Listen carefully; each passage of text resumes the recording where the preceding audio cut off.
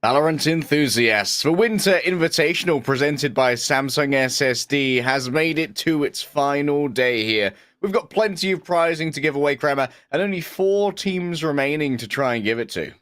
We were talking to our analysts and to our producers before we got into this, and every single one of them said that these are going to be some very close matches. Northwood, they're a team to fear in multiple esports, and that all puts even more pressure onto their Valorant roster. They want to stand out, that they need to do pretty bloody well. You then look over to our other semi-final with Northwood opening, where we have a team called Carlton. Now, definitely not as well known as Northwood, but I'll tell you what, Harry, these guys seem to be the only ones who are able to beat Northwood. So this really is going to be a close semi-finals and even closer grand finals. Yeah, let's pull up our bracket today to show you what we are going to be sharing with you in terms of Valorant gameplay. We have 3 games for you. We have 2 best of 3s and then 1 best of 5s. So it's going to be a long haul strap-in with Kremer and I for all of the collegiate action that you want from Valorant. And of course, let's have a look at our teams as well. For Kremer and I, we're going to be looking for some pretty solid fundamentals here. Northwood, like you said, Kremer, these guys are titans across multiple esports as a collegiate roster. But what fundamentals are you looking for here at the collegiate level? For me, it's going to be teamwork. It's got to be teamwork. It had to have a flashy player who can hop on a duelist and just kill everyone. Yes, that works every now and then, but that only requires one player. A team doesn't have an eye in it, Harry. And for me, it's going to be coordinated pushes. It's going to be set pieces of aggression where you would have a duelist accompanied by potentially a flash, accompanied by potentially a sentinel, just to go for these early picks. And while having skill on your duelist is important, what we found, particularly in regions like Europe and SEA, is that the skill of a team isn't necessarily dictated by the duelist, it's dictated by your info gather and what you do with the information you're able to ascertain. Yeah, a lot of teams, they start to deprioritize picking up as many big fraggers as possible, instead grabbing people who can effectively communicate information as well as gather it. Let's move over to the adversaries of Northwood on SNHU Blue. And to expand upon what you've said, Kremer, like you were alluding to, information is so important, but the synergy of the executes is also going to be at the forefront of my mind. Across the world, Breach is becoming more and more popular as an initiator pick. Sky's starting to fall a little bit out of the meta. While she is very much pickable, she's still incredibly viable. Breach is starting to erode at that pick rate, and it presents a big decision that a lot of rosters have to take when they load into a map as to whether they prefer the execute-heavy style of the Breach or the greater info gather of the Sky. Honestly, I do prefer the Breach. I think he has a little bit more impact with his abilities, and more so with his ult as well than the Sky does. Yes, it does take 1 or 2 points extra to bring out that Rolling Thunder, but it just has the impact that the Seekers don't. On top of that as well, the Flash from the Sky is better than the Breach, but being able to get that Aftershock, and those flashes do still and can still be effective on the Breach, which is why I prefer the Agent over Sky, but a lot of teams, they've practiced a lot with Sky in a composition. Sky has proven to be very effective when accompanied by a Reyna. That double flash can be so damn effective, particularly on maps like Icebox, which we'll get to in just a second. For now, though, Harry, I think it does go without saying that for SNHU Blue, these guys certainly go into this as underdogs. Absolutely so. But when you're playing as an underdog, Kremer, you're kind of playing with house money when it comes to reputational damage. Icebox, like you said, going to be our first map here. And it's going to be Northwood on the attack, of course. And then we've got Haven and Bind. So this is pretty standard. This is a very popular veto over in Southeast Asia. They love their Icebox and their Haven. I'm looking at this veto. I'm looking for a chamber. Icebox and Haven particularly have been maps where Chamber has been picked a lot in recent months, not just in SEA, around the world. And while Chamber and issue that a lot of newer teams have particularly is Chamber and Jets, there are times when they can kind of tread on each other's toes a little bit, particularly when Chamber wants to bring out the Sword of Force when an op's already in play. You end up with one of the two going for a bit of an uncomfortable peak purely because the other agent's on the favorable one. And it does mean that sometimes, I think it usually happens to be the Chamber, can be shoehorned and kind of like tucked away on that B site, which just increases those rotation times kind of tenfold. Yeah, Chamber definitely has been eroding away at the pick rate of several other Sentinels, especially on Haven. On Icebox, of Mm, course, it's mostly moving in onto a territory of either the second Duelist or the usual second Sentinel, which would be a Killjoy, because for many mm. people, Sage is considered mandatory for B-site executes when it comes to planting the spike during your original executes. And of course, while we're here having a look at this beautifully technologically advanced maps, we should talk about the technology that makes this tournament possible, which is what's brought to us by the lovely Samsung SSD. The 980 Pro is perfect for high-resolution gaming, and when speed matters most, Samsung is the tiebreaker.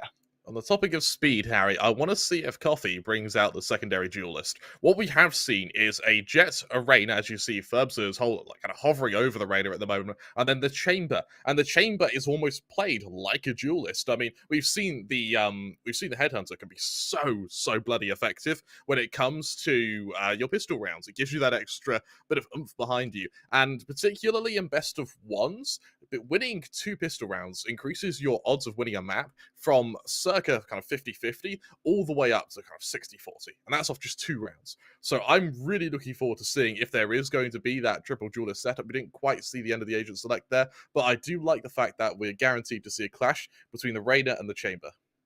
Yeah, I think we lost someone from the lobby right there, but that's fine. We can continue expanding upon the chamber as well, because not only does the chamber bring that power from the headhunter in the pistol round, Kremer, but also the trademarks will be running the same kind of duties that you'd usually see from a killjoy, and that means mid control, especially up in kitchen, where you aren't able to easily visually gather info about enemy presence. Obviously, when you're checking the main open area of mid, you can use your eyes. There aren't that many hideaway cubbies that you can really tuck yourself into, but because kitchen is an enclosed area, you really have to commit yourself to a rotation in order to check for info inside of it. And that means either going in with your knife out, trying to move as quickly as possible while also being stealthy, or just making a full run with your rifle and being a bit more ready for combat, but also revealing where some of your personnel are to anyone who might be lurking.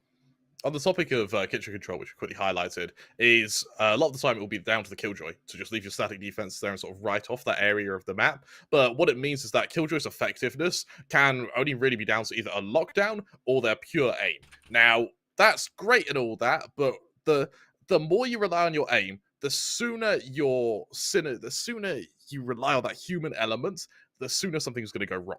And for me, I quite like the chamber pick because of that, because you can leave your gadgets just lying around in kitchen. You can then just completely leave that side of the map. You get the call if someone's pushing, and you still have your TP, and that tour de force does still have that effectiveness, which I really like seeing on that B site.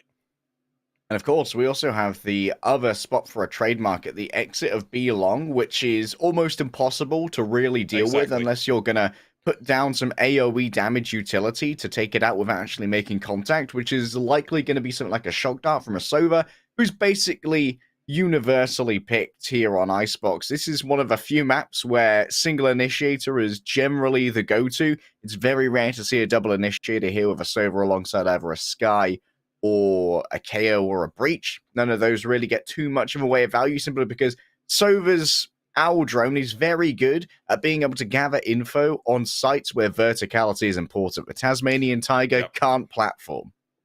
You're absolutely right. And while it it has been attempted in the past, unfortunately, that Tiger, it does have its effectiveness. I think it is probably a little bit better when it comes to info gather compared to a Sova drone. It can be a little bit quicker.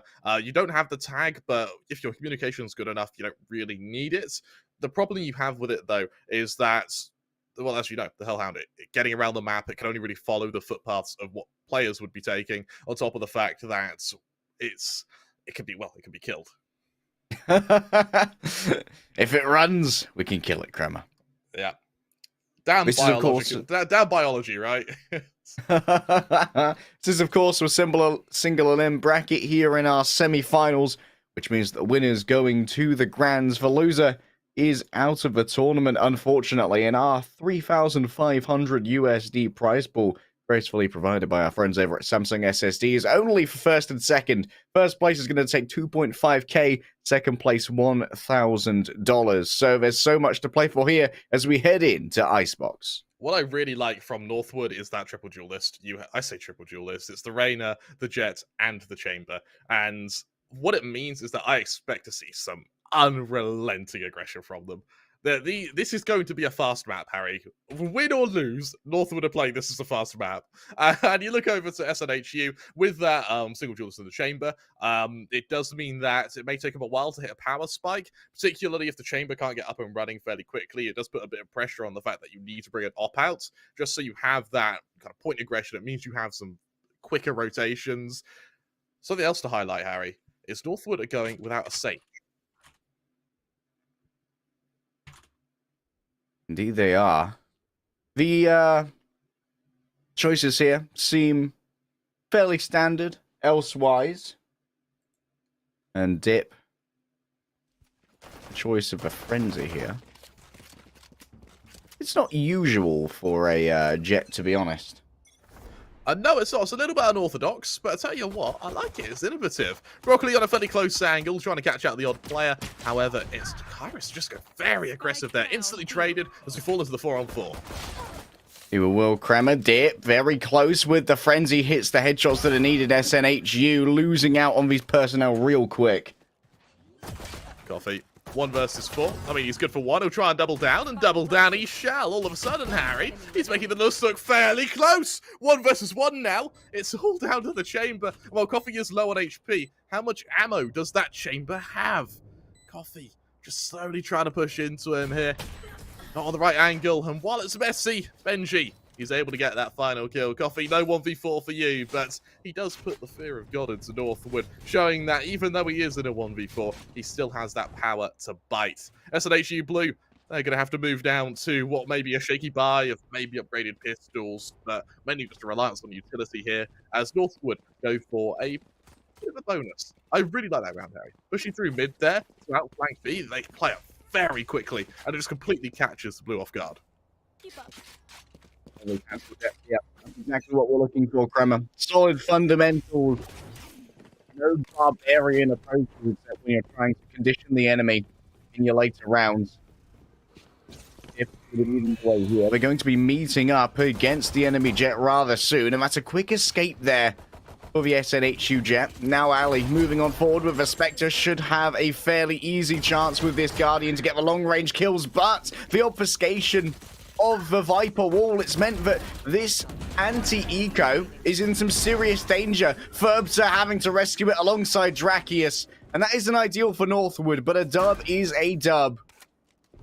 It isn't ideal at all, actually. I'm surprised they didn't wait for the Viper wall to go down there. They moved through it into a stacked site, and for SNHU, they roll the dice. You're on an eco, go for a stack. I like it, and yes, either the stack's on the right side or the wrong side. In this case, it was definitely the right side. Killing 3 players removes any chance for Northwood to be able to play bonus, and it also means that they have to really invest to go into this round. The only players who are just above 3k is going to be Ferbster and Benji, the 2 players who survived.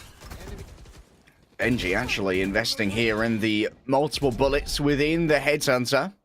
C-Dub's already put Dip so low. A dink at range with the Phantom. Hasn't been an instant kill, but what it has done has made that Jet too fragile to really make an entry happen. Coffee. So close, Coffee, with the finish. Ali's fallen as well, so now you don't have that wall to really bring you on forward. Ferbster was held as they exited the dismiss, and that means that Coffee gets an easy frag. Drakius wraps around the back, doesn't actually upgrade their weapon. Oh, they've managed to out-rotate the Owl drone here. This might be completely unexpected by the Sage, but distracted slightly by the Viper. Rip Benji will finish the job. Over now to the Tour de Force. You want to play? Let's play. I really like that. I really like the early use of the Tour de Force. You're sort of gambling a clutch, but hey, why not? You get that one-shot potential, and you also get that high fire rate. Wraps around from the back as well. C-Dubs takes the swing. A lovely play from SNHU Blue. Managing to keep 3 players alive here on their full buy. Not too bad at all, considering that Northwood had to reinvest in that round. Yeah, it's really pummeled the Northwood economy here. And I'm quite surprised by Ali, who is really preferring these Guardian buys. One away from that Viper spit means it's going to be something to watch out for, but something of watching out, Coffee already has his readily available. And on other ults, Ferb's one away from the Empress, but the others got 2, 3 off in the distance. That means that the only ults that have the option of being thrown into this round would either be that double Viper spit or maybe an early Empress.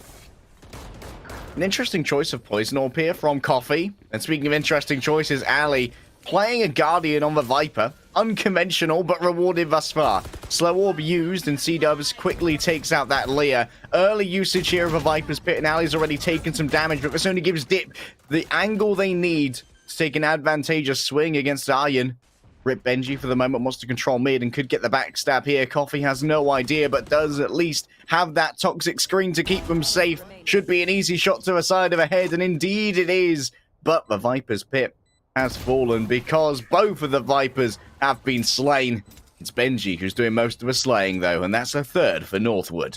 Considering how Northwood are so favourite heading into this, I'm very surprised that SNHU have kept it so close. A lot of these rounds have come down to kind of 2, 3 players left alive every single time one of these teams is taking damage. You look at the ult management now when it's going to be a bit of a power spike here for SNHU, with Argan kind of just about to hit that Blade Storm. Broccoli one away from his tour de force. Over on Northwood, it's one from the Blade Storm on Dip. Dracaeus as well, a little bit from the Hunter's Fury. Either way, we are going to see that power spike, particularly if Northwood can get that orb control.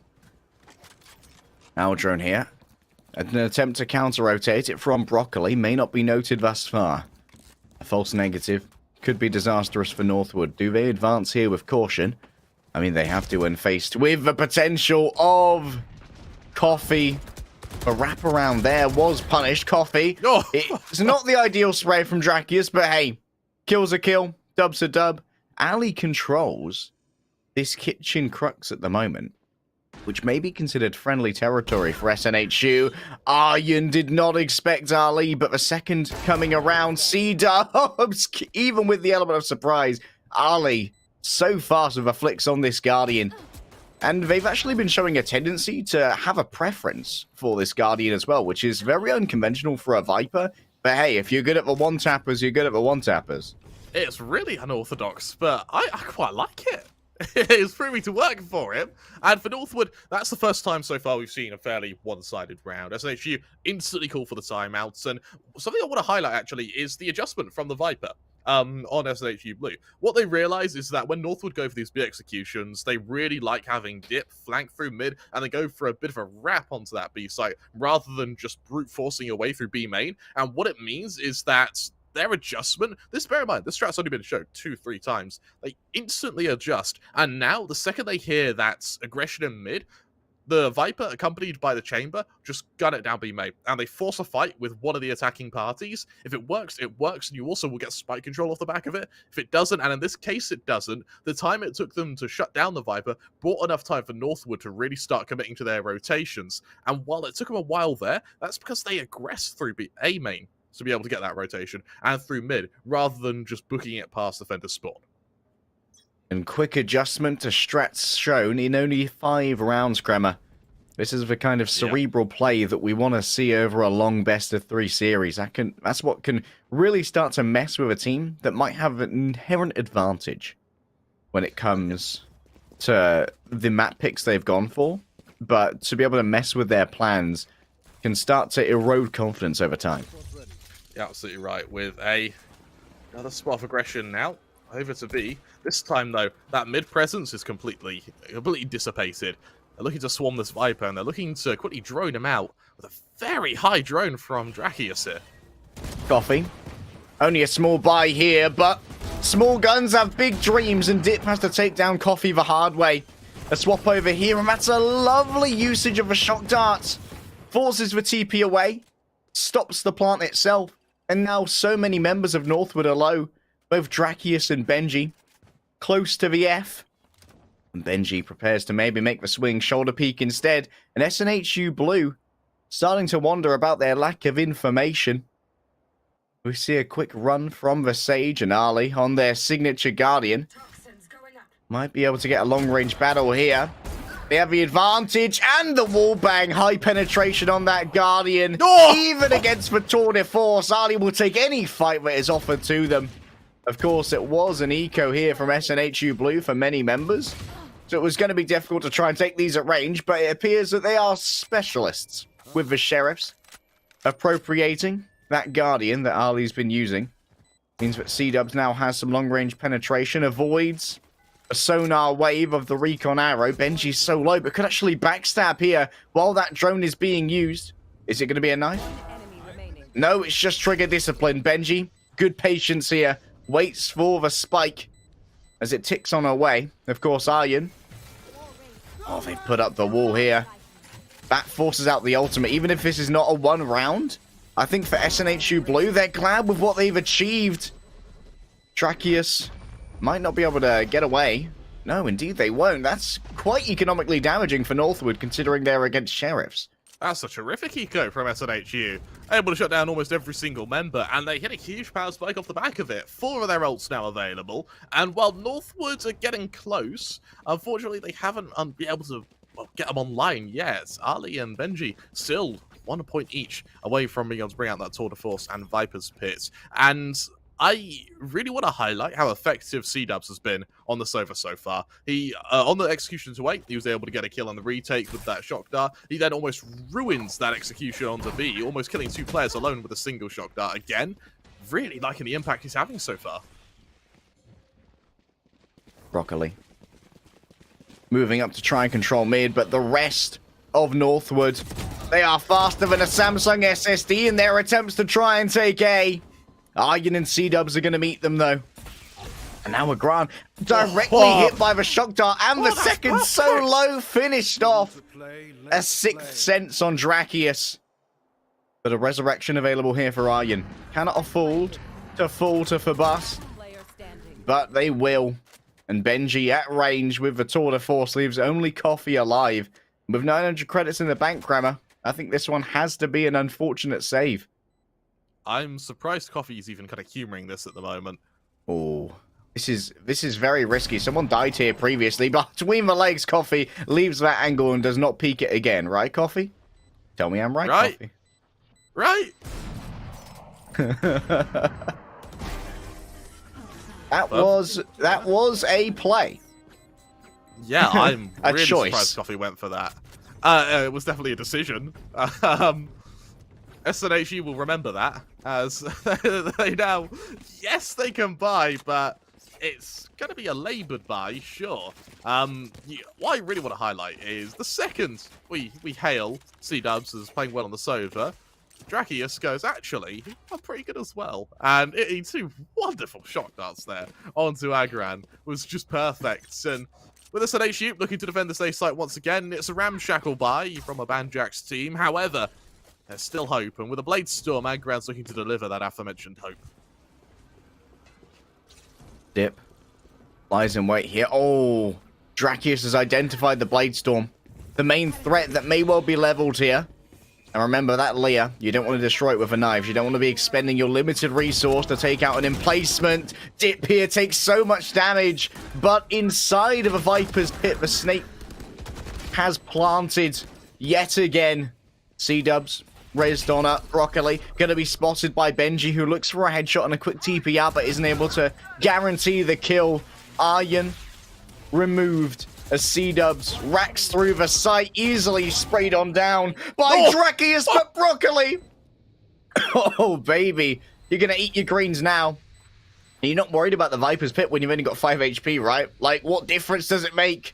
I was always going to be one shot, baby. They could actually die to a single tick of a snake bite, and there it is.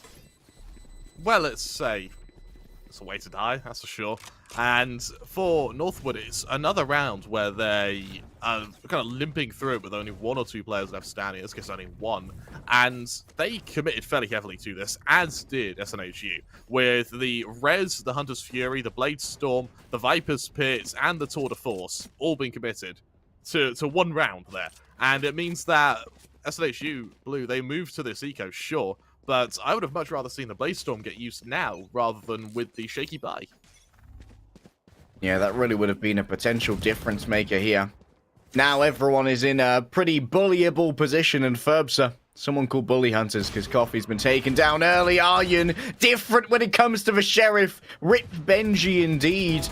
As Broccoli's going to level the Headhunter at their enemies. Patience is their ally here. Waits for the wall to dissipate. And Ferbsa now going up against Aryan, who's managed to loot themselves a Vandal. Won't get a single shot out of it, though. Drakius waits to see if anyone wants to interrupt this plant, and indeed they do want to interrupt. But Dip is going to be interrupting their circadian rhythms. I'm afraid, boys, you're going back in body bags. I think it's at this point I need to remind you, Harry, that this is Northwood's map pick. They are on their home ground right now, and they're certainly showing it. And for SNHU, here's the thing. They make this relatively close. They have a successful attacking side. They recover the defensive side. Suddenly, we have a series on our hand. But they're running out of chances now on the defensive side. They still need about 2 or 3 rounds. And you look at the ult management as well. They do have that Viper's Pit, but there's not going to have any other ults for a good round or 2 now. Over on Northwood, you've got your Empress, but your Hunter's Fury is about to come online, as well as multiple other ults as well. Oh, we might have a DC'd player here. Is that an attacking or defending player? I think it should be a defending player. How well do you know a blurry map? We're back, though, as Dip and Ali are able to open up with C-Dubs trading. Interesting that SNHU Blue here, they haven't really had the economy to build up towards an operator, so we haven't really seen what their jet can do in that particular instance. Angren, though, they can do plenty with the Vandal. Even more damage here over to Ferbsa. Uses one of Aliyah's. And now they're all out of obfuscating materiel. Might as well use this Emperor soon. I don't know if we've seen one from Ferbsa yet, but they're so easy to get with only 6 ult points required. For a duelist, that's a pittance! Benji. They are the operator player now, and Dip is simply so fast, wrapping around, pinching in, and making sure there's nowhere for SNHU to escape. Destroying their economy once more. Northwood have no mercy. Credit where credit is due to SNHU Blue. They were able to keep Northwood's kind of player count and economy so low that the only time the op has been revealed is 3 rounds before the end of the half. So they have been able to keep it close, and the scoreline doesn't really portray how close this has been, because Northwood have been winning these rounds with 2 or 3 players left standing. They have been losing players consistently. And for SNHU Blue, unfortunately, it's just those extra duels that they haven't been winning. Empress comes out as well as the Blade Storm, as Northwood look to make their foray over to the safe site, with SNHU Blue just going for the retake. Dip goes high, looking to try and leverage the high ground. But moving through the Viper's wall is easier with Valia. Dip now needs to check behind them, as Coffee is going to run out of this fuel fairly soon. Indeed, it has been bottomed out, and Ferbsa plays from a high ground. They've now popped that Empress. A long-range duel against C-Dubs. It's all a distraction tactic, but the distraction didn't work. Both of the duelists from Northwood have fallen. Now it's 3 versus 1. Benji is on fire when it comes to the operator. Already 3 kills, and Coffee, they tap the spike. They're up against so many. The spam is too much, and Drakius can do it for free. No traces from the Phantom, as they're making ghosts out of SNHU Blue. Plenty of spam, but no tinned goods to be found here today, Harry. Northwood, they've been using them for target practice. And something I want to highlight on Northwood is the frag splits. You know, bar Drakius, there's only 1 frag separating 4 of their players. It means you don't necessarily see one player who's carrying, sort of lugging everyone through on their rucksack. No, this is the entire team are delivering right now. Drakius isn't going to have as many frags because he's setting up every single player. I mean, even in that last round there, sure, it's a Viper's Pit, but even then he has them pinged. The United Fragging Republics. Ali, oh, the covering fire. Savior. A return to the Guardian. And the Guardian beats out the full spray against Coffee, deciding I am the better Viper today. But Broccoli needs to stop so many of these players. 1 shot left in the tour de force, and now it's down only to the Headhunter of the Classic. Ali's happy to take the swing before being taken down by Angren at range. Simply did not have the health to sustain a longer battle. Angren fakes out with an updraft, tries to keep crosshairs pointed skyward for this 1 versus 2. But Drakius, are they going to be forced to use a shock dart here? Do they even have any to play with? Angren, 7 bullets left in the magazine. There's a miss on the tour de force. That was almost a direct hit there with the recon arrow. But SNHU Blue are running out of time for their second round here on Icebox. Angren, brave to continue. The shock dart hits home. Draki still had 2 in the quiver. And I'm afraid that this archer is just too powerful. I will admit, I think that arrow actually hit A-Ground there. Like, he was hit by that. I mean, yesterday on VCT, we saw a direct shock dart, didn't we? Yeah, teams have decided, you know what, this is enough gunplay. You considered bow play. I used to be an attacker like you until I took a shock dart to the face. Granted, I imagine taking a shock dart must suck to any part of the body. It must be like catching C4. As Northwood, they stand 11-1 up, Harry. I think it goes without saying, SNHU Blue, if this isn't a victory in your pistol round, then you are in big, big trouble. Must win, Kremer. Otherwise, you're going into match point against an anti-eco. And while it wasn't clean for Northwood the first time around, they actually lost 3 of their players. Already too much has been lost. This is an interesting move through the back. Coffee on the rear guard. Ali now trying to go up. That's a double player drop there. Benji somehow got up top and Dip is round the back. And now it's a 3 versus 4. Post-plant at least for SNHU Blue. Out goes Valia. C-Dubs has to reveal their position to take that on down. Not many bullets left in the chamber now. Now with the last bullet, they will take down Ferbsa. And Dip allows for the reload. So gracious with the double peak. 3 versus 3. Cloudburst deployed and moving as a trio. Hunting in packs are the defenders here. Northwood now have both of the players lined on up. A swap over against the Sheriff here. The law must be lain down by Angren. Only Dip remains with plenty of time to defuse. Northwood, they have signed the death knell for SNHU on Icebox. I tell you what, Dip hits a wonderful 3k there, and if he didn't, I was going to have a little go at him, Harry, because he did kind of leave Ferbsa to die. His Ferbsa goes takes a fight. Yeah, we'll swing. That fight lasts about, I want to say 5 seconds, that fight, and Dip just doesn't peek, doesn't have his teammate. Yeah, you'll be alright, just let him reload or something. I know Northwood are a couple of memey lads sometimes to be like, okay, take the swing. No swing, you idiot.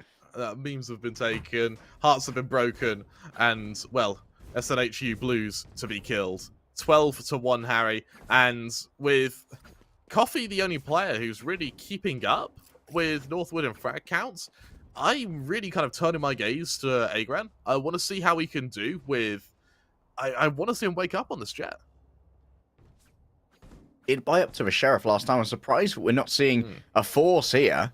3 members of SNHU on Classics. Oh, I do think we have a pause here.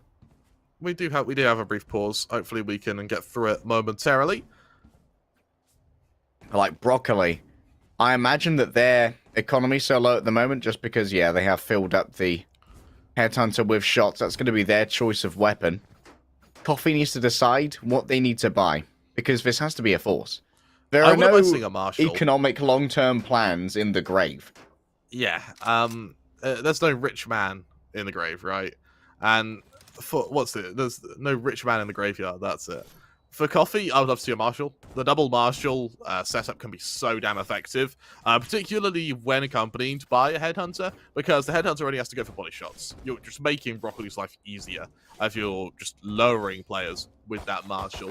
Over on the Spectres, though, for Aeon and for Agran, I'm expecting for now, just a straight, what I'm going to imagine, fairly close angles, fairly fast plays to try and catch out the odds Northwood player and just work with a man advantage, hope to burst to a site after that. On the side of Northwood, I'm fairly enthused to see the buy-ups to rifles on 3 players. They know that this is going to be their best chance to really just put SNHU down before they can really start generating any momentum on their attacking side. Plus, they know that, hey, they can economically ruin themselves here. Easy peasy, no dramas. If you can just get yourself a bunch of frags when you know that SNHU, they have to force up from a round loss position. If you can inflict damage, you'll be able to set up SNHU for future pain. Absolutely right. Hopefully, we can unpause as soon as possible. I don't think we know why there's a pause either. I don't know if this is where we need our producer to save us. We're going back to us, Harry. Hi, Us. Harry. Hey. How you doing? How's it going? Fancy seeing you here. This is uncanny, Kremer. I can't believe it, to be honest. It's been a little bit of a showcase for Northwood, let's be real. But this was to be expected. This is one of SNHU's deepest tournament runs yet in collegiate, outperforming expectations, certainly. Yeah. But Northwood, there is a certain expectation that is placed upon them. They are one of the elite collegiate programs in North America across multiple esports. Me and myself, coming from Overwatch, I know their Overwatch team pretty well. They play in Tier 2. They are some players that I definitely would be expecting to go to OWL at some point just because of the amount of skill they have. Yeah. And Northwood has some excellent scouting, some roster generation, as well as roster refinement. So they are going to be one of the favorites to win the Winter Invitational sponsored by Samsung SSD. I'll tell you what, we were waiting for a moment just to get the all clear from our production. We currently have a potential rule break and a rule dispute between these two teams. So if you think they can argue for a while, that means we will be on camera for a while. Hopefully we can remedy that quickly. Hopefully we can. There is potentially only one round left of the game, so maybe we can. Hopefully we can get through this pretty quickly. I know we're not meant to kind of read the chat, Harry, but someone said something really funny, which is Coffee's desk is probably on life support. I imagine for the amount of times this being slammed. That made me chuckle. That did make me chuckle. Well, let's expound on an earlier point that we were making in terms of analysis, and that's that it's weird that Ali, as a Viper player themselves, since we're talking about Coffee on the Viper, Ali is a Guardian enthusiast, seemingly, which is a little bit weird. Because the Guardian itself is a non-silenced weapon, so it shows traces, and it does not have a good rate of fire or automatic fire for spamming smokes, and that's usually why you'll see controllers be the ones to pick up silenced weapons, in particular the Phantom. Obviously, the Spectre is the preferred of the SMGs universally, regardless of whether you're a controller or not. But it really is unique because the Guardian has no synergy, really, with the kit of the Viper. Yeah, absolutely right. With that, I believe we're able to get back in game as the dispute has been settled. Northwood now currently looking to shut down SNHU Blue and what could potentially be the final round of this game. And for Furbster, this is a solid way to start. But SNHU Blue, they're there on the repartee. Angren opens up here. SNHU Blue 2 versus 4. Northwood aren't able to defeat anybody. C-dubs with a beautiful headshot. And that might have allowed for a couple of upgrades on the side of SNHU Blue as well, with 4 players surviving. This is exactly the boom they needed to remain relevant. Harry, is this just a death rattle? Is it just a death rattle? I worry that we're at the stage now where, yes, SNHU Blue, yeah, they win a round. They double their round count if you want to be cheeky about it. But 100% more rounds. They don't need to play. They don't need to play well. They just need to get lucky once, and they're through. They've won their map. Right now, the more one-sided this match turns out to be, the more confidence that Northwood are going to have moving to our second map. And it's confidence, which is what SNHU are playing for right now. Especially heading into her own map pick. Angren takes down Drakius, but does take quite a bit of damage on the way there. It needs to be healed up by the station, so it will be delivered. That utility now off the table. Coffee going to be the one who has delivered the plant. And that is interesting choice. Broccoli actually has been isolated here by their friendly Sage Wall. They could be in a position where they're very much in danger. A shorty has been leveled from Dip, but Coffee's decided that, hey, I will do my best Ali impression and be the Guardian Viper. Seems it's working okay, boys. So, the Guardian Viper, that could be the new trends we see set here. Ali, aren't you just a trendsetter? As we made Is that for a moment, never mind. an Odin for a moment was undenied, Harry, and I got pretty excited.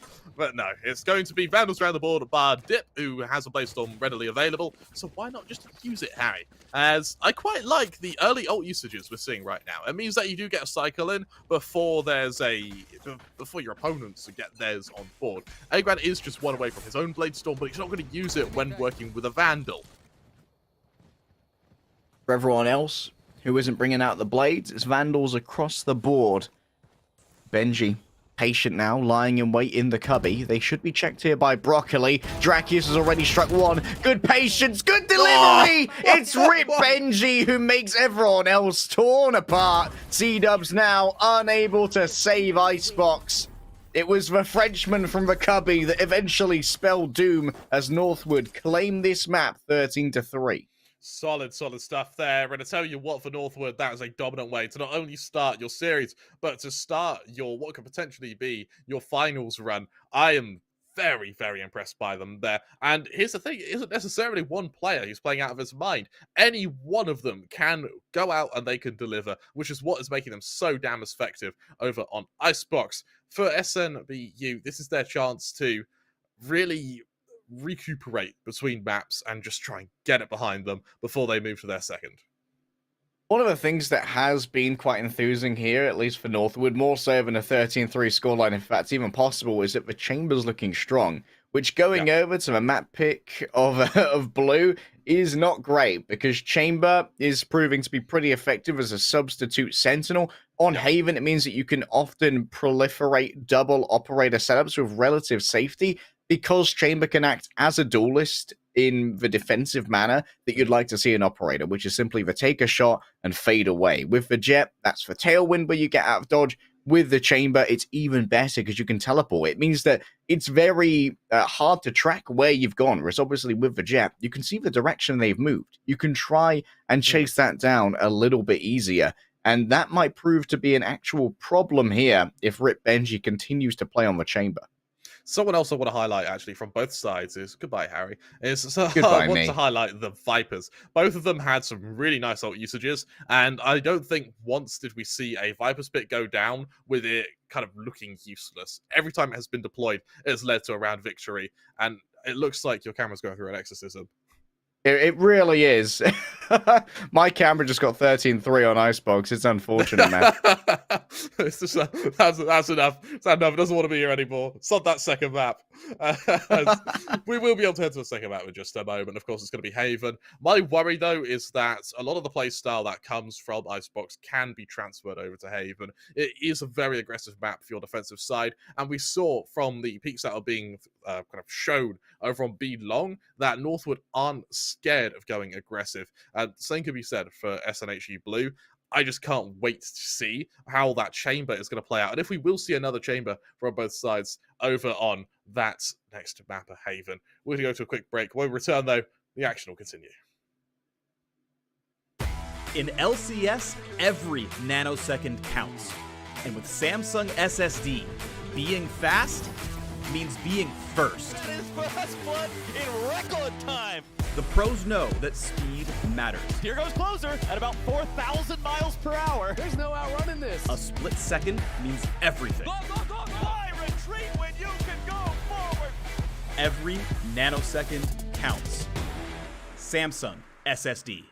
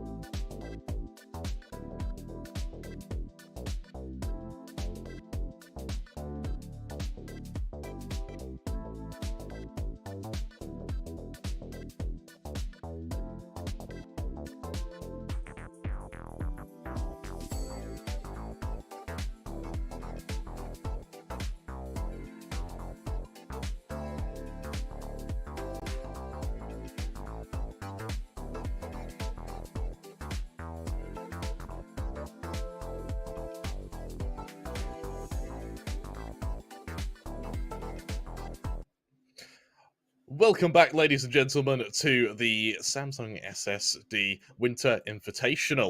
Of course, sponsored by Samsung. Who'd have thought, Harry? We just saw a very one-sided icebox with Northwood taking a 13-3 victory against SNHU Blue.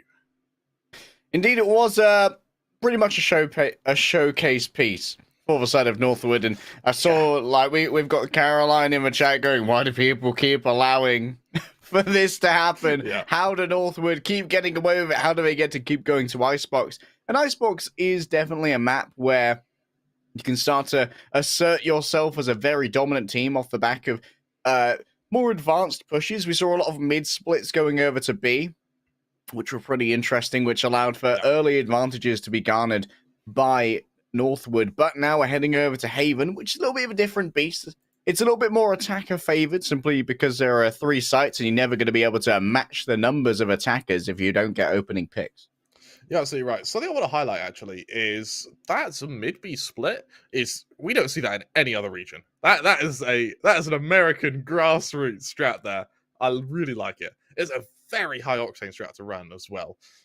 In just a moment though, we're going to be heading into Haven. Now, I want to highlight is that we see a very hybrid kind of working of the chamber where he's sort of given free reign, whereas the Jet is the one that takes the back seat when the tour de force is available. And what it meant is we rarely saw an op.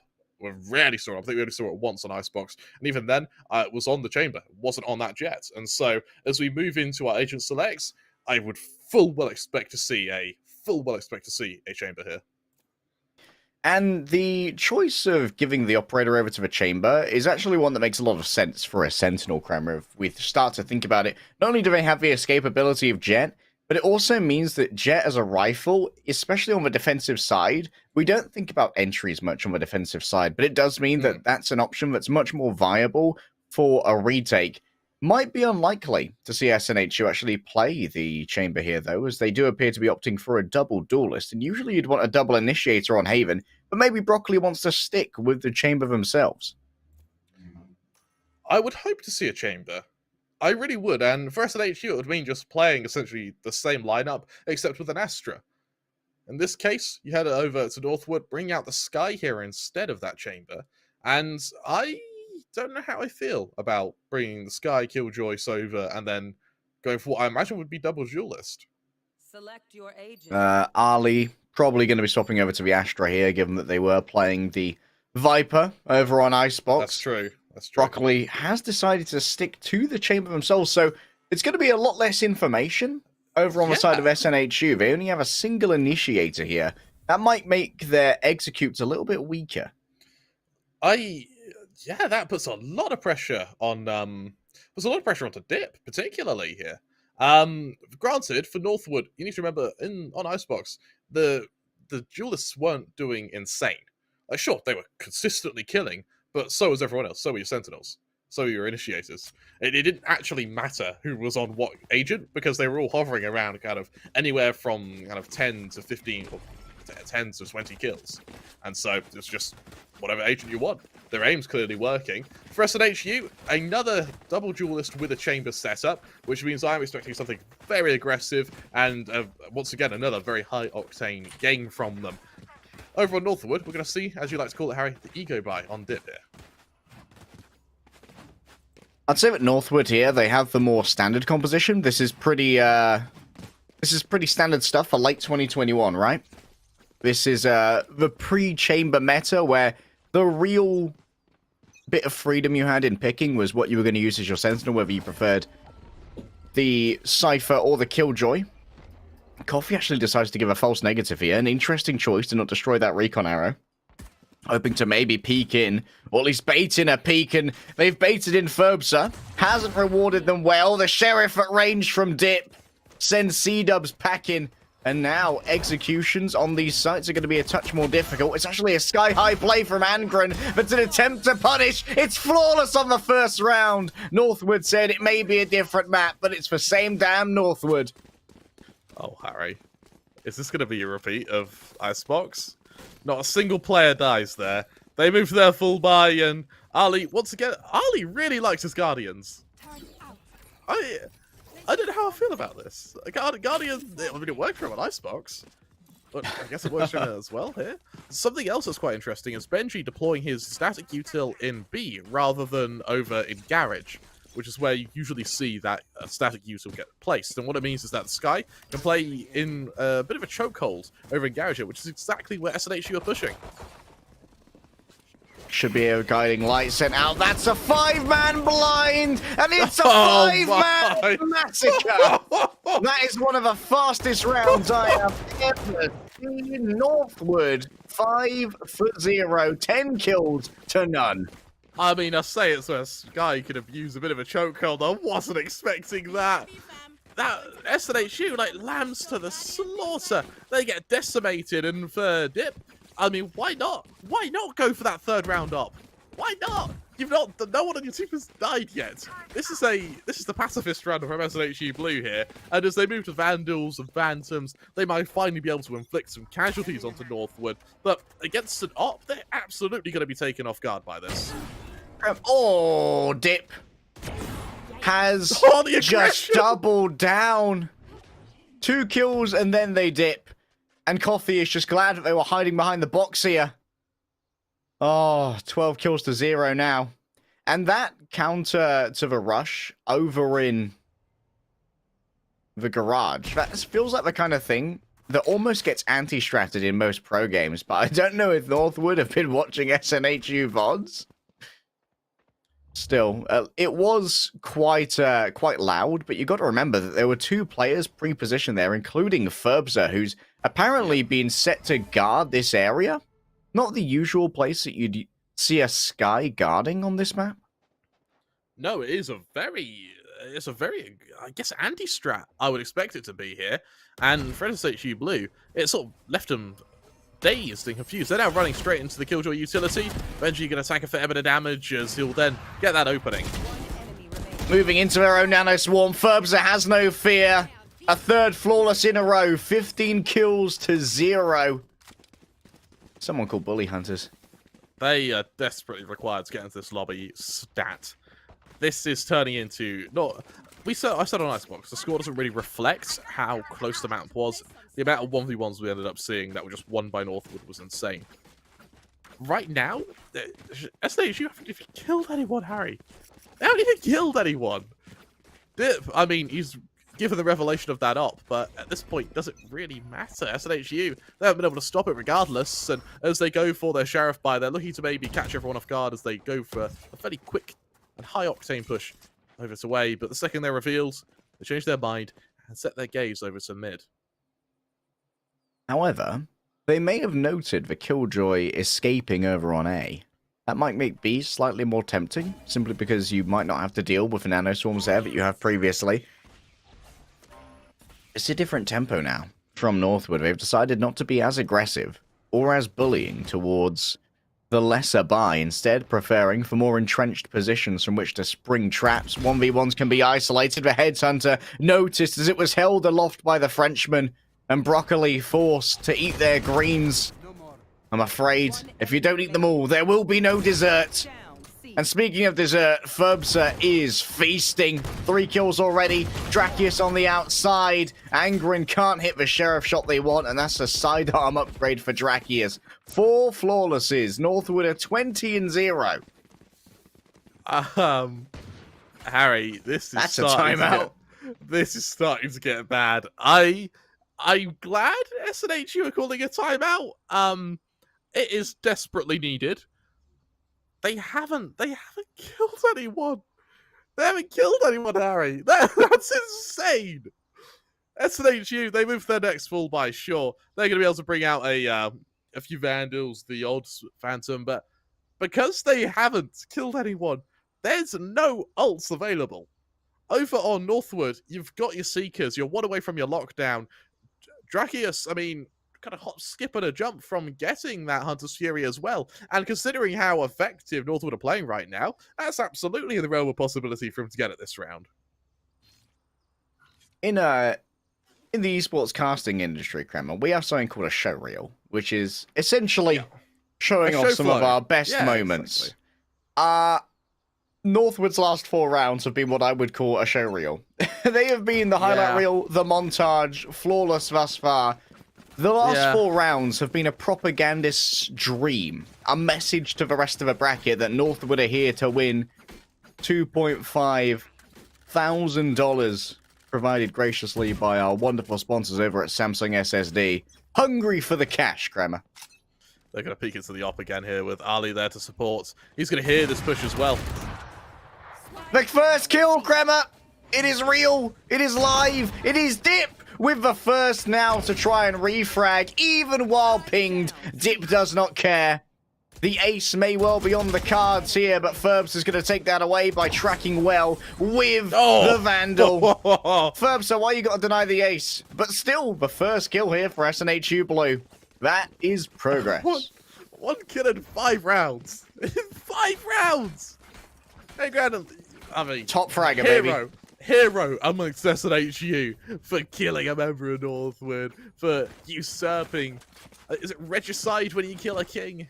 It is regicide. Northwood find themselves 3 ults to 1 now.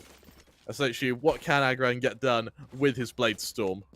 We might be beyond regicide, Kremer. We could be at deicide at the moment. It very well could be. Goes to the high ground. No one peeking him yet. No one humoring him with a peek yet. Ali, this time with a Vandal. It's going up close and personal. Oh, they've cancelled their favourite weapon. Not spotted thus far as Rip Benji. That was an interesting defensive usage of the gravity well. I'm not sure if that was actually Aryan's, which dragged it in, but Aryan's doing just fine with the Bulldog. An upgrade, a spike granted and planted as well. Not ideal for the ult generation, but at this point, you simply just want to get it done. Now, all alone is the one Astra that could. The queen of the astral plane, counter-rotating against Ferbsa, but didn't expect Dip to be coming in from a defender's spawn. And unfortunately, there's no one to get the ult point from the defuse.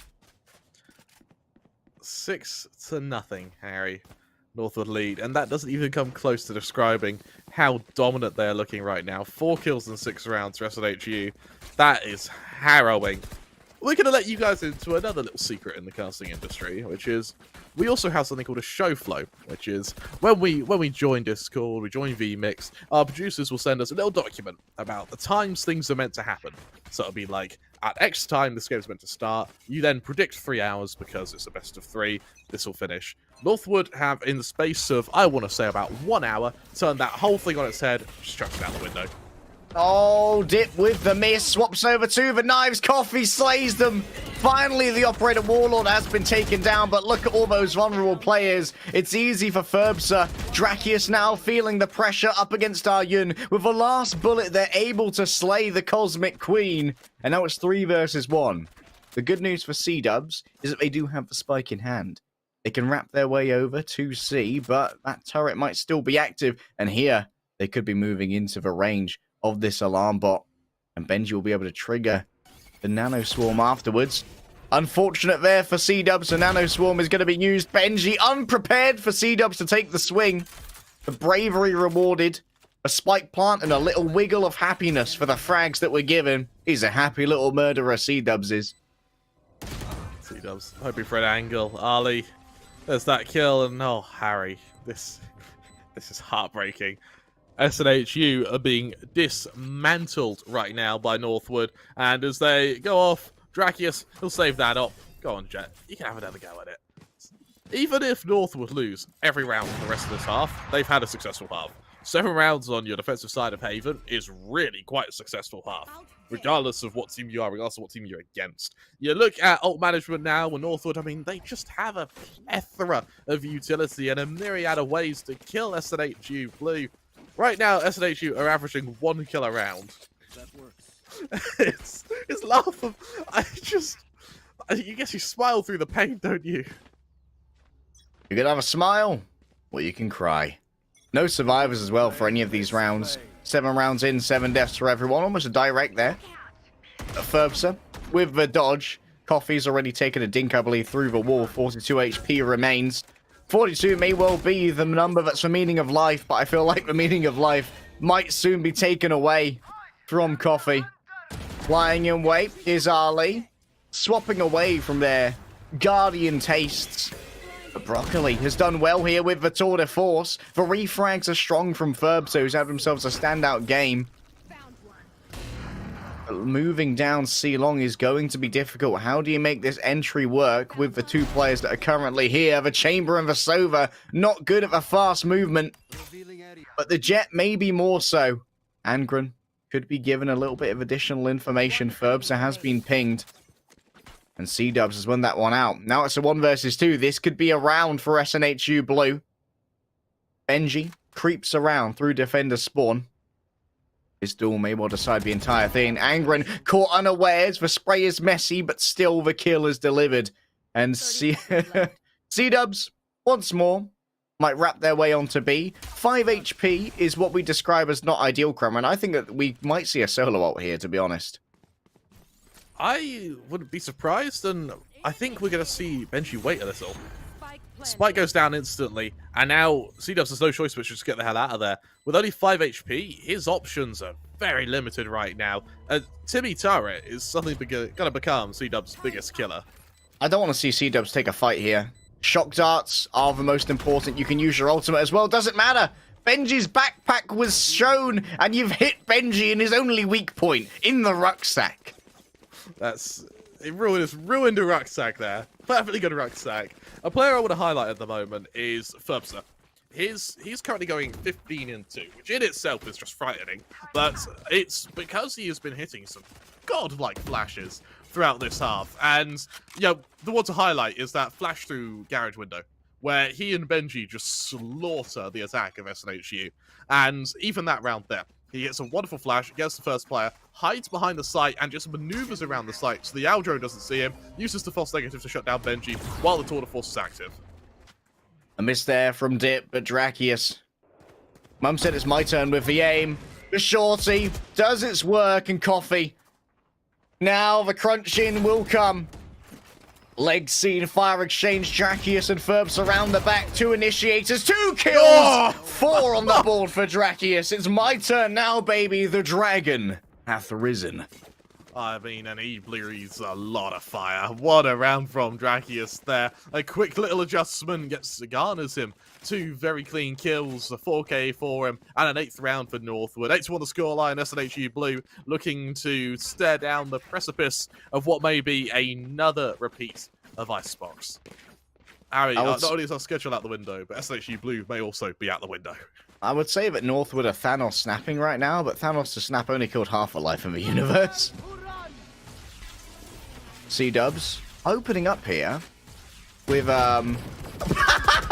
no, How does he survive that? You don't get a double there. That's illegal. You're going to jail, mate. You don't get a triple. Surely not. Not the quad. Dracius with 32 HP. Surely he dies here. No, the peel from Dip is so strong. Oh my God! Dracius gets 4 again. This man is Smaug cosplaying as a human. The greatest of the dragons. What? Dracius, an insane round on his part there. Peeks into window, gets 1 when he absolutely shouldn't. Gets that second one. He absolutely shouldn't. The third, he shouldn't be getting that either. And then the shock dart, Harry. Dracius, I'm begging that you buy a shield. There we go. We need to summon some hobbits because no one else is getting past Dracius. The desolation of Dracius. Oh, he's gonna do it again. Oh my. That flash! Dude, Dracius is so good. Dracius is playing like a duelist right now. Just claiming mid. It's easy clap. Takes out their counterpart, but Aryan. Oh my. That's enough of that, they say. Calm down, mate. You ain't Legolas. Oh, but Ali wrapping around the back with the pinch from C. Northwood don't want to give any territory away to SNHU Blue. There's nowhere that they can feel safe. As we're in the last round of a half, Northwood have already hit double digits. That was a insane flash from Ferbster there. Dracius, he peeks, gets 1 just as they reswing. The hawk goes off. Ferbster. What that is right there, Harry, is enabling Dracius. He's now going to go aggressive for the rest of the game. My heart can't take this. Get out of my way. Well, it might not have to take much more, Kremer, if Northwood continue this form. But maybe, I'm inhaling my hypercopium here, but maybe SNHU are a defensive team. That's a big half, Harry. Dip says that's a jet diff. L plus ratio. The headshot on the operator up against the Blade Storm.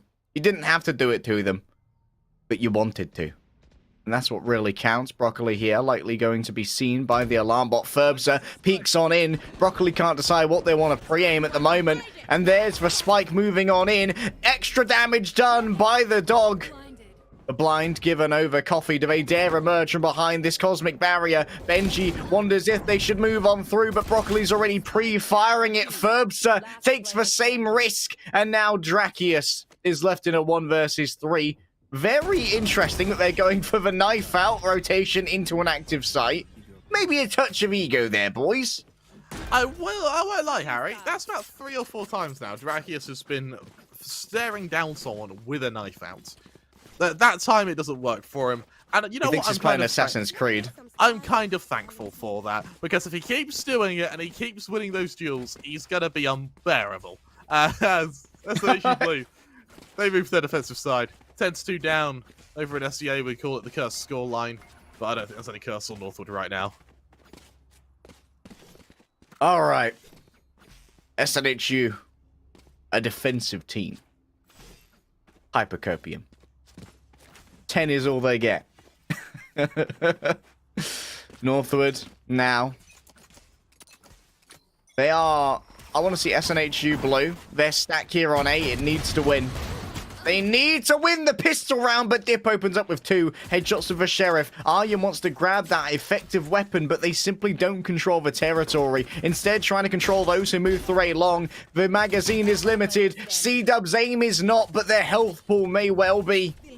Drakius grabs another coffee, drops on down. A near-sighted Ferbsa is taken away, but still the spike is planted. And this means that North would have even more cash after their victory on the pistol. 11-2, Harry. This hurts. SNHU Blue, they go for the force buy. They just don't have a choice. Double Marshal buy. I do like the double Marshal. It does have its place, and it really does work damn well. However, is it enough? Like what can SNHU Blue change in the space of kind of 1 or 2 rounds to suddenly start winning? Drakius waits with the Bulldog. Triple shots on the burst fire, covered by Ferbsa for the moment. Noted that this is a big foray out. There's the guiding light. One player blinded. It's not the one who's blinded who takes the swing, but now up close and personal with the Sheriff. It's a dirty spray from Ferbsa. They still have the cover of the Bulldog. The Initiators have decided that this map belongs to them. And you know, Kremer, the only thing faster than how North would win on Haven is a Samsung PCIe 4.0 SSD. They've doubled the speeds from 3.0 up to 7,000 megabytes per second. That's the only thing faster than Northwood on Haven. It does come close, and it did take a few bits of scientific research, but yeah, that SSD is definitely quicker. Only by a little. SNHU Blue. They do have a buy to their name, and for C-Dubs, he does have that Guardian, kind of the only real rifle that can be wielded by the defenders here, and, well, for Northwoods, push into the Rainer, Coffee only on 2 kills right now, and only a ghost to their name to try and stop this attack. Coffee with the ghost. I believe, Kremer. I believe. Dip sits within their cloudburst for now. Benji moves on forward. Drakius joins the fray with that Bulldog that was previously so effective. Ferbsa going for the plant. And now 4 versus 3 in the post plant. Out come the Seekers. The gaming cabbages rustle on forwards. Dip backs on out for the moment. C-Dubs raises a quizzical eyebrow. Not coming to fight me? What? No wenches? Now with the Guardian moving forward. That's a big flash. Ferbsa is an absolute monster when it comes to the guiding light. The shock dart hits its prey, and Drakius continues to show that if you want a premiere Slover, I'm sitting right here. Wow, is all I can say to that, Harry. For me, Ferbsa is head and shoulders the MVP there. Those flashes, start to finish, were just godlike. And he shows why Sky still has its place in Valorant at the moment, because he makes it look incredible. So I don't think a round went by where there wasn't a successful flash. It was just beautiful placements of the guiding lights. And not only that, they were well supported as well. It felt like Ferbsa wasn't doing much scouting in the way of the guiding light, simply because everybody on Northwood was kind of taking ego peeks, right? Dip was taking the ego peeks. We saw the forays down C long from the Astra as well, and it meant that the guiding lights weren't needed as much for scouting. They were mostly used for dual enabling from either Drakius, which is weird when you have your 2 initiators just moving as a kill squad, or for someone else to try and take a preferential swing from an unexpected angle. You're absolutely right. In just a moment, we'll be able to hear from our analysts. Unfortunately, I don't think there's much to analyze, but we'll put them on the spot. We'll make them sweat a little bit, and we'll see if they're able to. We'll see what they're able to extrapolate from what has been a very, very quick series. If you're any of the teams in the other semi-final, you've just seen Northwood decimate SNHU Blue. I would start being feeling a little bit scared. Yeah, Northwood are here to play today, but maybe our analysts will be able to help the other teams by breaking down some of the strats that Northwood just delivered. We will hand you over to Binks and Caleb, and we will see you for the next semi-final. What's going on, everyone? Binks, how you doing today? Well, Caleb, I can't hear you right now because you're muted in Discord. but it One sounds like second. what you're saying is really interesting. What's going I'll on, have to everyone? see. How you doing today? Binks, how you doing? I'm good now that I can hear you. I'm sure I'll be able to watch stream and say, wow, he actually really nailed that. But regardless, we're here. No, it's all good. That first match was absolutely amazing from Northwood. SNHU, this is not the SNHU we saw last night. Their games last night were all very close. They had a lot more going for them. They were much better on the trades. They had much more consistency on how they were pushing, and overall much clearer comms, obviously, last night. And today's games, it just didn't happen the same way. You go up against Northwood, though, and you get those things. They break apart those little problems, and they continually break them apart. But Binks, I got a question for you. What was the biggest factor going for Northwood there that game? Well, I think we can start at the foundation that was that game, and that is the agent selection. On the side of Northwood, Jet, Viper, Reyna, Sova, Chamber. Interesting enough, even mentioned by our beautiful commentators, they mentioned, hey, why is there no Sage? Why is there no Sky? And you can really see in the fact that the way they were clearing the site, they didn't need to have those blinds to assist them. They used the Reyna Leers to the exact same capacity. I think that was beautifully demonstrated on their A site push, where if we actually look at the way they would do it, Sova Dart, followed up by that Owl Drone, and instead of going for those flashes, where you have to wait, flash, make sure you're not in the line of sight, they use the Reyna Leers perfectly, which, if you look at the agent selection, is, I believe it was for, just want to confirm it, yes, it was for Rosa, who played on the Reyna, and funny enough, played the Sky the next map. So that A push, those Reyna Leers were used in the exact same capacity as a Jet Flash, or sorry, not a Jet Flash, a Sky Flash would. So as soon as they go, they get onto their site. Viper's Pit, as well as the wall, as well as the orb, beautifully used to just completely isolate a site. So all the defenders that are on that site, on the side of SNHU, don't have the capacity because they're either blinded or they are going to be hit with a Sova Dart or Owl Drone because they have all that plethora of information going on their end. Finally, plant, long angles, and you saw them try to push in, but there's nothing they can do. Yeah, and you summed it up pretty clearly. Their entrance into site was so clean. It was so majestic. They'd always enter with at least one kill, and the site cleanup was just finishing and making sure that they got that bomb down, take a step back, and then let Sky go ham, because now he's got his flashes. They haven't been used, and he's got the ability to just use his teammates to help trade off those kills when he's got to be a step back to let that flash go out. And that's what something... And we're going to see this really well with the Northwood the next few series here in the finals. Just they have to clean up those mistakes, though. And there was a couple mistakes that I want to specifically point out for Northwood. Their trades. When they weren't specifically communicating things, especially towards the end of that second game where they started letting SNHU back in with a couple of those rounds, they normally were caused by one or two players actively aggressing before their teammates were there. Will the winner of WVU and Carleton be able to kind of lean on those faults a little bit more than SNHU was? Or how will that kind of play out in the next series here?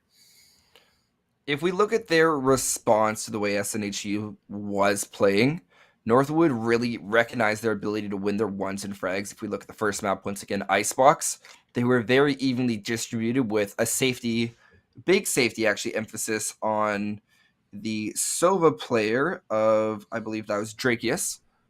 So they played with the safety, but you have a very good point. Within both those maps, there was a lot of single frag potential where there wasn't as much of a cross angle being established by Northwood, but they also put themselves in a position to, if they lost that first player getting aggressive, it opened the doors to a trap or to be able to view where a rotate was possible. So it was using the information of the deceased, but not for that same... I like to think that a refrag should come within the first 3 to 8 seconds or even sooner. After 8 seconds, it's not really a refrag. There's too much time to reposition on the map. Information becomes old after 4 as just standard use, unless you have constant camera or bot usage to follow it.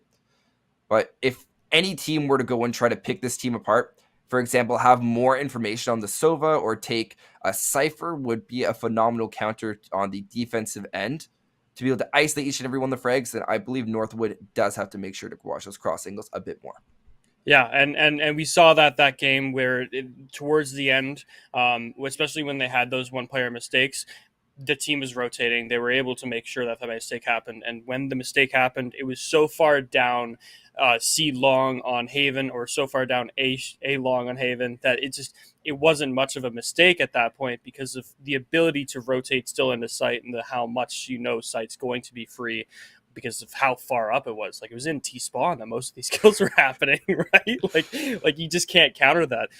But no, amazing plays from Northwood. We saw a lot of really crazy, just the aim was there for Northwood, specifically Sova running down mid, getting challenged by a deagle, and still finding 4.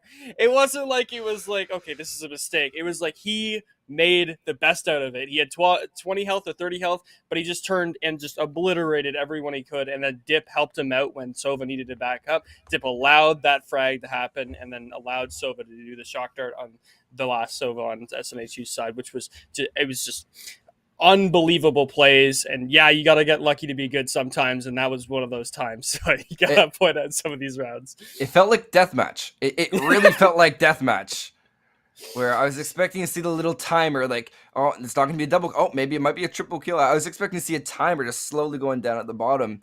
But Yeah. You bring up a really valiant point there that on the side of SNHU, I didn't like their pushes through mid. And I believe that they did have some credibility to them, but they were being very well read by Northwood. You want to try to, especially on Haven, why it becomes so attacker-sided, is the ability to rotate from site to site to site. And the defenders don't know where you're going to be going. That's why you see a killjoy in most scenarios that often gets countered by the Sova. Interesting enough, we didn't see that happen. But more importantly, you don't want to keep going through mid every single round because it's very easy to just throw all your resources. The middle site, meaning if you're on A or C, quick rotate. If you're on B, then you don't have to move. There was one round, and it was round 8 on the side of SNHU, where they finally went for more of a split push. And I believe it was the round that they were able to win using the tour de force chamber ult, where they had a push up C long, as well as a push through C garage, and that came down to the 1v1. And that was exactly what they had to do. You have to split between 2 angles if you're going to go and try and isolate a site, or just let it go, because we saw garage be the end of them, especially in those. My notes were completely a mess for at one point. 4 consecutive. If you look, there's a bunch of scribbles come like in big writing, like 1 flawless round, 2 flawless, and then have to scribble all of it out. 3, scribble all of it out. 4. Yeah, and it's really hard to come back from 4 flawless rounds at the start of Haven. But going back to Icebox, right? So this was the map that we really saw SNHU consistently grab 2, 3, 4 picks around. They just couldn't grab the last one, or something happened where they were watching the wrong angle, right? It was just one mistake that caused those round losses. And as a coach here at Upper Iowa and in coaching in teams in the past, I've normally said 3 mistakes is the difference between a round win and a round loss, right? If you make 3 mistakes at any given point, that's your round loss. You just have to find those 3 mistakes and then make sure they don't happen in the future. With SNHU, it wasn't the same 3 mistakes all game on Icebox, right? It was different mistakes made on different maps or different parts of the map and by different people, right? It wasn't just, okay, well, this is happening continuously mid, this is happening continuous B main. And that's what really starts to dig into that mental of SNHU. We're not making the same mistakes. We are changing our gameplay, but yet they're still winning off of the final mistake. They're still catching that round. And that's what just grinds as a player. That just grinds you down and puts you into that spot where the start of Haven becomes so shaky, right? Really quickly, before we wrap things up, Caleb, I have one question for you on that end. On both maps, do you feel that the mistakes, because oftentimes you want to force your opponent to make mistakes, sometimes there's just mistakes you can't account for, which are the best kind of mistakes in my personal opinion, when you can't really do anything about them. But do you feel that it was the pressure coming from Northwood that allowed for greater mistakes to be made on the side of SNHU? Or do you think that there's a little bit of flaws in the way SNHU was setting up that led to the entire mistakes later on in the round? I think, and this is what the winner of WVU and Carleton's going to have to figure out, I think that it wasn't really how they started. It was their plans and their executions in the first 10 seconds. They weren't ready. They weren't prepared for that first plan. They didn't make their decision until they'd already lost a player. And that caused, in some rounds, for them to just trickle down, and they have to go and re-rotate. The second round on Haven, they started with 2 on, or it was a 5-stack A, and then they lose 2, and they're like, oh crap, we got to fully rotate, right? And it was generally the right choice, but normally it has to happen with a pick or with information from another area, and you didn't have a lurk and you didn't have information from that other site. So when they got to see, they found 2 players, and that was the end of them, right? So having trouble like that is going to cause problems. But going into this next game, WVU versus Carleton Ravens. We've seen both these teams throughout this tournament have a dominant run. Carleton beating Uottawa Garnet, beating Western, who just played in the finals of OPSC, and then WVU going on a trek, having only one game, going 2-1. What is your thoughts for this next game? How do you think it's going to play out? I have seen a lot more of Carleton's gameplay, so I will base my analysis over to them. I do believe that they do a phenomenal job of being able to just split a site, and I believe this can be done by the Astro Wall, which has been done phenomenally in the past. They just have to make sure to push up and play towards their strength. I think the moment they started to overextend, and I think a map that I do believe we might be able to see within that game, and correct me if I'm wrong, but I think there is a possibility of Breeze where you have to be extremely mindful of angles, and it can be applied to almost any single map. So regardless, for Carleton at least, they have to split the site and not allow for any sort of retake possibilities. And if they are able to do that and play the long angles properly, then I do believe that they should come out on top. Yeah, I mean, it's going to be really cool to see what their map picks are and how that works out. But just for Carleton, just to analyze Carleton's game against WVU and then vice versa, for Carleton, their goal has to be separating their duelists. WVU's duelists are so strong consistently week after week with what they play and how they play. If you could separate those duelists and grab those picks early, that will be a round win for Carleton. On the other side, Carleton's team is so deep. Every single player has had so much experience in the collegiate scene and so much experience in the T4 and T3 scenes of Valorant now that if for WVU, it's not about getting that 1-2 kills that's going to cause a round difference. An Astra can clutch a round, an Omen can clutch a round, a Chamber can clutch a round at any given time with Carleton's team. So it's about grabbing consistent kills and being able to trade for WVU. And the maps that we're going to see is going to really, really help WVU kind of focus that down and play and really challenge that kind of mental of Carleton and like, you have to come to us. We need you to make those mistakes, grab those 3 mistakes, and win those rounds based off of that. But on that note, we're running out of time here. It looks like the lobby's starting to get set up.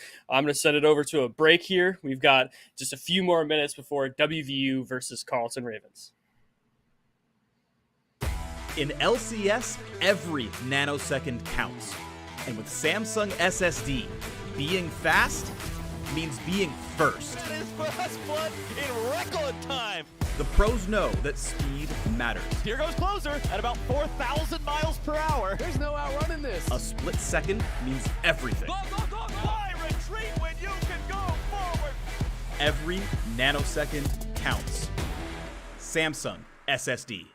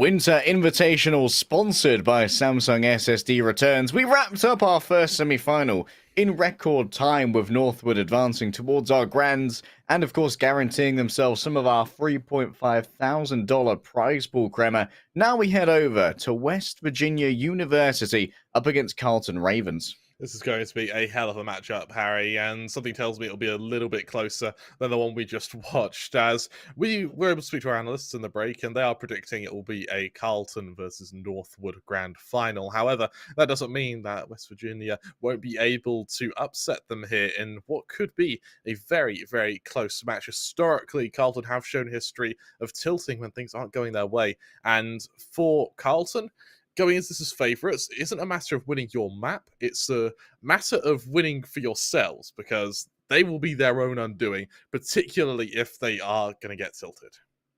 Let's head into our rosters and take a quick look at who's going to be on your screens for the next hour or two in our best of three. First up, we have West Virginia. This is a much newer roster, Kremer. Haven't been together for quite as long, but they're already showing off some serious prowess, making it into the top 4 teams, with, I believe, over 80 that signed up for the Winter Invitational, sponsored by Samsung SSD.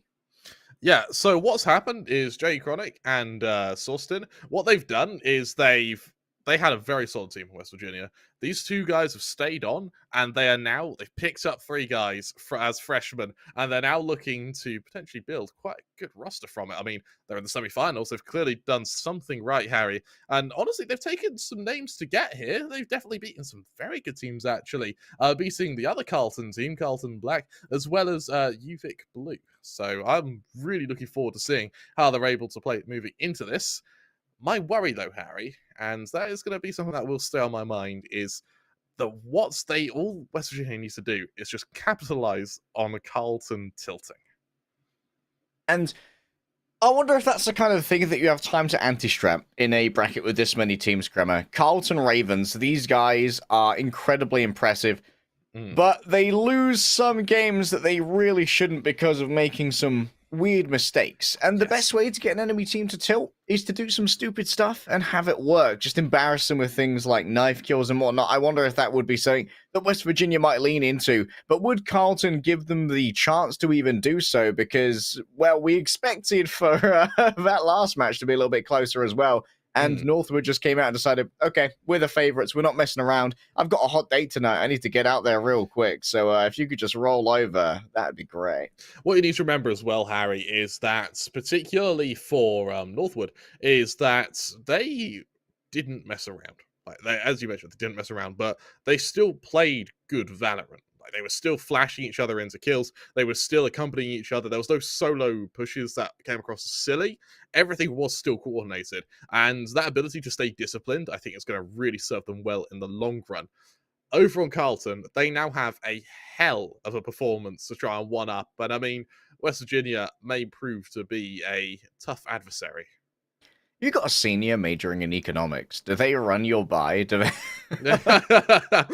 they do some weird accountant stuff, and you get that extra 50 credits. When will I get my credit refund from Riot? That could be a great little nuance to Valorant, isn't it? To have advanced economics in your buy. It's true. Like take a tactical pause to do some accounting. Yeah, the other team has to suddenly pay 20% more tax. I'm sorry, you've moved into a higher tax bracket. Let's have a look at our map veto here. This one's fairly vanilla, Kremer. No real surprises. Bind, Ascent, and Icebox. I would love to see a raise. I would love to see a raise in this. And me too, man. What you find quite commonly on Bind is that if you're not playing the raise, then you're playing a Jet Rainer. And Bind is one of the few maps in the pool, other than Icebox, where a double duelist is really the norm here. There have been some really weird plays, particularly in Europe, where we've seen Omens make a bit of a resurgence on Binds, but that does come with a hell of a lot of practice, and it does come with, particularly when you have smokers who really have specialized in Omen. Yeah, you do get some good layups with the Paranoia, especially through places like Hookah, but for me, I actually really like the double initiator on Bind. I think a combination of Breach and Sova here is fantastic, especially for trying to get dominance over the B-long area, where the fault line is essentially as wide as B-long itself, so it's very difficult to dodge that. Yeah, Bind particularly is one of the maps where Breach really has a one-up on a Sky. It really is just a big requirement to have that Breach. And while Sky isn't completely removed, teams do still run her. It just doesn't have the impact, particularly with such narrow corridors, as you mentioned, like Hookah, like Elbow, where your Aftershock comes in so damn handy. Raze here, of course, that you advocated for earlier. Really Yeah. good at shutting down some of these smaller areas like Hookah on the left-hand side of your screen. Ooh, rotation. For some reason, I felt like going wee as we spin around, but I'm just very juvenile, Kremer. And obviously, Bind is one of the maps in Valorant that has its own gimmick with the teleporters. It's a little bit more, maybe, strategically diverse. I think that it's fallen out of favor for a lot of teams quite recently, just because a lot of teams are starting to enjoy Breeze because it allows for their jets to really start to take over a map. I wonder if we're going to see any double control. Brimstone. Oh, damn, I mean, agents. Let's get in there. With the username Memelorf, I'm quite liking the fact we're seeing a Brimstone. And with a Raze as your solo duelist, this is a very hybrid agent lineup from Carlton. And it also means you don't get the No Sova. Sova. That's a lot of pressure on your Sky. That hound. Sage. A That Sage. hound has to Brim. get so much info gather. And on West Virginia, did they go for the Yoru? I think Sora might be trolling you. Do not get baited. I hope he is. I hope he is. I If not, we mean- sort of throw our pens up in the air. Any research is out the window. There we go. He's behave yourself. Brings out the Raze. Again, single duelist raises. It's been played in the past, but I'm really interested to see if it works out. I'm surprised, actually. And I would love to see a world where we see some very fast plays with the Razors just blast packing up into the face of your opponents, particularly when accompanied by a Sky Flash. The fact that there is no breach means that there is going to have to be a lot of pressure on the flashes from the sky, as well as the info gather when it comes to Carlton. However, if any team could do it, Harry, it's this one. You know, one of the things that we haven't seen for a long time, because of just more agents coming in and the diversification of picks, has been the slow orb paint shell combo, which was one of the original wombo combos back in beta. And you know what? A lot of teams might not have scrimmed against something like that recently, so we might see some wacky things coming out from Carlton Ravens. An OG way of playing Bind. I like it. I do like it. I mean, it worked. It worked well into the past. It's interesting that Raze is actually playing on B. B long is rarely the area where you're going to be seeing Raze. And remember, one of the major weaknesses of Brimstone is that he does not have universal range with the smokes. Has to bring up the iPad, which doesn't have great signal. And so they can only have a limited range at which to put down those peeling smokes. So smokes on A might not be ideal. They can at least reach over to A short, but not showers, so that has to be dealt with by the Viper. Moob's getting very aggressive as well, which means that the Brimstone can go for the rotation. For West Virginia, they're going to be moving straight into a 4-man stack here.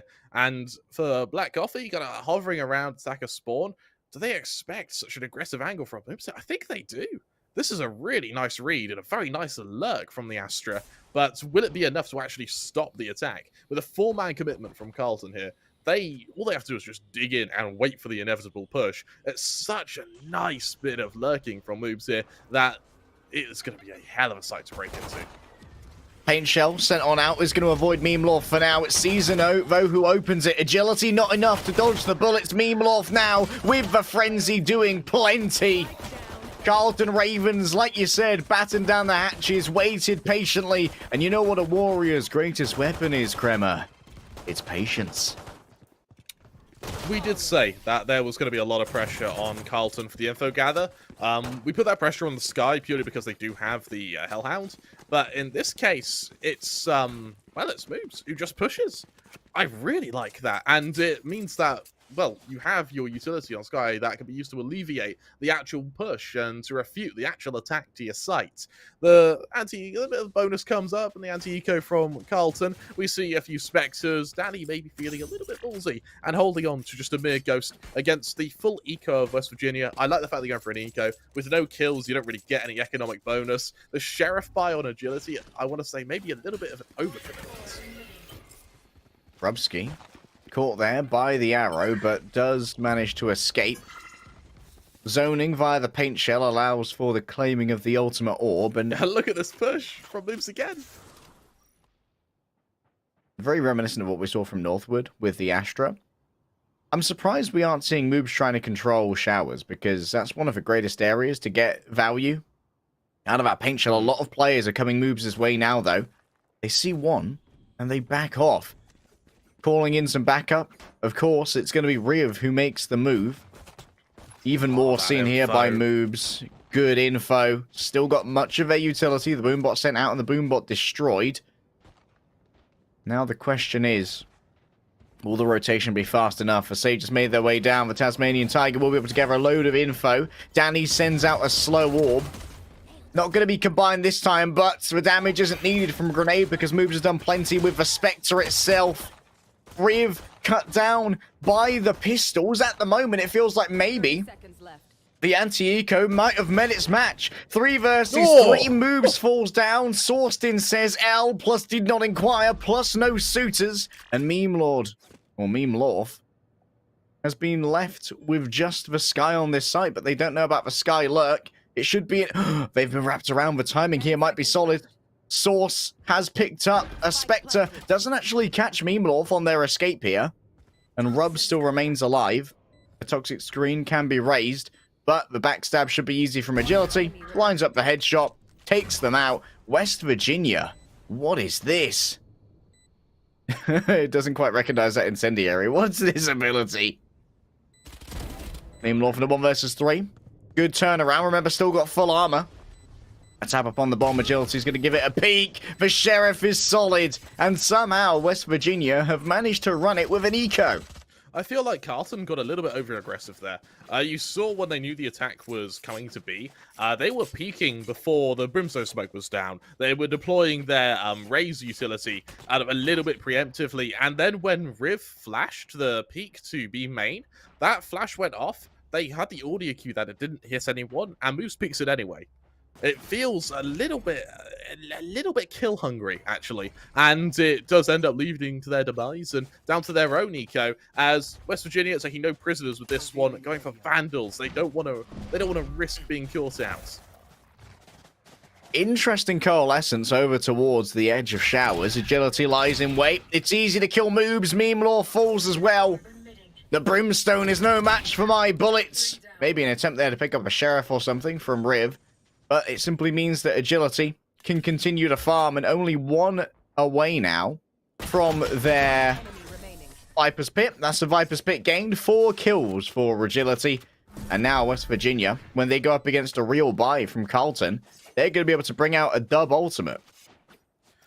Really, really strong stuff, actually. And you look over to the full buy now. Danny brings the op out on the Sage. That's interesting, and we'll have to see what mileage it gets, as West Virginia, with that Viper's Pit available, are actually going to have the Vipers still lurking, despite having that ultimate ready to use. Sora one away from the Showstopper as well, so the Power Spike is definitely here for West Virginia, but matching up against an op, it comes at a pretty good time. We talked about potential tilt on Carlton, right?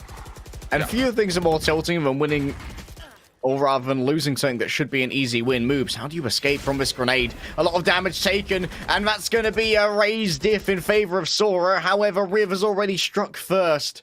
The rifle catches its man, and now it's 4-4. Killing Sora as well is perfect because you cancel the fact he's getting his ult. It means that for the members of Carlton, they have 1 less ultimate to worry about, but that Viper's Pit is still going to leave a big burning question mark. As West Virginia go quiet, but they don't rotate. Instead, the Viper's been summoned for the rest of the team as they get ready to assault this beast site. Meme Lorf, again, with Osova, all your info gather right now is down to shoulder peeking or the Hound, which has already been deployed.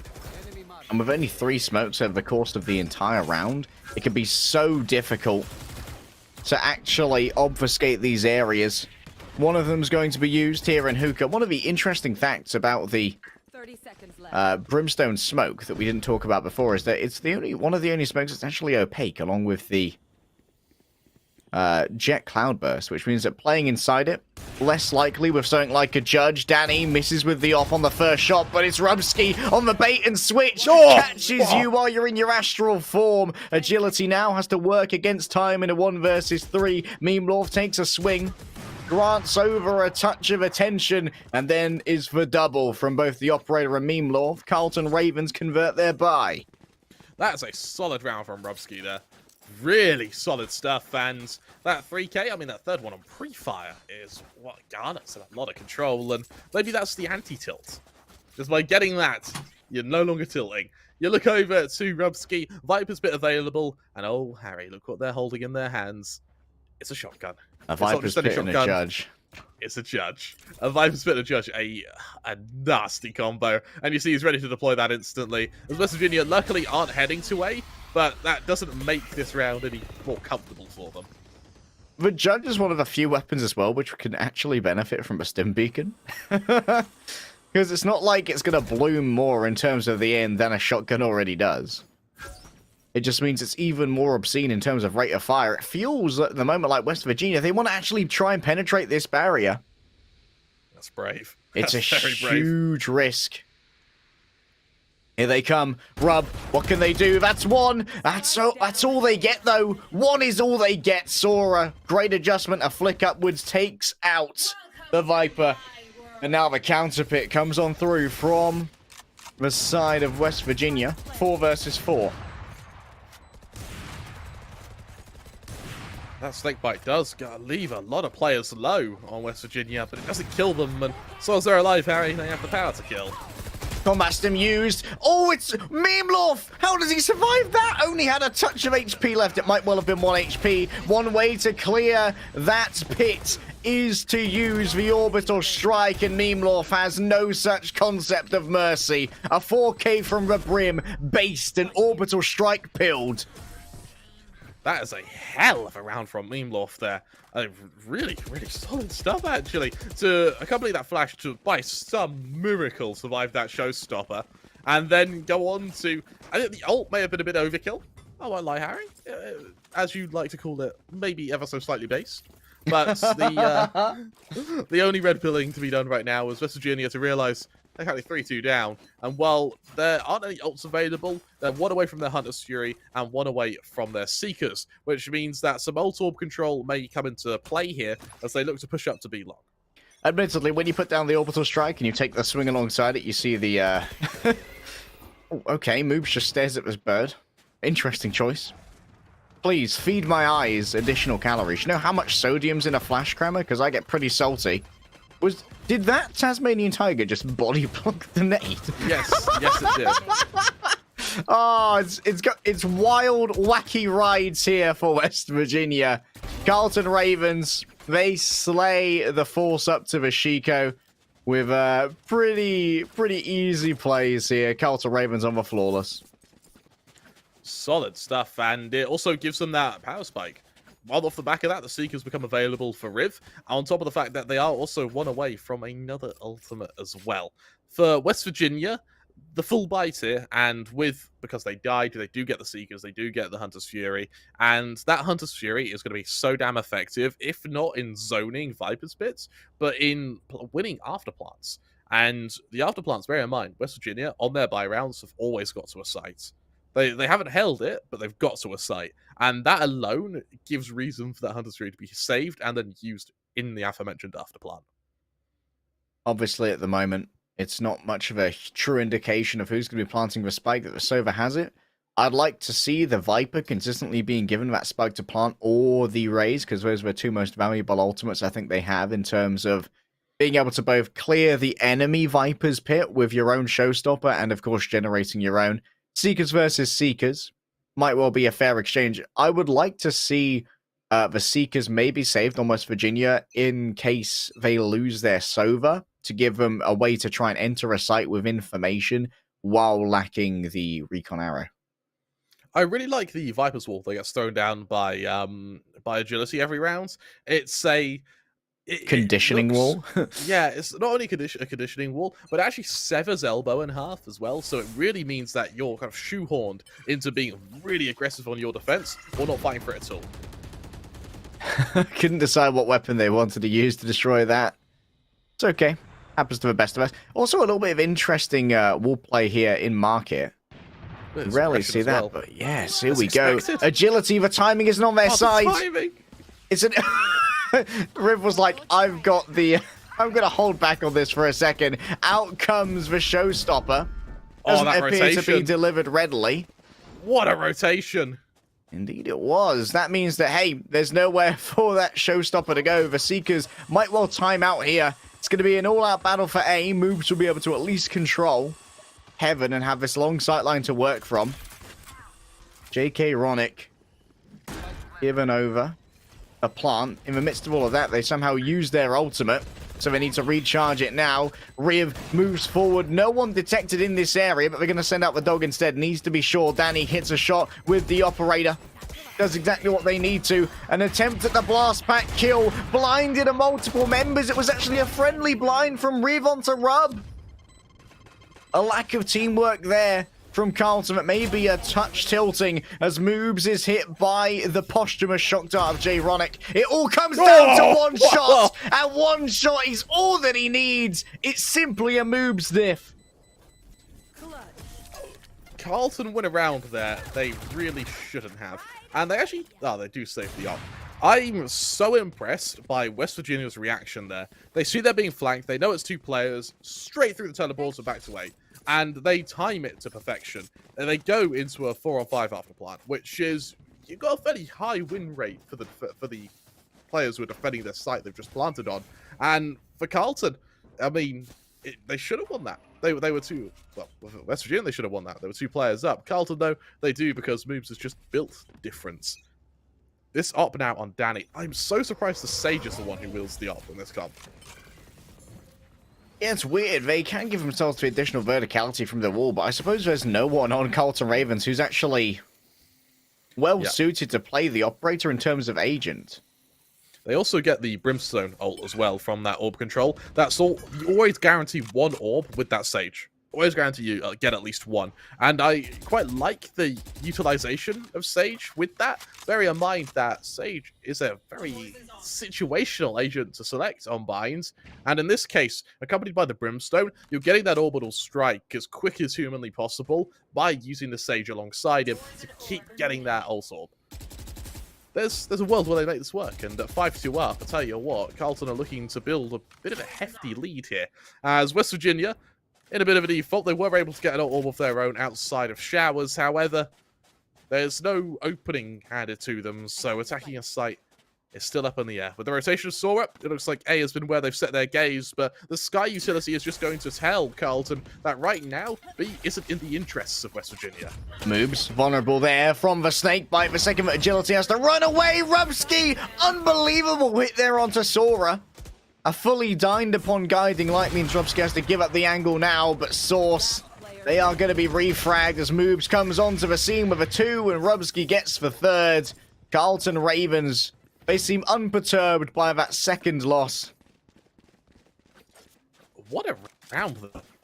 Rubsky, for me, has had 2 standout rounds, and almost all of his kills have come from them. There was that 3k where he won it with pre-fire, and there was that nasty shot he hit into A main there, where he just absolutely ruins the West Virginia attack, and what it means for Carlton, as they do stand with an ult advantage moving into this.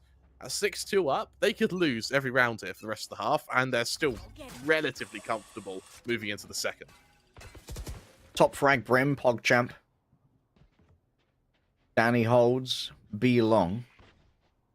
It should be checked by the drone. The jump peaks here certainly are cheeky. Have they walled themselves out of there? And there must be a gap. There's a gap.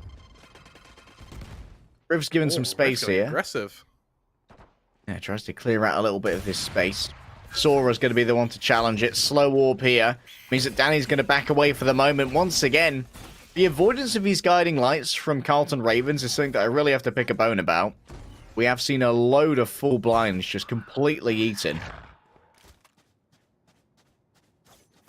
That aggression on short, though, gives so much space for the Rays, and they can very well catch out Black Coffee here. It's easy for Moobs. For Moobs flank returns once more. Black Coffee Brood for the moment. But agility. They have been able to garner themselves a lot of space. Good trust there from Rub to have Riv take it out instead. U-Haul is confirmed as clear, but we have no idea how close some of these enemies are. No taps upon the spike just yet. The double swing is solid. Agility with the second. Ooh. Suddenly, this has turned into a 2 versus 2. Moobs is caught on the flank. 15 HP remains.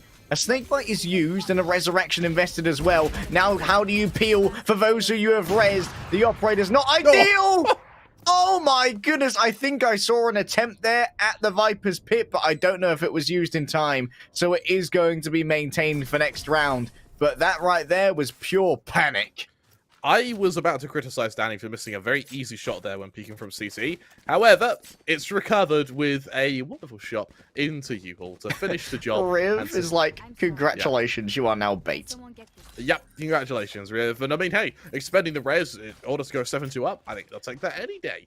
Danny is currently holding on to that up nonetheless. And with West Virginia, though, they have a lot to throw at this round here. They have their Viper Spit, their Hunter's Fury, their Cosmic Divide, as well as Sora's Showstopper about to come online. Now, Moves is a Showstopper of his own, and he may fire that kind of fruitlessly into the Viper Spit, just so he can try and get a bit of extra control, and maybe even get a lucky snipe onto your Viper.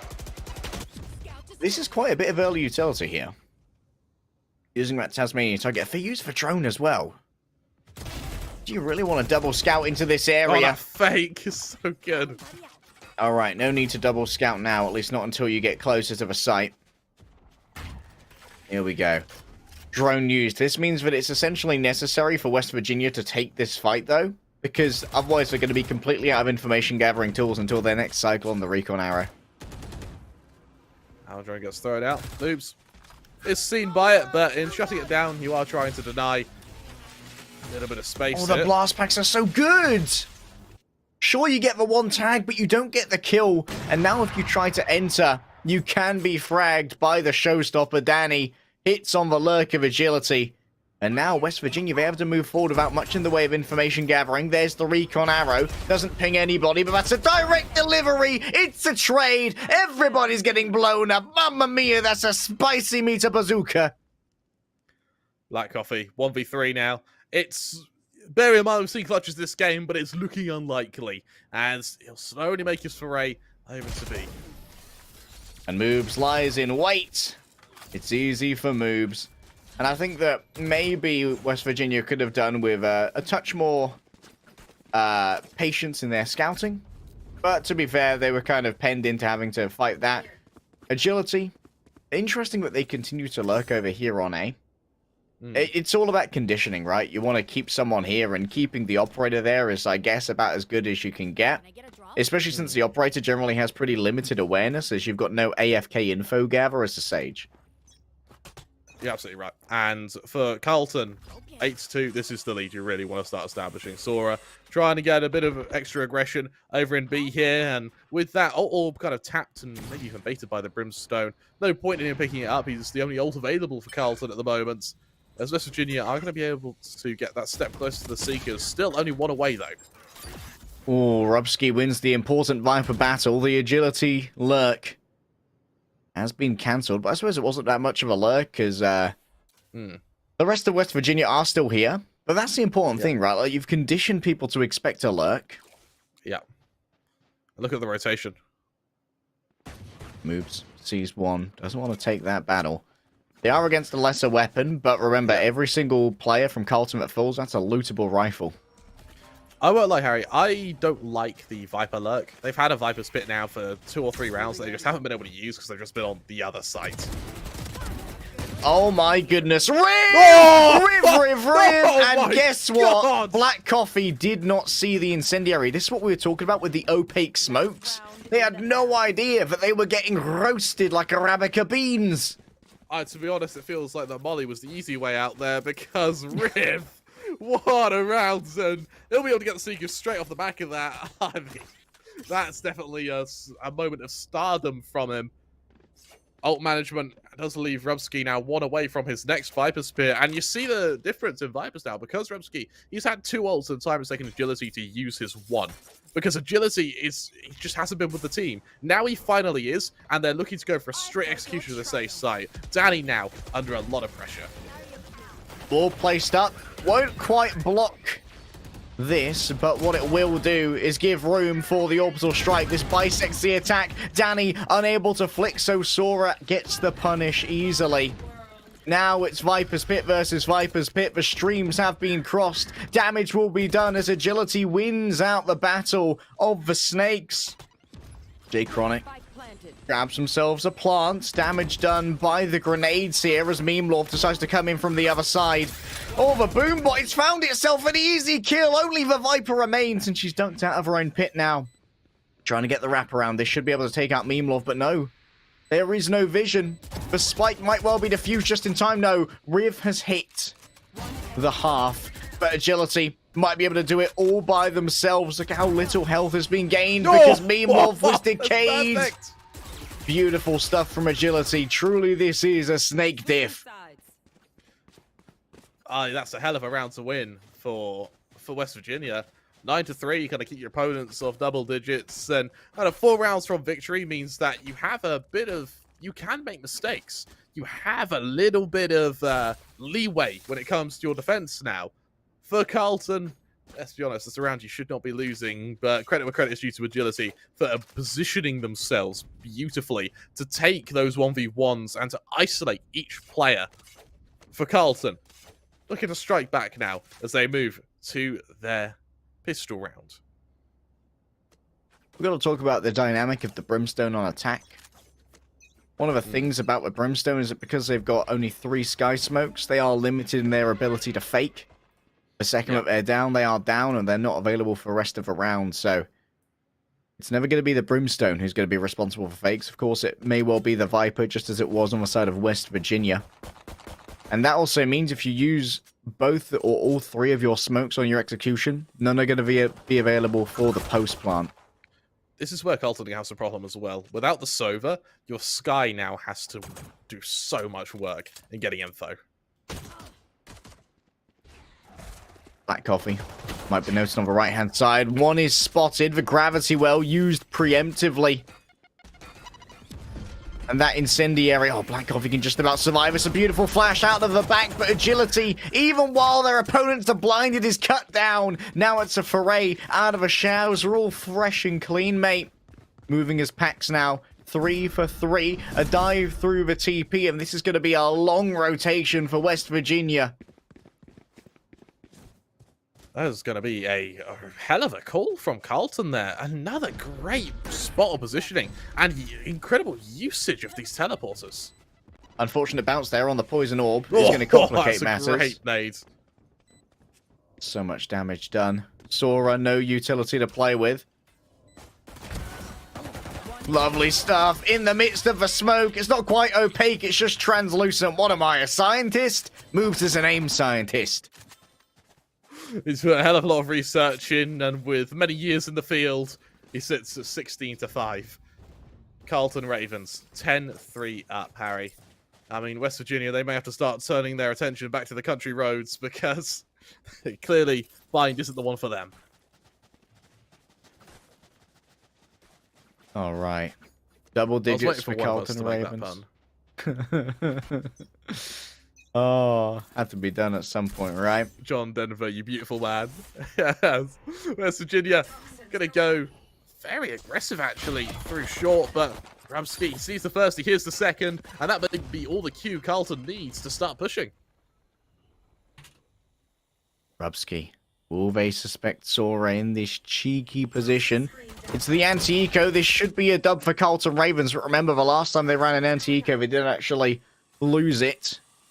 Black Coffee lies in wait in the corner, sees Rubsky, but can't even get a shot off. The Viper is farming up towards this pit in record time. Memelorf, 1-2, easy clap. 11-3, Harry. Dare I say it, this feels like another repeat of the Northwood game. And I mean, it's being spearheaded by Memelorf and Moobs, 2 players who are really playing quite well at the moment. Usually when we see a when we see teams play with a comp that only has one duelist, everyone is able to kind of pick up on the kill count a little bit more. But in this case, Moves and Meanlaw for just playing it as if the Brimstone's another duelist. Really solid stuff from him now. And as we move into the full buy of West Virginia, because the kills have been so spread out, no one's anywhere near their ult assist, so it's all down to gunplay. Sora responsible for the showers. This is what I kind of expected from Moobs, but I don't mind the choice that Moobs did end up making with their general control of B. Of course, this is the full buy now for West Virginia. They want to have this work as flawlessly as possible, as every loss in terms of a life will have some long-term economic consequences. He hears the players aggressing in showers, so he knows where Carlton know where West Virginia have really poised their defense, and it's an ambitious jump spot from Agility there. With even more info being gathered, Carlton actually letting West Virginia be the ones who give them info by peeking. West Virginia, 2 players might be noted. That was a weird jiggle, trying to catch the other side. It's actually a friendly blind. It's all fallen apart off the back of Riv. Blasted through the TP, means no lootable weapon, but it doesn't matter anyway, because it wouldn't have been an upgrade for West Virginia. 2 players have been lost, and Carlton Ravens now will be able to get their plant over here on B. 2 versus 3 is winnable in a post-plant, especially with a pair of snake bites available, but it doesn't look like it's going to be a layup Larry play. Instead, Rubsky wants to try and brawl this out with the upgrade to the Phantom that's already been gained. Moves lies in wait. In hookah. 1 blast pack to play with. 2 kills and they'd get themselves another grenade. Almost directly hit here, does reveal their location. It's a movement in from Black Coffee, but they cannot win the duel. Forced off of the elbow. Moves continues to slay. This might be a disaster for West Virginia, as time will make fools of us all. It's an inexorable march, simply cannot be contained. Sora, I'm afraid this ain't Kingdom Hearts, mate. The only heart that's going to be breaking here is yours. He's able to get away, he's able to save a Vandal, but when you're 12-3 down, Harry, saving weapons and silver linings just don't matter. You're looking through your rose-tinted goggles, you don't see all the red flags that are coming up right now. And right now, the biggest red flag for me is that Sora isn't being able to match your moves. Agility is the only one who's putting up kills right now, going 17-12. The player below him on only 9 kills. Agility really putting in the work for West Virginia, but game isn't one player. You need more than that. And at 12-3, I mean, the scoreline reflects that. Black Coffee's on 0 and 14. It's not been a great round for the Astra. Not peak caffeination.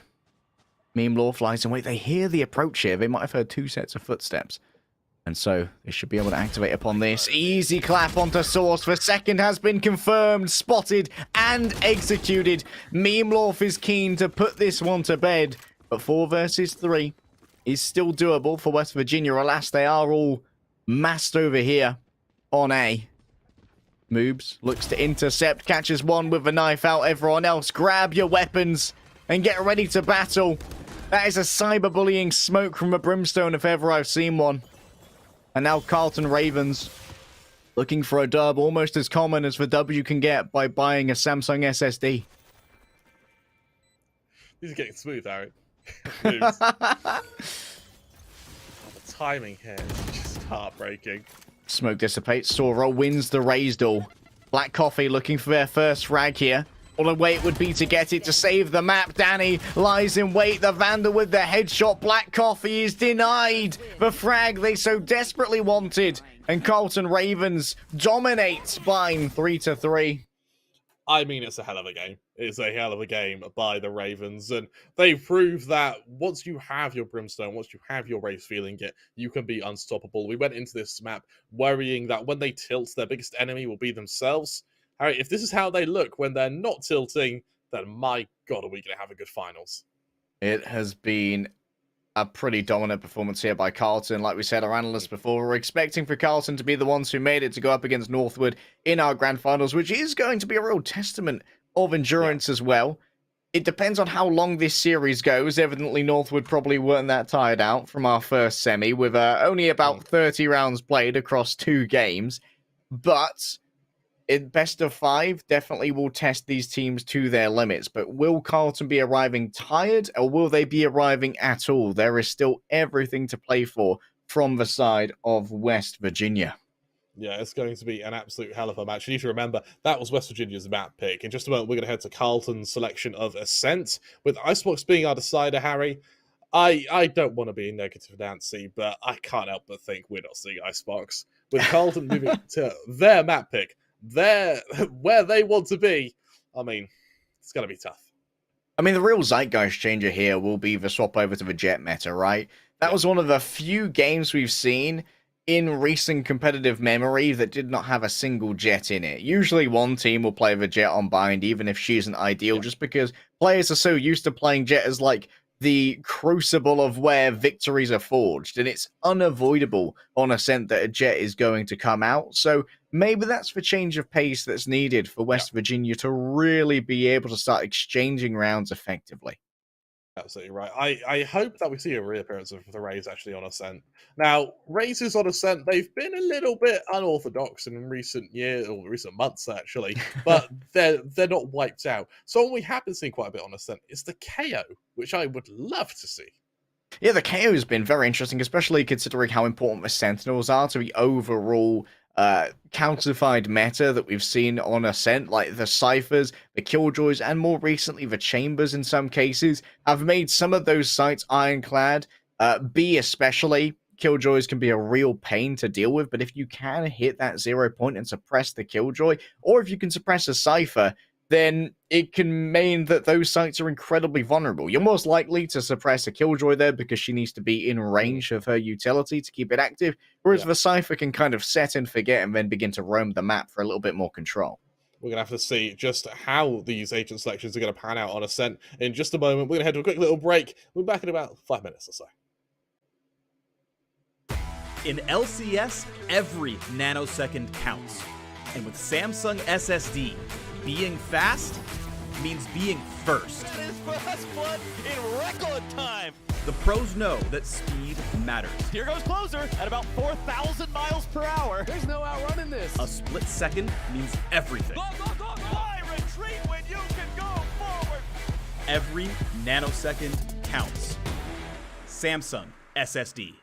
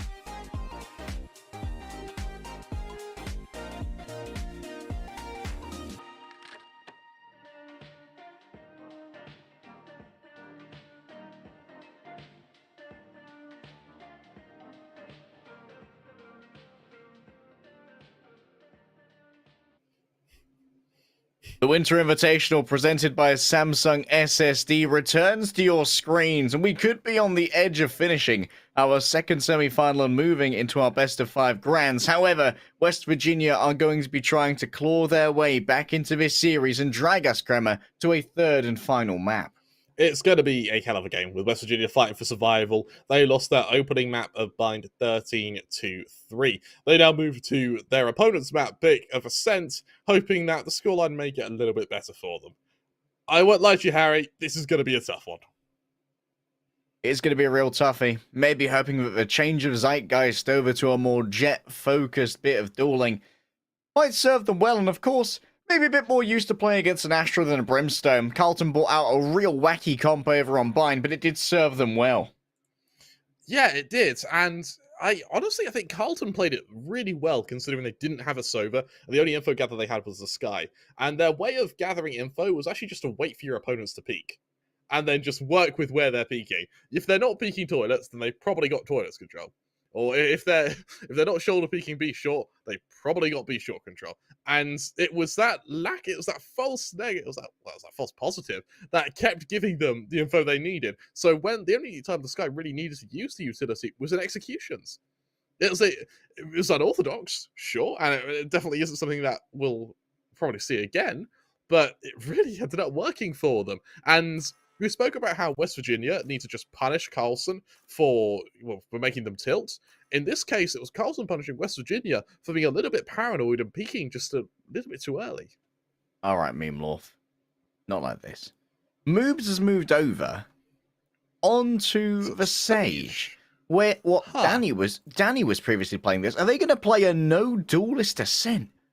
Wait, there is a jet, but one duelist ascent. Now this is going to be interesting. Sora played okay over on the Rays, maybe a little bit more comfortable on the jet. It certainly gets a lot more scrim time across a multitude of maps compared to the competitive value of the Rays, but this is going to be interesting for Carlton Ravens. They're going to be working with more information this time with both the KO and the Sova, but initiation is going to be a little bit difficult. Yeah, this is a weird comp, Harry.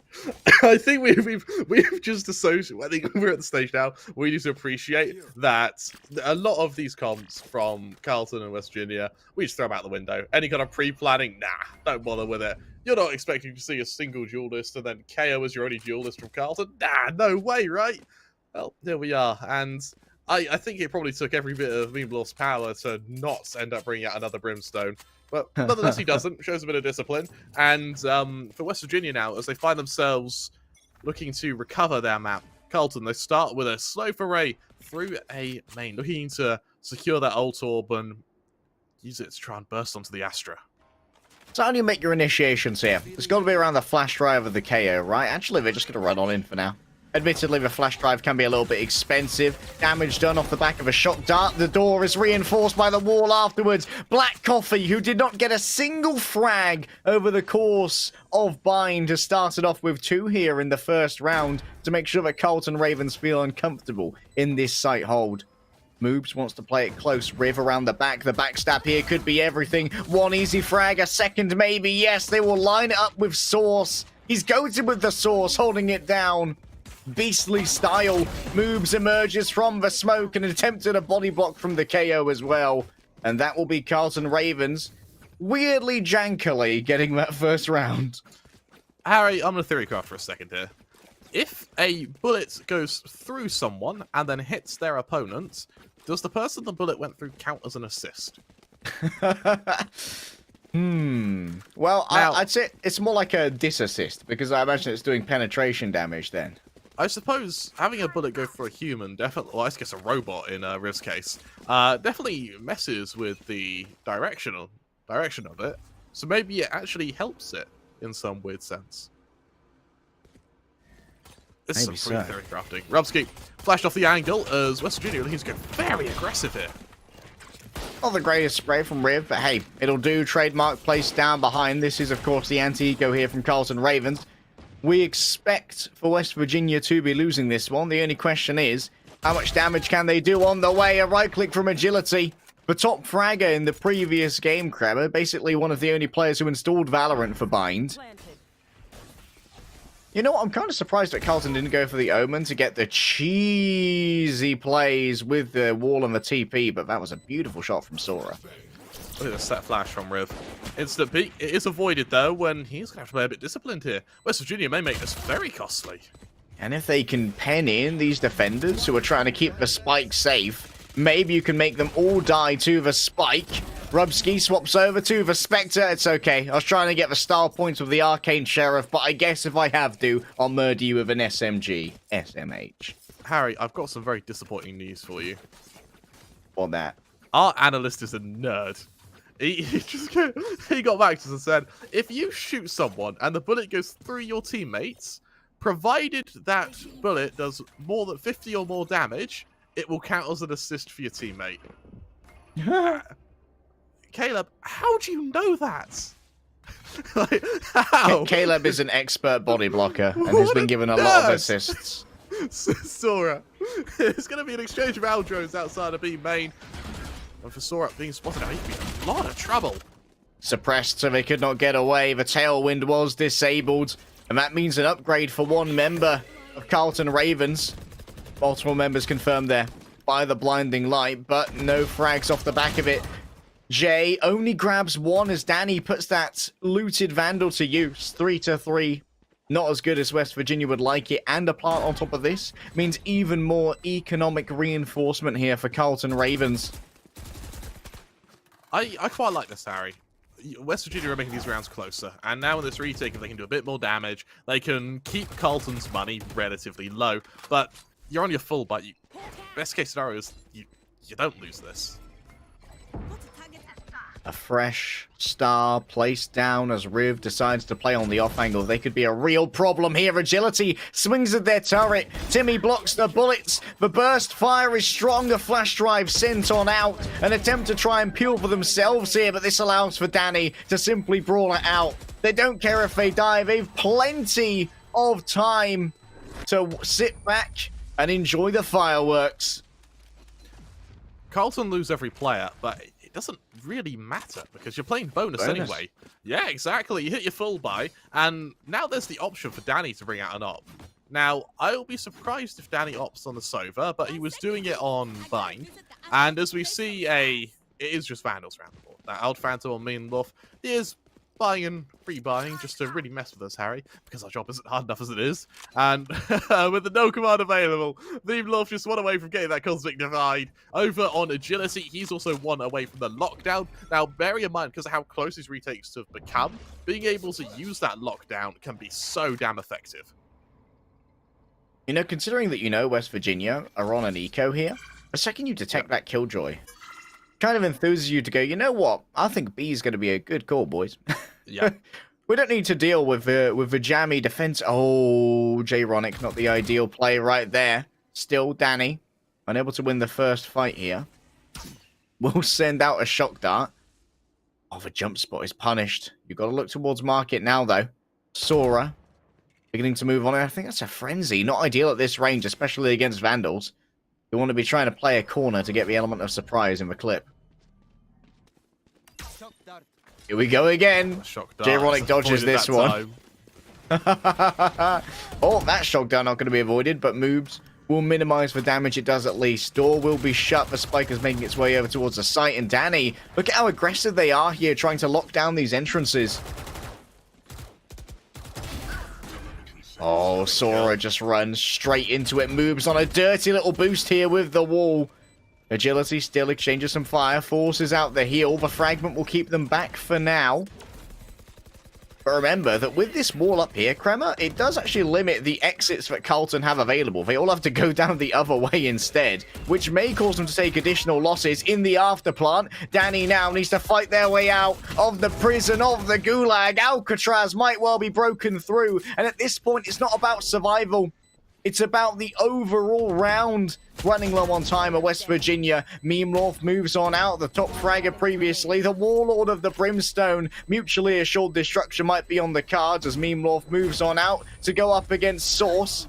And everyone falls into the void of the spike. 4-0, Harry. And all of a sudden, Carlton are looking to just mimic the success they just had. I mean, fair enough to them, as West Virginia, they bring out the first op of this game. It goes to Sora, and it's also the first time this series we've seen an op actually go to a Jet. So I'm glad we're returning to normality. about as normal as these agent selections can get. As for Carlton Ravens, now they've been winning rounds short, but they've been losing so many players that you look at their economy, it's not in a great spot. As they do have a fair few ults to play with, though. And for Sora, he's going to have to be careful. Walking into a slow up here. I think he's been seen as well. Sora needs to be careful not to get suppressed, but luckily the KO is on the other side. We saw how much of a problem that could be a couple rounds ago, Kremer. When Sora could not escape with that tailwind because they had been hit by the KO knife. And there's the ultimate as well. More suppression given on out. You can see Timmy Turret bows its head in shame as moves wraps around the other side. The lack of tracers here do reveal not the amount of players that are in there. All right, you're staying away from your friend. Maybe high ground given over. Black Coffee has been presented a pedestal of high ground from which to play. Thanks for that, mate. Real nice of you. A set fragment ready to go. Evidently, they are expecting. Actually, I think what they're doing here is they're expecting the lockdown. but the Killjoy's dead. I mean, it's still a nice angle to have. Bear in mind that the entire attack is coming through a tree there. Rub believed they might have been blinded, but the bird was in just the wrong position. West Virginia, they're going to have source save here with only 350 credits. It's the only way. Harry, it's happened round after round now, which is West Virginia are really getting damaged by these lurks. We're really damaged by these lurks. Rub hits wonderful shots, sure, but here's the thing: when you're in a 4-on-1, you can hunt them. Why not? I'm not liking how West Virginia go into these afterplants because the second the spike goes down, they rotate. They don't care about any other angles. They don't care about mid. They don't care about tree. They just rotate to the site. And it means that we've saw Roof do it, we've seen Moobs do it, we saw Rubsky do it, which is the second they get into a flank, it's almost like they're guaranteed 1 or 2 kills. And even there, even though Moobs gets 1 kill as the element of surprise, he's able to get 2 additional kills purely just as a nuisance to West Virginia. Yes, they have all the ults they could ever want here, but they just don't have the firepower behind it. Sora was going high to try and get themselves a cheeky angle for the Blade Storm, but that suppression was just perfect. This is why KO has become so powerful and so popular on this angle. J-Ronic so low, maybe the sprays could take them down, but spared for the moment. And remember, if you try to retake this with the Killjoy ultimate, here's the lineup once more. Riv did not have to reveal it last time, and so they say your move, Killjoy.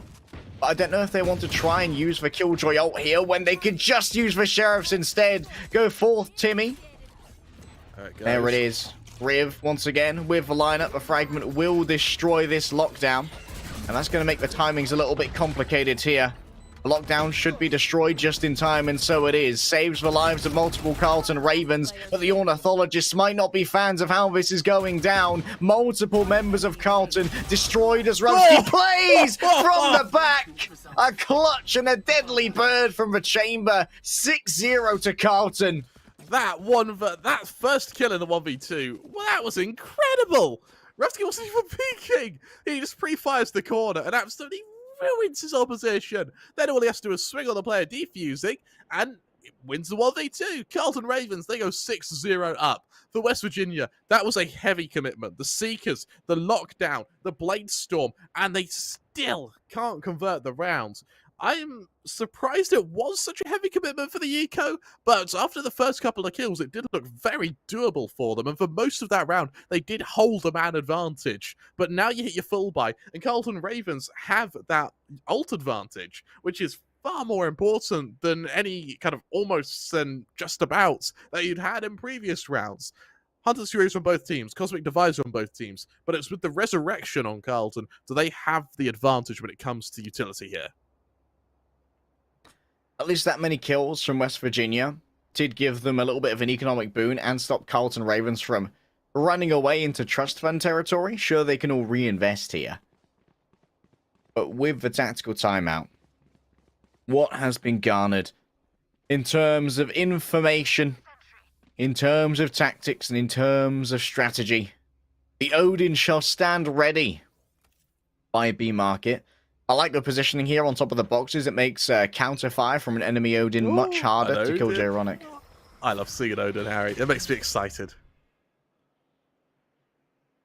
No one's going to be there, unfortunately.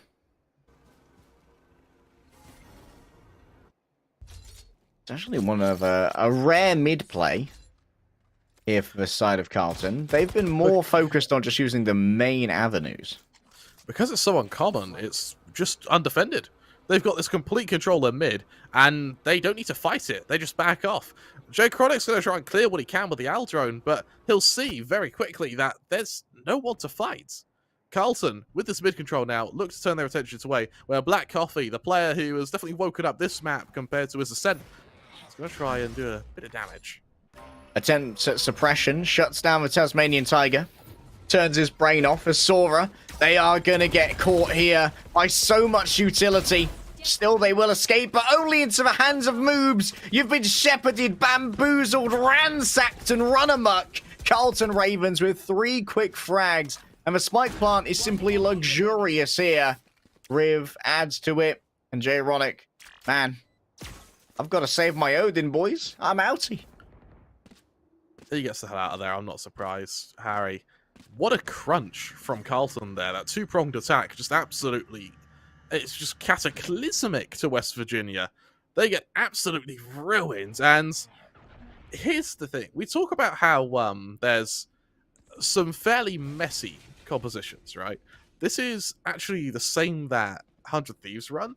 And I think it's just... We thought it was a West Virginia Carlton thing. No, it's an American thing. Because this comp isn't played outside of America. And that makes me think that this has been really well practiced. They want this Odin dead, and Moobs is going to be the one to claim it. The wraparound through the attacker spawn was unsuspected. And it's interesting that Carlton Ravens there to allow for Moobs to get that. They kind of just inted their way into it. They were just like, okay, everyone get pinged by this arrow. Keep him distracted. Agent Moves is on it.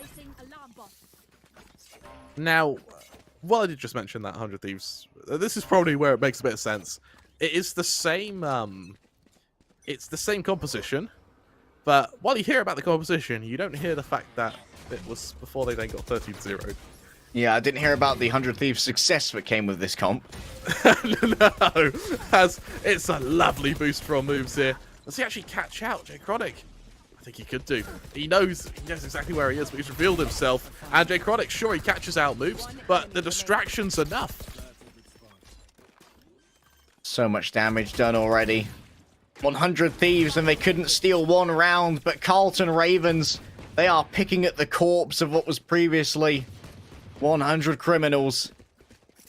West Virginia 0-8, and this might be a very quick semi-final, Kremer. It's a weird world where after Northwood did something unspeakable to the Blues, we now find Carlton actually having it even more one-sided game. Like, that is impressive. What it means, though, Carlton versus Northwood is going to be an insane final. We look at the ult management. Carlton with 4 ults ready to throw at West Virginia here. And, well, the Hunter's Fury ready to be expended and just shut down this B-hold. Agility here, pinged. Are they ready for moves? No one's ready for moves, but Jay Ronick caught Memelorf and Riv as they moved forward. They may well have been dragged in together by something like a Gravity Well, but I don't think I saw an assist in the kill feed. Just excellent mechanics off the back of a Sova.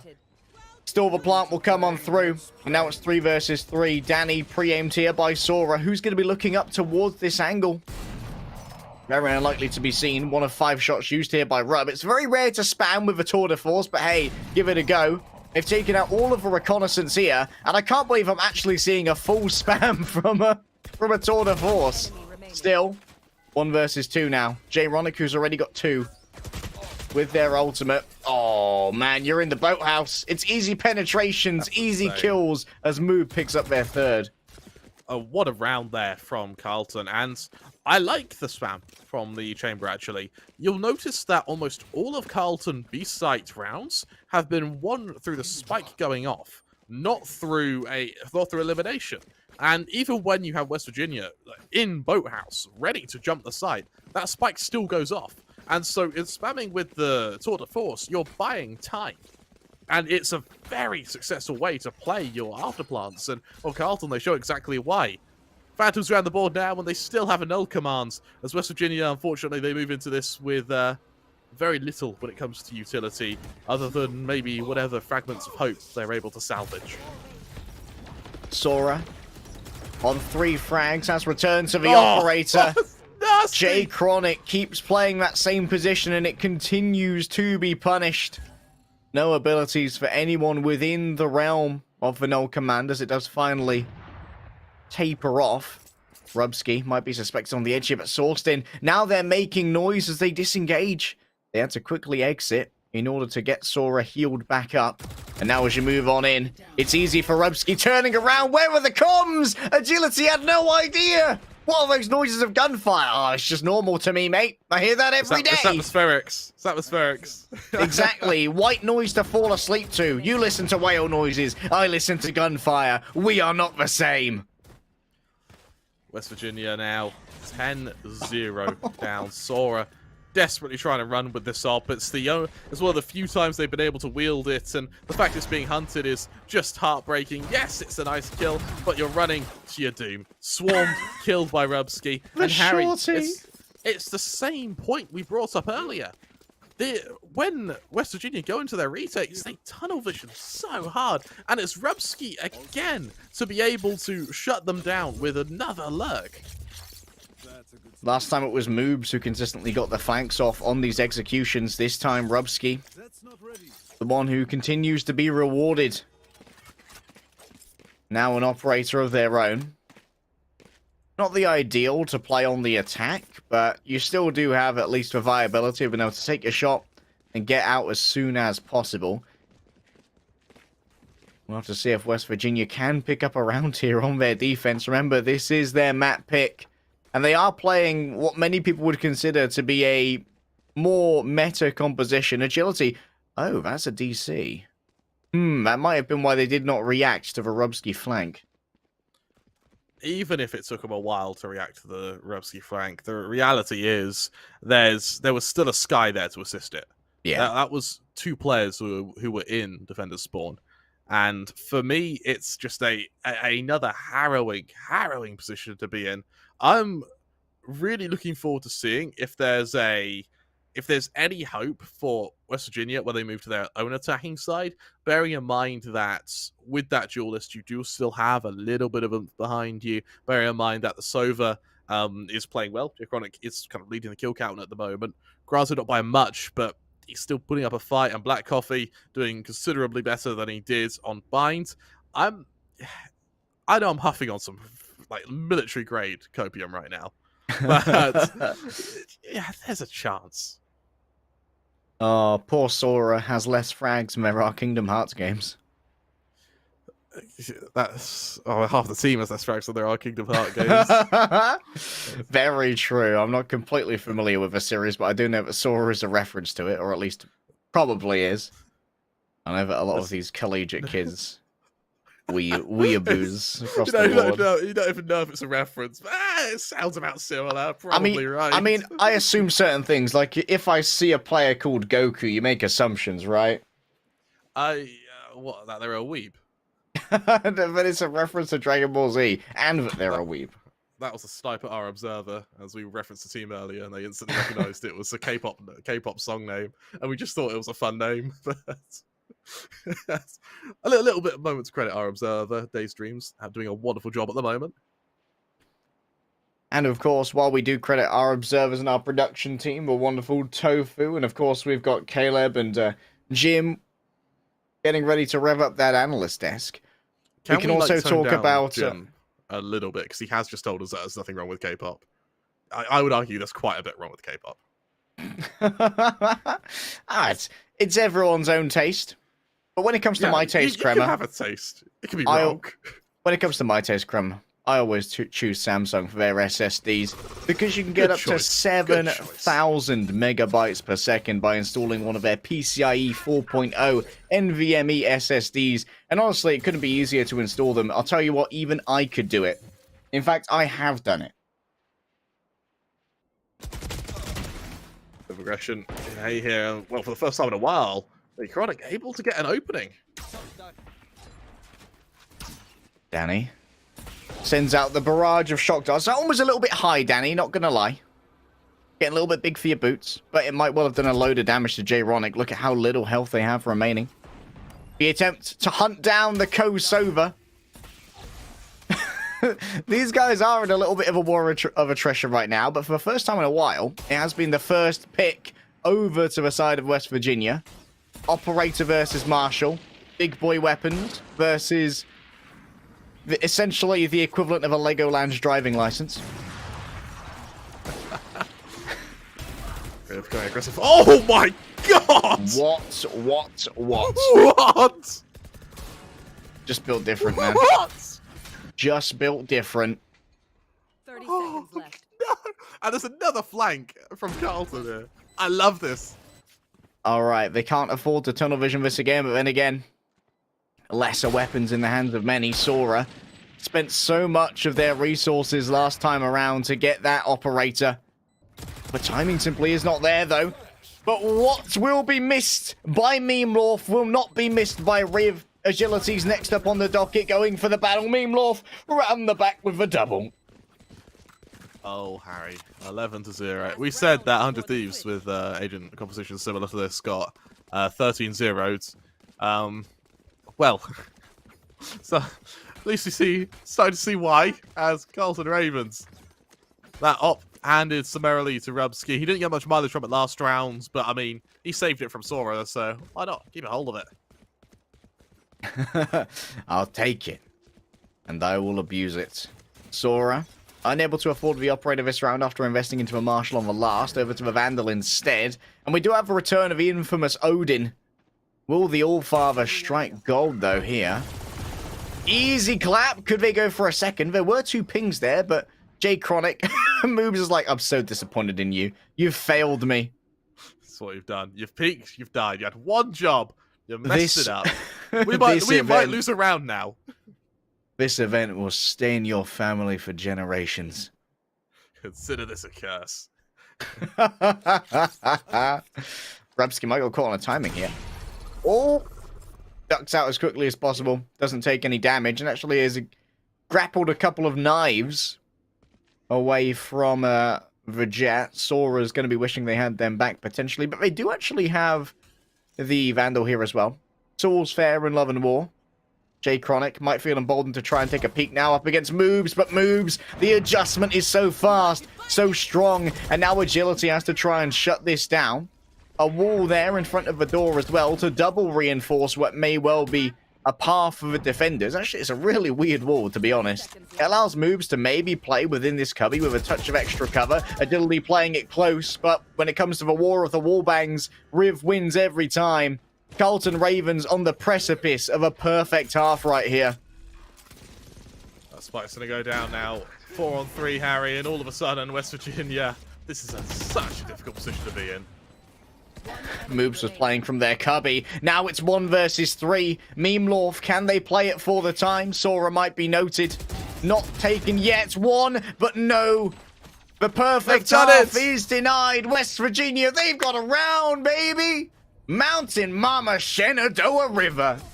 The comeback's coming. The comeback's coming. This is it. Comeback roads.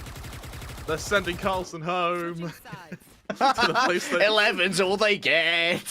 To the place they belong. West Virginia holding on to dear life right now. They do have 2 sheriffs invested into this pistol round. An ego buy on 2 players and a shorty on Moves. Oh, comeback roads. Take us home to a 3rd map, but West Virginia are absolutely starving for.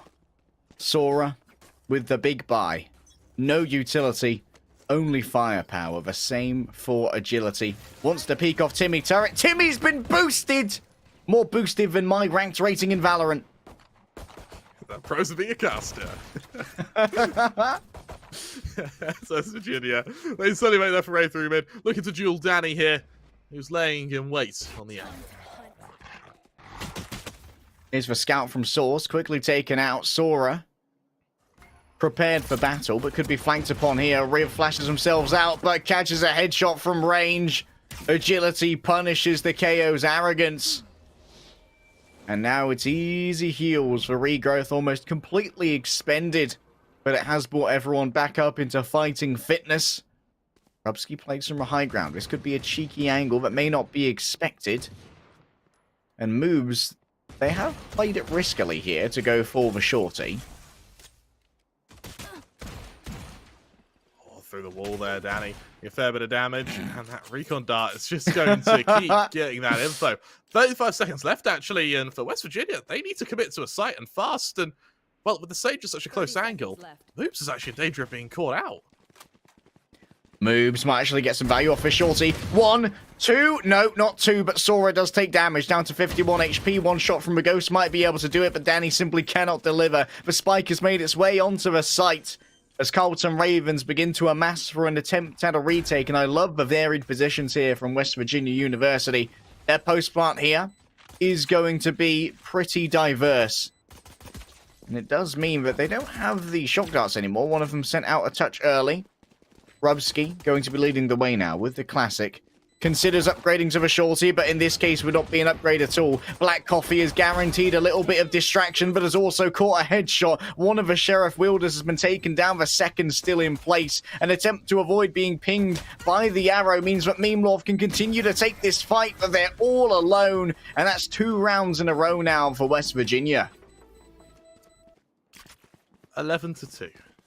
There's a chance, Harry, right? Right. 11 is all they get. Hypercopium. All things can. This is like lab grade copium right now, but Carlton haven't hit their match and series point. So there's still a world where this works. For West Virginia, they go into their bonus. A Sheriff on Sora, the ego buy. I like it. You're against shorties, you're against classics, and for Carlton, they do what Northwood did, which was when you don't have any info, you don't have any buy, you just gamble stack a site. If it works, awesome. If it doesn't, it doesn't. Doubling up here on the info gather. This is must take now for West Virginia. Otherwise, they'd be hitting a site quite underprepared. Elsewhere, agility is taking out the lurk of Rubsky. And this is what we need to see from West Virginia, right? Dealing with these Carlton Ravens lurks. And in fact, it might be lurk versus lurk here. As Danny has wrapped themselves up into the back. Waiting for agility to return from their confirmed presence over on B. It's easy clap for agility. A pair of dinks against the lack of armor. Sora fans the hammer on the Sheriff. But it's fine. You don't need accuracy when you've got teammates. Nothing is more powerful in war than friends, Kremer. Apart from maybe guns. Do you know what? This is I know we have a lot of American viewers. If anyone has fanned the hammer before, do you want to know what sucks about it? And it's something that people have struggled with before. When you fan the hammer on the action comes back, hits the firing pin, gun goes off. When you pull the hammer back, if you don't move your hand away fast enough, the skin kind of on your palm below your pinky finger will get caught between the hammer and the actual gun itself, and it gives you like a revolver bite. Well, we're going Kremer. We don't need skin. Well, I mean, West Virginia are actually holding on to this by the skin of their teeth. True. Now, Carlton have brought themselves out. Oh, lovely avoidance there off the drone. Danny moves out of the smoke. It was brave to do so. Now they're pinged. It's Rubsky on the bait and switch. You came to kill Danny, but you found yourself the rub. 33 HP remains. And Danny, they might actually go out of this along. What? Sora! 2 headshots. Wow. 2 initiators dead. And Rubsky's simply the cherry on top of the old cupcake. West Virginia. They're just an attacking team, Kremer. 11 is all Carlton get. Black Coffee on the angle here, inviting Memlov to try and duel him. Tracers betray position, but betray intention. Oh, that pathing of the smoke does, though. Easy for moves to simply aim where they expect Sora to be. So much of the Asher utility, good to go. The gravity well makes Black Coffee vulnerable. They get absolutely ground down. You won't find that in a Starbucks. And now the defuse should be easy. I was wrong, Kremer. 11's not all they get. 12 is all they get. All. like it's not much. It's only 12. It's only a guaranteed overtime. Yeah, exactly. West Virginia just come back. Just win 9 rounds in a row, hop to overtime and win. Easy. I've been reliably informed by chat that the war cry of the Carlton Ravens is "Kaka." Very nice. Do you reckon that the pitch of the Kaka gets higher the more panicked they are? Kaka! Yeah. We've got this! I'm not scared! Mum said it's my turn on the victory! Trying to flap their way out the nest. When in doubt, flap it out. A lot of noise made outside of A main here, and it is all an elaborate ruse, a bit of a fake, as Sova, clinging to the spike, is sitting patiently. outside of B here, but this rotation is taking a while, and the KO pushing through mid is going to see all of this. Oh, and that's going to give it away. Actually. J Chronic could not resist going for the early frag, but I mean, hey, numbers advantage, numbers advantage. Robski now lies in wait with the Headhunter. Fully blinded, backs away as to not betray their location already. Headhunter hits one head, not a second though. Black Coffee with the Sheriff is more than enough to take this down as Danny lies in wait. Still no spike plant just yet. I like to see someone who's not the Sova plant this, since J Chronic already has their ultimate, but hey, beggars can't be choosers, Kremer. They can't be moves. Very aggressive on their retake here, and while they are a man down, Carlton have actually got West Virginia relatively zoned in this. That was until they lost moves. Sora pinged, same for J Chronic. Agility on the cover, should do fairly well. Meme Lorf on one side, Danny on the other. 2 versus 4. I think at the moment what Carlton Ravens want to do is just try and pen people into this site. Make sure that those who are looking to exit with their life are going to be dying. But no one expects Sora to roll up with another 3k. Look who's woken up. Yes, Sora, welcome to the stage, bud. He's a little late, but better late than never, and these last 2 rounds have been damn effective for him. You look at the ult management, and while Robski's one away from the tour de force, that may come online this round if they are able to get a little bit of orb control over on the Ravens. But for West Virginia, they've got their Hunter's Fury, the Blade Storms available should their economy end up taking a bit of a beating, and with the Cosmic Divide, for Meme Lorf, here's the thing. The Cosmic Divide isn't an ability that can be used with an eco. You need guns behind it, and because of that, Carlton are going to have very little walking into this. Carlton. Oh, it's interesting there that with the claiming of the ult orb, but there was actually the stack up on top of it to allow for the blind spam to kill 2 people. An uncharacteristic misplay here from Carlton Ravens, and you know what, Kremer, with this many rounds being gained, could be a touch tilting. Admittedly, Carlton Ravens are expected to lose that as an eco, but even more in the pockets of West Virginia. Can we appreciate Benji, one of the Northwood players, as humbly asked this goes to a 3rd map so they can do their homework? The beauty of collegiate Valorant. West Virginia. They're one away from the ults on Black Coffee and Sorstin, so that Counter Cosmic Divide as well as the Seekers can be a lethal combo. With moves one away from the Rez and Danny one away from the Hunter's Fury, we're going to see both teams now really have to fight for this orb control as both of them hedge their bets on A, with the KO potentially looking to make a foray through mid. Meme Lorf tries to drag themselves out of the gravity well. Little do you know, that's my gravity. I own it. Sorstin, lovely little jump peek there. Gets information on 2 players. Doesn't know about the 3rd, though. And at the moment, it's a fairly conservative 3-2 split from Carlton Ravens. They have given up a large amount of mid control, though, so that needs to be something that they keep in mind. Look at this flash primed and ready. They really want to counter this A-long control, and they go for the peak, but it's too little too late. They're playing the time on West Virginia. Still a minute to toy with, and as they slowly but fastidiously gain this control, the Blade Storm comes out on Sora. Seekers lead the way. Sora avoids the knife, so they get to keep these knives in hand themselves. Riv falls down, but Meme Lorf is refragged themselves. Suddenly it's 2-2. With a defender on each site, a resurrection is demanded and Meme Lorf is returned. Moving into the zone of influence of Rubski here is agility. What a read! It's a beautiful read. Is it a beautiful shot? Oh! No! A miss! Agility is simply better, built differently. That's an insane read by Agility there. What a shot! And for West Virginia, they thrust us into the afterplan. The Cosmic Divide is available for the Ravens, and if they can trap someone backside, that may very well be an option for them. But for West Virginia, realizing this, they aren't playing the afterplan. They aren't playing from that angle. Cosmic Divide used. Cuts off the back of sight. However, J Chronic may reveal their location here from the trajectory of this arrow. Instantly destroyed. Agility stands ready to try and take out the cross. It's Whiff City, baby! This is unfortunate, and it does reveal that both of the players are elsewhere. The first tap is going to trigger the first Nano Swarm. Agilities is ready for the second. And simple spam through the boathouse moves has got themselves half. It's a double. So both get a 3k. I forgot about the res. I was like, how does this work? 12-6. There's a comeback happening, Harry. There's a comeback. And 12 is all they get. Jay Chronic now top fragging the whole server.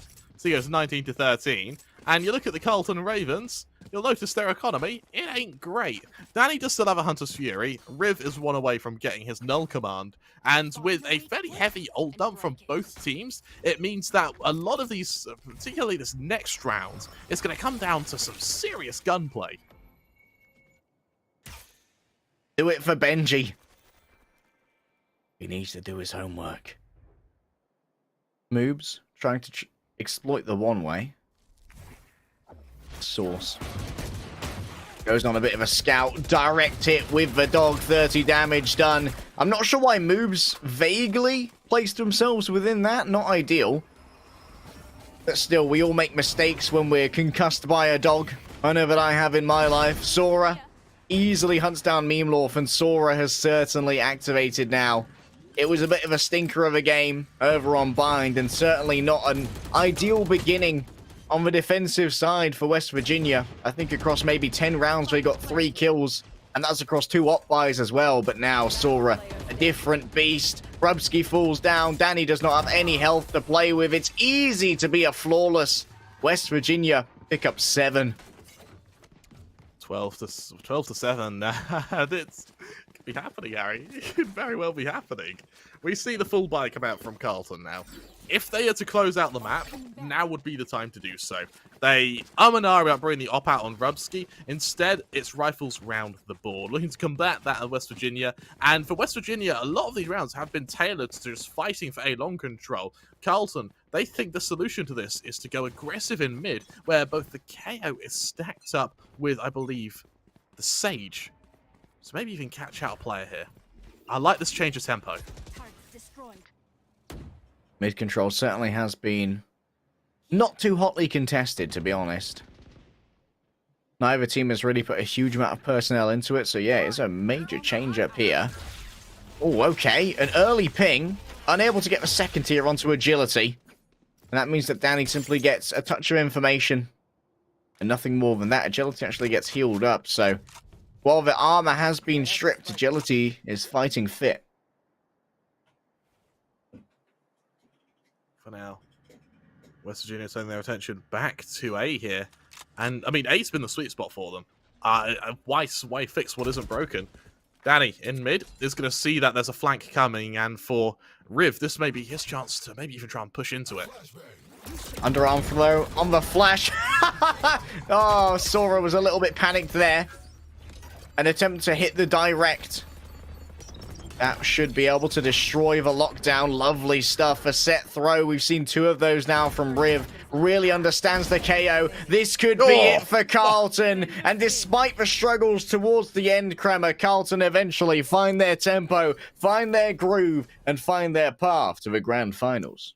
I tell you what, it's a little bit messier than it could have been. That was a really nice kind of final last hurrah from West Virginia. They're able to at least retain a bit of dignity there, even though Carlton are the ones who emerge victorious, looking to enter the grand final and battle it out against Northwood for the lion's share of over $3,000.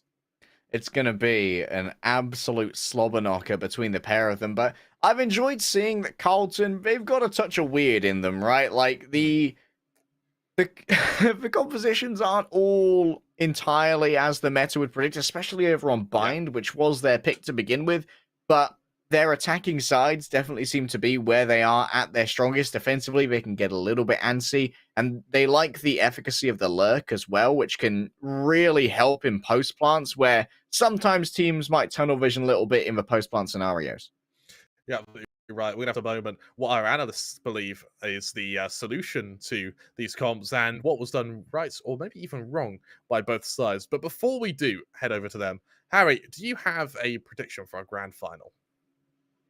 I feel like Northwood may have shown a little bit more in terms of just overall Poggers gunplay, but what I do predict is that our friends over at Samsung SSD will be getting a good amount of value out of this grand final, and you can get a good amount of value out of a Samsung SSD as well, because they are fairly priced and they perform very, very well. The speed you can get up to 7,000 megabytes per second when using PCIe 4.0. That NVMe drive is so bloody fast. I barely even noticed for warm-up time when I turned my PC on anymore. And now that I've gone and sold out a little bit, I'll send you over to the desk.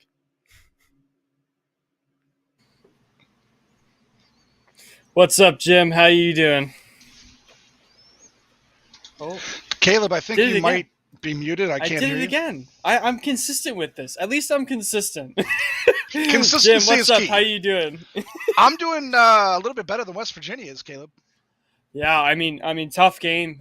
First game, you really weren't right in the paces. It took until game 2, round 11, before you started to figure it out and started to grab the picks. And I mean, at this point, it is what it is. The games are over, and now we're looking at the grand finals. Like, holy crap, this just happened in both of our semifinal games. Not one, both of them.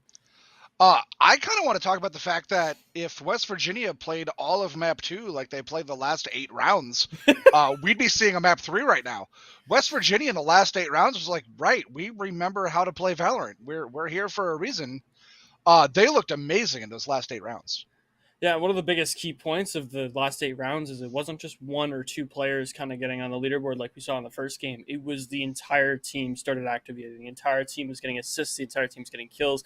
And really, we saw just kind of WVU start to fall in place with what they knew they could do, like you said. But at the end, it was too late. You had 13 or it was 11-0 before they started to get that flow and the momentum in of we can beat these guys. We know we can beat these guys, but it's 11-0.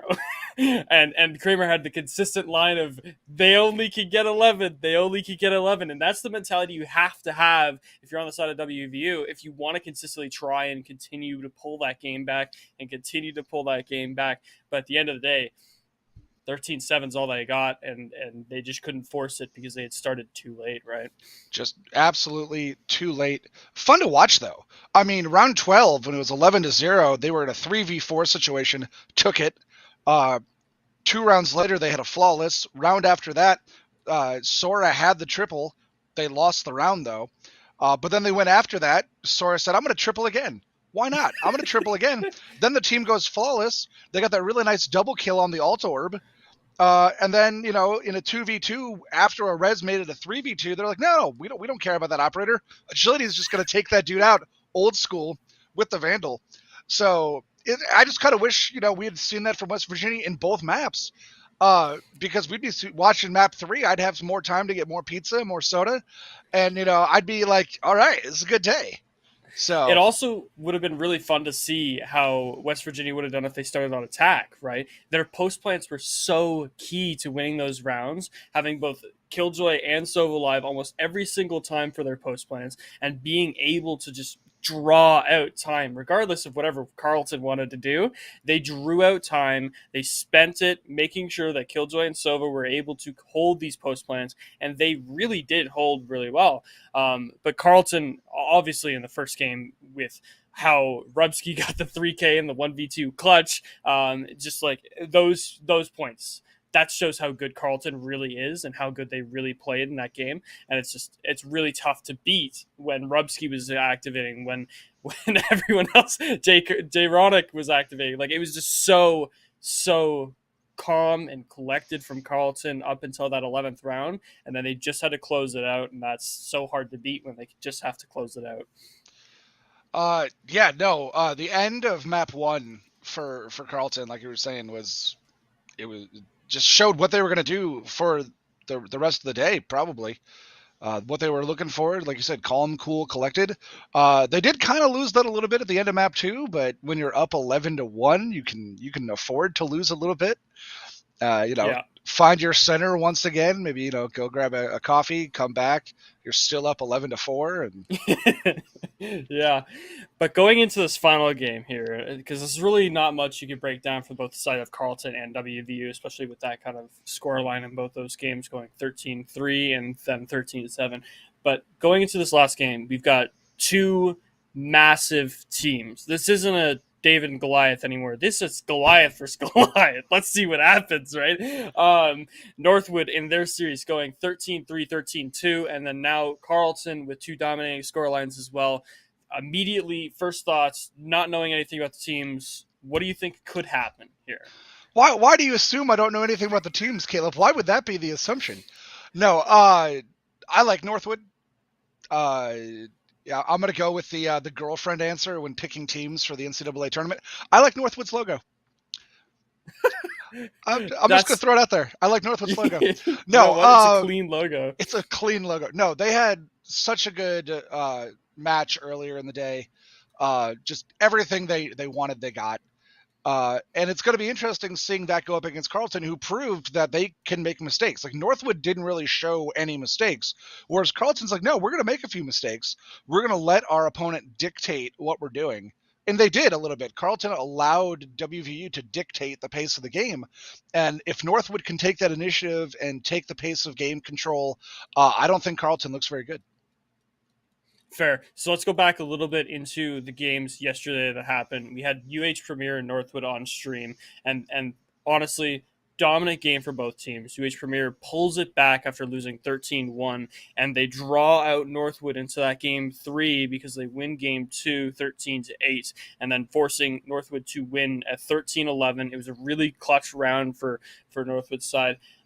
That game showed Northwood has flaws. Northwood has things that you can capitalize on. Not on Icebox, that's for sure. But on the other maps, there was so much that UH could take away from Northwood in forcing them to rotate, in forcing them to make mistakes. And towards the end, we had, I'm going to forget the guy's name, the raise on bind from Northwood's team, just consistently having 1 or 2 or 3 mistakes, being the first in with no trades, throwing away his ult twice in the last 5 rounds, but and not getting any kills off of it. But Northwood has flaws, and it's shown from yesterday's game, UH Premier versus Northwood, that Northwood is a beatable team. You just have to capitalize on those flaws and wait for them to make their mistakes, right? And then you see Northwood versus UC Davis Gold, right? Totally different roster. They realized what their mistakes were. They started to push out the raise mistakes that we saw from Northwood, but the whole kind of comp and mentality shifted, right? We see a total change from Northwood into, okay, we had mistakes. We just let UH Premier take a map off of us and then take another 11 rounds off of us in the last game. What do we need to do to fix it? How do we need to do it to fix it? And they've taken that right into the SNHU game earlier today. Just not stopping, not letting their drive go, continuing to win rounds. And the only rounds SNHU is winning off of those hard pushes that they get the first 2 couple kills, right? It's going to be something that Carleton has to look at the last few games and say, hey, Northwood's figured their crap out from the UH Premier game. They know exactly what they've been doing wrong, and they now know what they need to do in order to see Carleton, because they just watched the whole game. We saw them in chat all day. they just watched the whole game. If you don't think Northwood isn't prepping right now while we talk to make sure that they could play this team and play this team as well as they possibly can, I don't know what you're thinking. So which roster do you think we're going to get here from Northwood, Jekyll or Hyde? It really depends on who's showing up in this game. They've had an hour break, right? Who's been playing, who's been practicing, who's been keeping themselves warm in this last hour. That'll show off who's really kind of pushing them. But we saw them all in the NECC Discord for the last couple hours. They're all at least online, which means that they could have been practicing. They could have been in deathmatch. They could have been playing. And if we see that roster that's been practiced, that is warm, that knows what they're doing, I don't think we see Hyde today. Fair. That's fair. We're looking forward to it here. They're getting the lobby ready for us, Caleb. Do we have the maps? What maps are we going to see? Yeah, actually, I think I do have the maps, and I will be able to show the overlay with LEGDAY and Kremer in a bit here, but the maps should be somewhat done. Remember, this series is a best of 5, so we're going to see potentially 5 maps coming in from this map ban link. I just have to go grab it because it's sorry, I put you on the spot there. I'll kind of. Oh, there's only one map has been picked so far. Fair enough. You see, we're getting the There information. Our producer unmutes himself, gives us the information. Gotta love that. So then let's switch over to Carleton. We've broken down Northwood. Let's switch over to Carleton a little bit. They've had a totally different tournament these last few days. Saturday they started off. They got their win. but Saturday is expected to get their win. That's the round of 64. It's really a round that Carleton was expected to win and expected to do well on. But moving into the next round and pretty much every round after that, round losses left, right, and center. Game losses left, right, and center. For Illinois Orange, they go 13-6, 13-11 on. So they had a lot of trouble closing out that second game and just making sure that happened. And we saw that again today, where they just had a lot of trouble closing out that game. They let Illinois Orange all the way back in, and then 13-11. Then they move on to UVic Blue, a West Coast versus East Coast match. Both of them in our Champions Division in the NECC, and they let them in for game 2. Like we said with this game 2 today, 13-6 first game, same scoreline first game, strong first game, strong push, strong, like just overall strong roster. I watched most of the first game. Really, really strong roster. Second game feels totally different. It feels like Carleton was just not pushing the same way that they were pushing on game 1, and they let them draw back in, and then and UVic ends up winning 13-11, and that causes Carleton to now reevaluate for the next game. Their comp totally switches for the next map, and they go 13-10. Yeah, they won, but it's still letting them in, still letting them have that space and challenging them as much as they possibly could. Oh, that's the Carleton Black roster. Carleton Ravens. I didn't watch the Carleton Ravens on day 1 or day 2. Carleton Ravens played CGC UIC Flash in game 1 on Saturday. You know what happens? We've got 83 teams here playing in the Samsung Winter Invitational. It's a lot. It's a lot. And I've been seeing all these teams play so many games and watching. Like, I think Saturday I was watching 12 streams at one point. Like, just lots of stuff going on. You see, Caleb, that's why they bring me in for the finals here to keep you in line. They bring me in here to keep you in line, make sure you're on point. So let's maybe not talk about the wrong team and tell us about. Tell us a little bit more about Carleton and Western. So CGC was a crazy game, and I actually remember talking to my staff about this because I was like, I had no idea what was going on. Now CGC UIC Flash, we didn't expect to do too hot. They were the 30th seed. We knew that they'd do kind of good. They beat Champlain in the first round, but they take Carleton to quadruple overtime in the game 1. I was stunned. I had no idea what was going on. I'm like, this is our top team on Champions East playing against a team that edged out Champlain, like edged them out. And Carleton reevaluated for game 2 and 13-6 them, right? They came back, they made sure they challenged in, and they just showed up, right? They showed up for that game 2. Now, the next game that Carleton plays was against Western, and we've seen this matchup a couple times already. We saw it in OPSC for the grand finals of OPSC. We've seen this once within the NECC during activation. Just a really, really, really strong matchup between the two teams, and both Carleton Ravens and Western went back and forth. It was actually a very consistent game. Win 2 rounds, now they're on a bye. Win 2 rounds, now they're on a bye. Right? It was just kind of flip flopping throughout the game to back and forth, and that happened for all 3 maps. 13-8 on the first map, 13-6 on the second map, 14-12 going into first overtime on the third map, and really just a hammer of a match there. Ottawa Garnett. Same story, right? These teams scrim each other all the time. They're in the same city, basically. They're so close to each other. They could go eat at each other's restaurants if they wanted to. But such a grindy match. 13-8 first map, Carleton's win. They were consistent. They took their maps where they needed to. They took the rounds where they needed to. And they put... I'm so bad with names. They put Danny on the operator in that first game on bind, right? They just did exactly what they continually do with that roster. Now, Ottawa Garnett 13-9s them the next map, and Carleton has to really reevaluate because their first 6 rounds, they were consistently taking 3 or 4 lives, but they weren't really winning. They won 2 rounds in the first 6, but they didn't really win, right? It was one of those devastating losses kind of situation where, yeah, we won, but we can't buy next round, really, right? So they have to kind of like look and change their kind of style. So Ottawa Garnett really kind of showed that Carleton is a roster that isn't really consistent enough to continually win on every single map. If you can get a good map ban here, and we'll find that in a second, if you get a good map ban here, you can easily change the outcome of what that looks like against Carlton Ravens, right?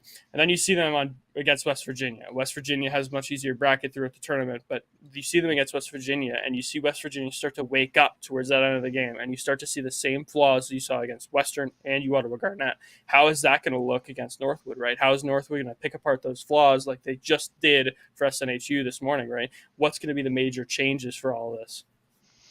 Yeah, no, all good points there. And I think the way you put it out there, you talked about a lot of the negatives on both sides. So hopefully someone can find the positives here when they go into the grand final here. Our producer is asking us to take it to break because the lobby's almost ready. We want to get a break in before we get going here with the finals. We do have the maps picked, but we're going to let Kremer and LEGDAY tell you about those. But Caleb, before we send it to break, any last thoughts here before they start the finals? I think we should pick our favorites here. I know you picked Northwood because of their logo, but I'm going to say just for the heck of it, I think Carleton's got this in 4 games, 3-1. I think Northwood takes the second map here, and we see a 3-1 kind of scoreline. I'm going to go 3-0 Northwood. Oh. I'm going to go exactly the opposite way. I think Northwood brings the roster that they want to win with, and they just kind of just roll over on Carleton. 3-0. Yeah. 13-7, No. 13-7, 13-9. Like we say to these teams every single time, best of luck, have fun. We will be sending it over to the break, and when we come back, LEGDAY and Kremer will be on with the map bands. In LCS, every nanosecond counts. And with Samsung SSD, being fast means being first. That is fast blood in record time. The pros know that speed matters. Here goes closer at about 4,000 miles per hour. There's no outrunning this. A split second means everything. Go, go, go, go! Why retreat when you can go forward? Every nanosecond counts. Samsung SSD.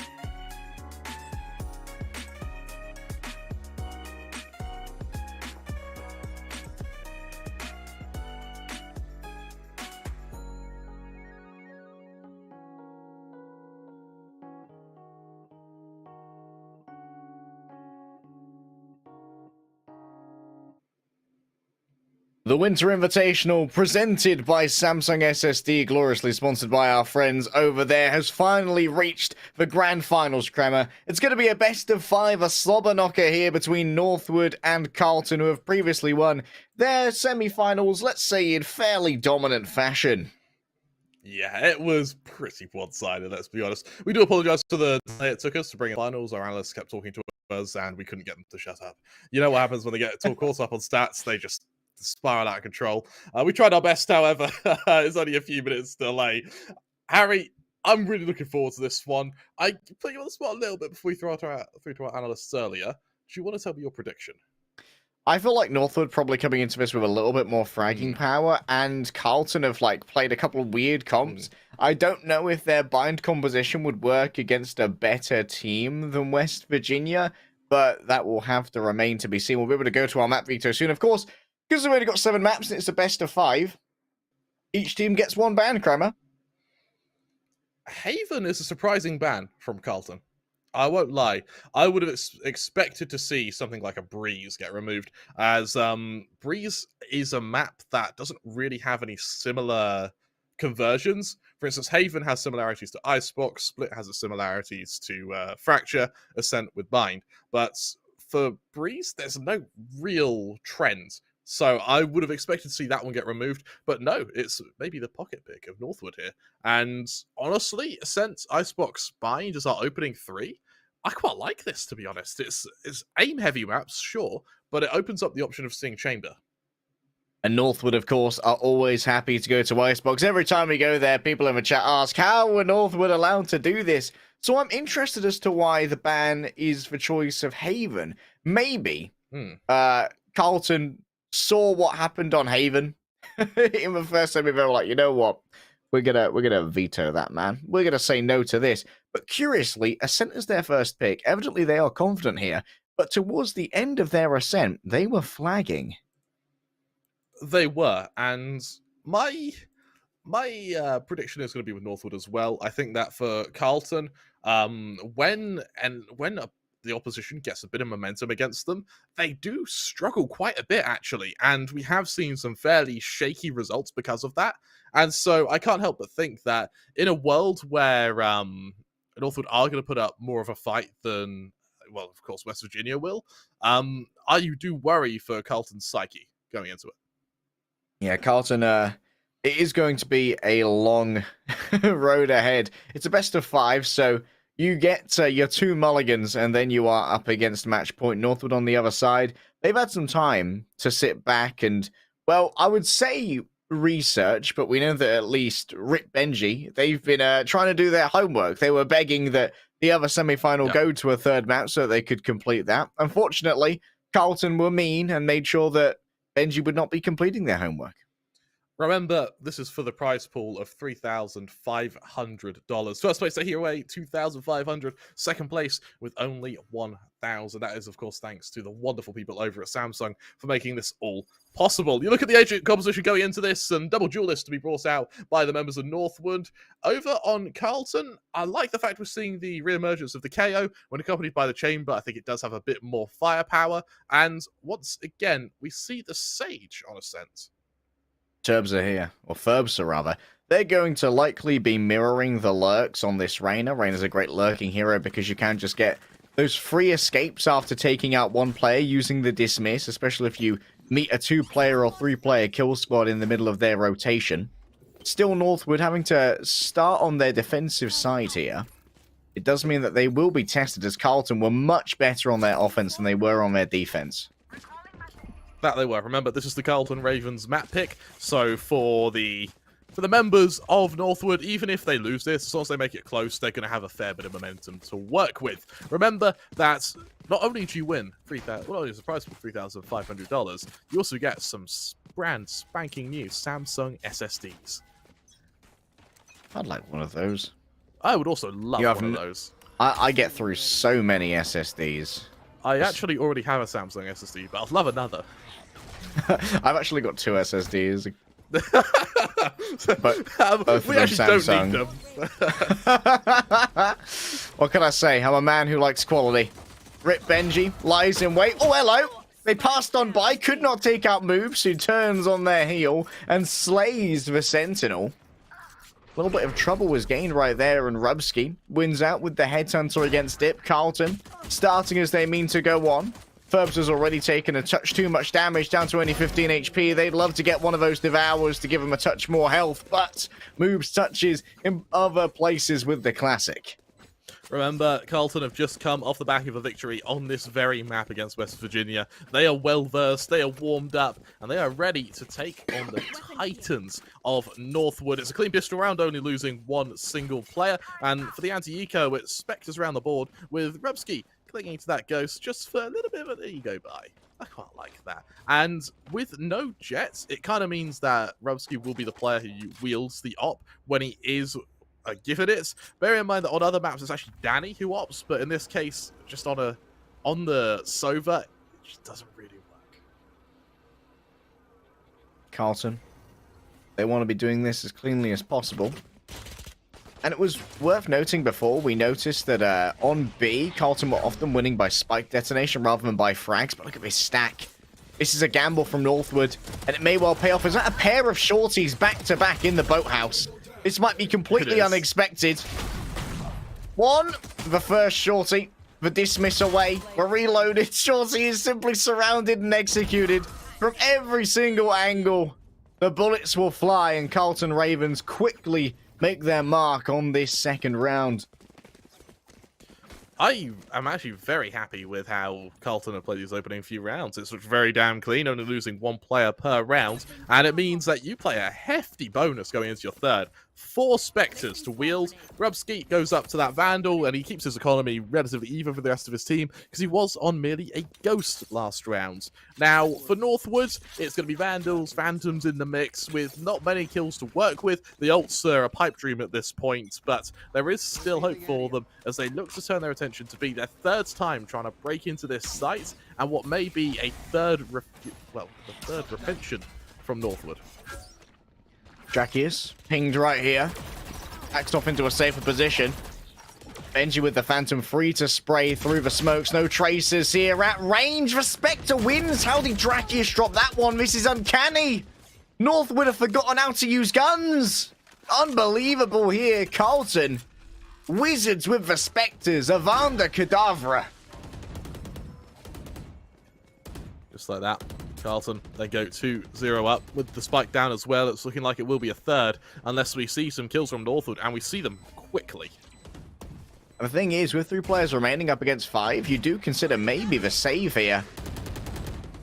Gravity well, drags in moves, but still there's no pre-fire as to where that was. One player's going to be pinged, and it's easy. Look at the upgrades here for Carlton. Dip gets 3, and admittedly, that's a little bit of economic damage, but Carlton still, they should not have been winning that. What economic damage, Harry? That was their bonus. That's how effective Takes away Carlton the played that looted round. rifles, at least. Yeah, exactly. And for Memlorf now, he's one away from getting that Cosmic Divide, a very early Cosmic Divide at that. For Dip as well, so close to the Blade Storm, I would fully expect to see Northwood go aggressive for the ult orb here, get it on Dip, get that Blade Storm out, and hope you can wield it against the superior weapons on the Carlton Ravens, who are looking to start Ascent just as effectively as how they started it against West Virginia. Dip dares to creep on forward here. Danny's already pre-firing, knowing that that is a bloody tempting orb right there. It is actually retrieved, and that gives Dip everything they need to use for Bladestorm.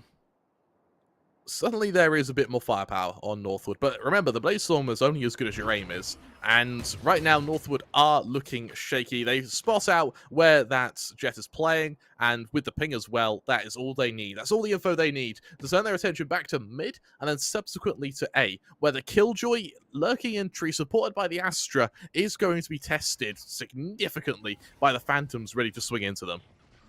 The Sheriff here, good for both the close and the far range. The headshot unable to be found. Riv on the backup there is good as well. Headshot onto Ali. And this could be Carlton picking up their 4th. It's supposed to be easy mine. They are up against mostly upgraded pistols. Ferbs sucked into the gravity well. Sprints away, repositions, and thinks about what to do next. Once that is destroyed, the door, Riv may feel the need to go for the underarm lob. Indeed, there it is. The turnaways are good. Everyone scatters elsewhere. Dip needs to get in there and try to fight with these knives, because remember, they can't be saved to the next round. Running low on knives. Only one remains. It needs to be a headshot, and it simply is not. Kremer wants this Vandal. Dips in to grab it. Finishes off moves, but nothing more than this. 3 players from Carlton Ravens will survive, and the spike detonates.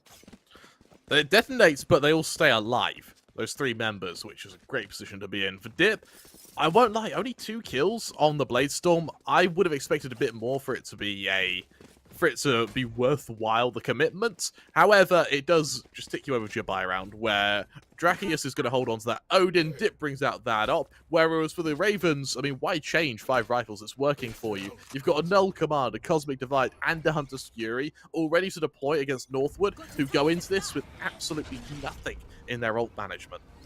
It's almost uncanny how much better Carlton Ravens are on their offense when they don't have any duelists that you usually rely on for entries. This time it's Riv who's entering instead. A touch late maybe on that Cosmic Divide. Riv's already fallen down. Should be an easy resurrection. Danny buys the space, buys the time, using that Hunter's Fury. And now the plant from moves will be solid. Benji undiscovered for the moment, turns away from a potential flash. There it is, moving on through. There it is, moving through as a duo. The covering fire from Ferbster up top, though, is uncannily solid. Danny wraps around the back. We know that this is exactly what Carlton Ravens like to do. If it isn't the chamber, it's the Sova. Through the wall, the Odin has the advantage. And when it comes to the manpower as well, Northwood finally have themselves a 3 versus 2. And more so even than that.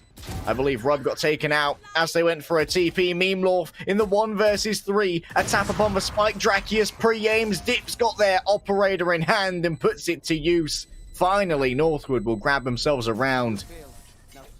Alright, I think it goes without saying that this is absolutely going to be our closest series today. Granted, that's not a hard title to claim, but I think we knew it was going to be close, you know, from the start. No matter who was in the finals, it would be close. And you look at the investments now, I like how both these teams are using Odins. We saw Drakius there, 180 once the flank came. And the nice thing about the Odin is the armor penetration isn't higher than it is, or the wall penetration isn't higher than it is on the Vandal. You just have more bullets, more ducker, Harry. And in this case, it definitely pays off. Early aggression now from Carlton as they turn their attention to this B site, and the counter Odin almost quells Drakius, but he survives just by a hair's breadth. 3 HP left. Return Daka. And the Daka is stronger. Oh. Drakius is in so much trouble, man, and there's no healing either. All damage taken's permanent. Danny, saw the close angle now. Wanting to catch out one of these players. Hasn't been able to do so just yet. As he is just trying to bait Northwood into going aggressive here, but Northwood have a very clean setup. There's a little bit of a fray from the KO, going through Gelato over to a main, but no one to fight it. Northwood are playing so passive, so reserved, that with 45 seconds left, Northwood have 0 information as to the whereabouts of the Carlton members. Dip should be spotted out here by the owl drone. No way Danny takes this peek blind. Also, that's a very bright crosshair they've got there. Like fluorescent red. 30 seconds left. Like a lightsaber. Out goes the owl drone. Instantly destroyed. Do they expect the second? No. Ferbster can actually dismiss here for free. And Dip is going to get pinged by the recon bot, but holds their ground and holds the angle. Now it's about a mad dash to A, but Kremer, time's not on their side. If they can be stopped here, if they can be slowed down, and it might not be a plant in time. That's why Benji is moving up so closely at 1, 2, 3, maybe. Oh! Yes, it is. Alley round the back. Alley-oop, they say. Northwood with a flawless and flipping the script. Alley-oop and alley-a. Northwood, they make it 2. And for the members of Carlton, that's a bit of a miscom when it comes to their rotation there. You need about 25 seconds to clear a site and plants, particularly when you're going from either spawn or the other site. Going with only 15 seconds is a bold move there, and they end up getting punished for it as Northwood make their second round very painfully known to the Carlton Ravens as they move to the remaining embers of their economy. Bulldogs come out. It's a fragmented buy, but it's one that still bears teeth as they look to assault the Say's site. Once again, trying to catch out the Killjoy and Astra, potentially trapping them in tree. Huge amounts of util here, and you know that even though this is planned to be a retake, who's got their lineups once again? If it isn't the Nerd Supreme, I'm afraid, boys, Riv's got you beat here. Yeah, yeet! And now how do you retake this? 5v5. Playing for the lockdown is not in your interest, but maybe the gunfights will serve you better. 2 members have fallen, and Danny on the other side. It is minimal arms that are available for Carlton. Moves at range simply cannot defeat the operator. And now Memlorth, they could spam through. 1 bullet onto Dip would be all that they need, but that's not what they get. Was that a attempt at a body block on the Sheriff? I think they still kill the diffuser through the ally. I mean, it works. It works. They are able to allow that defuse to come through. Northwood, they put themselves up to 3 now. The last 3, of course, all on the bounce, which means that the economy of Carlton is taking a battering. No one above 1,000 creds right now. And while they do have ults, they do still have that res. They have that tour de force should the eco come about. But with the Cosmic Divide available in 1, we may see the Ravens do a big ult dump here, just so they can secure a round to keep their economy afloat. Over on Northwood, that Hunter's Fury can be used to cancel a plant. That Cosmic Divide can be used for a retake. They are absolutely not underprepared for this. Aggression here, Rubsky. They might be able to do a 1-2 peek. Indeed, they will. Lovely stuff. Ping and pong, they shout, and Dip hits the ground. Goodbye, operator. Got harassed by that Aldrone there. Get into melee range with it, man. Those rotors hurt. Shotgun's going to really start bubbling him as well. So the highlight from Versa, I loved his usage of flashes on the sky. I'm surprised he just dropped down to the Astra here, as the Carlton Ravens are man up, looks to hit this A site with only Benji to defend. Benji uses the nano swarms. Someone might well have been hit with the vulnerable there, but Memlorth survives for the moment. Goes for a plant on top of this, and once again, Northwood just bide their time. Catches someone on the disengage. Might be pinged here by the recon hour. Indeed, they are. And from below, Danny simply has the penetration through these thin wood walls to do so much damage. An adjustment from Ferbsa, a dismiss for free. But now you're moving into a path of the Daka, and no one Dakas like Danny.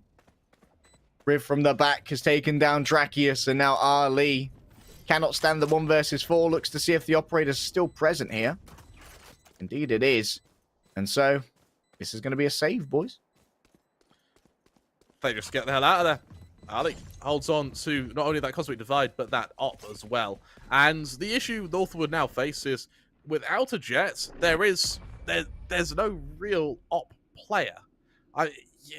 Yes, there is the, of course, they have the jet on Northwood, but on the Ravens, does it go to the chamber? I kind of and ah about it, and... Only on the defense, I think. Yeah, they're not reinvesting the op as well on the Ravens. Instead, they cling to their rifles. The Odin on Danny, I mean, fair enough, that counter spam was bloody good when it was used. And with a big power spike on their part, Riv about to bring up the null command as well as second one this game. Northwood may be in some serious trouble, actually, when it comes to refusing this next attack. Odin battle. Here we go again, boys. An early Cosmic Divide, potentially. It seems like it's going to be a fake over on B. But they're going to be moving straight into the operator. Dip misses. And now, with the slow, Dip's going to have a lot of trouble getting away. However, the cloudbursts are well placed. And with this early contact here, with Dip's lurk, this fake has not been fallen for just yet. Still, it's even spread 3 and 2. Now Dip, that's close angle, inviting Carlton to fight him.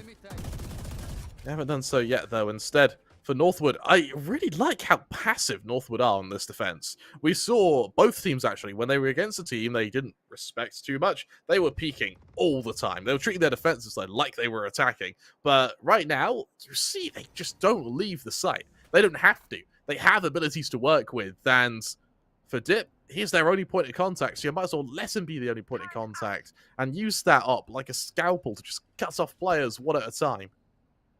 The speed at which they destroy that scouting arrow. So fast, Dip sucked in by the gravity well atop the generator. Vulnerable for the moment. Ali holds for close angle. It's headshots all the way. And while Dip was vulnerable, they were easily slain by the shock dart. But now, how do you plant when you have to make your way through the tendrils of the Hunter's Fury? Drakius now in a 2 versus 2. Cannot stop the plant.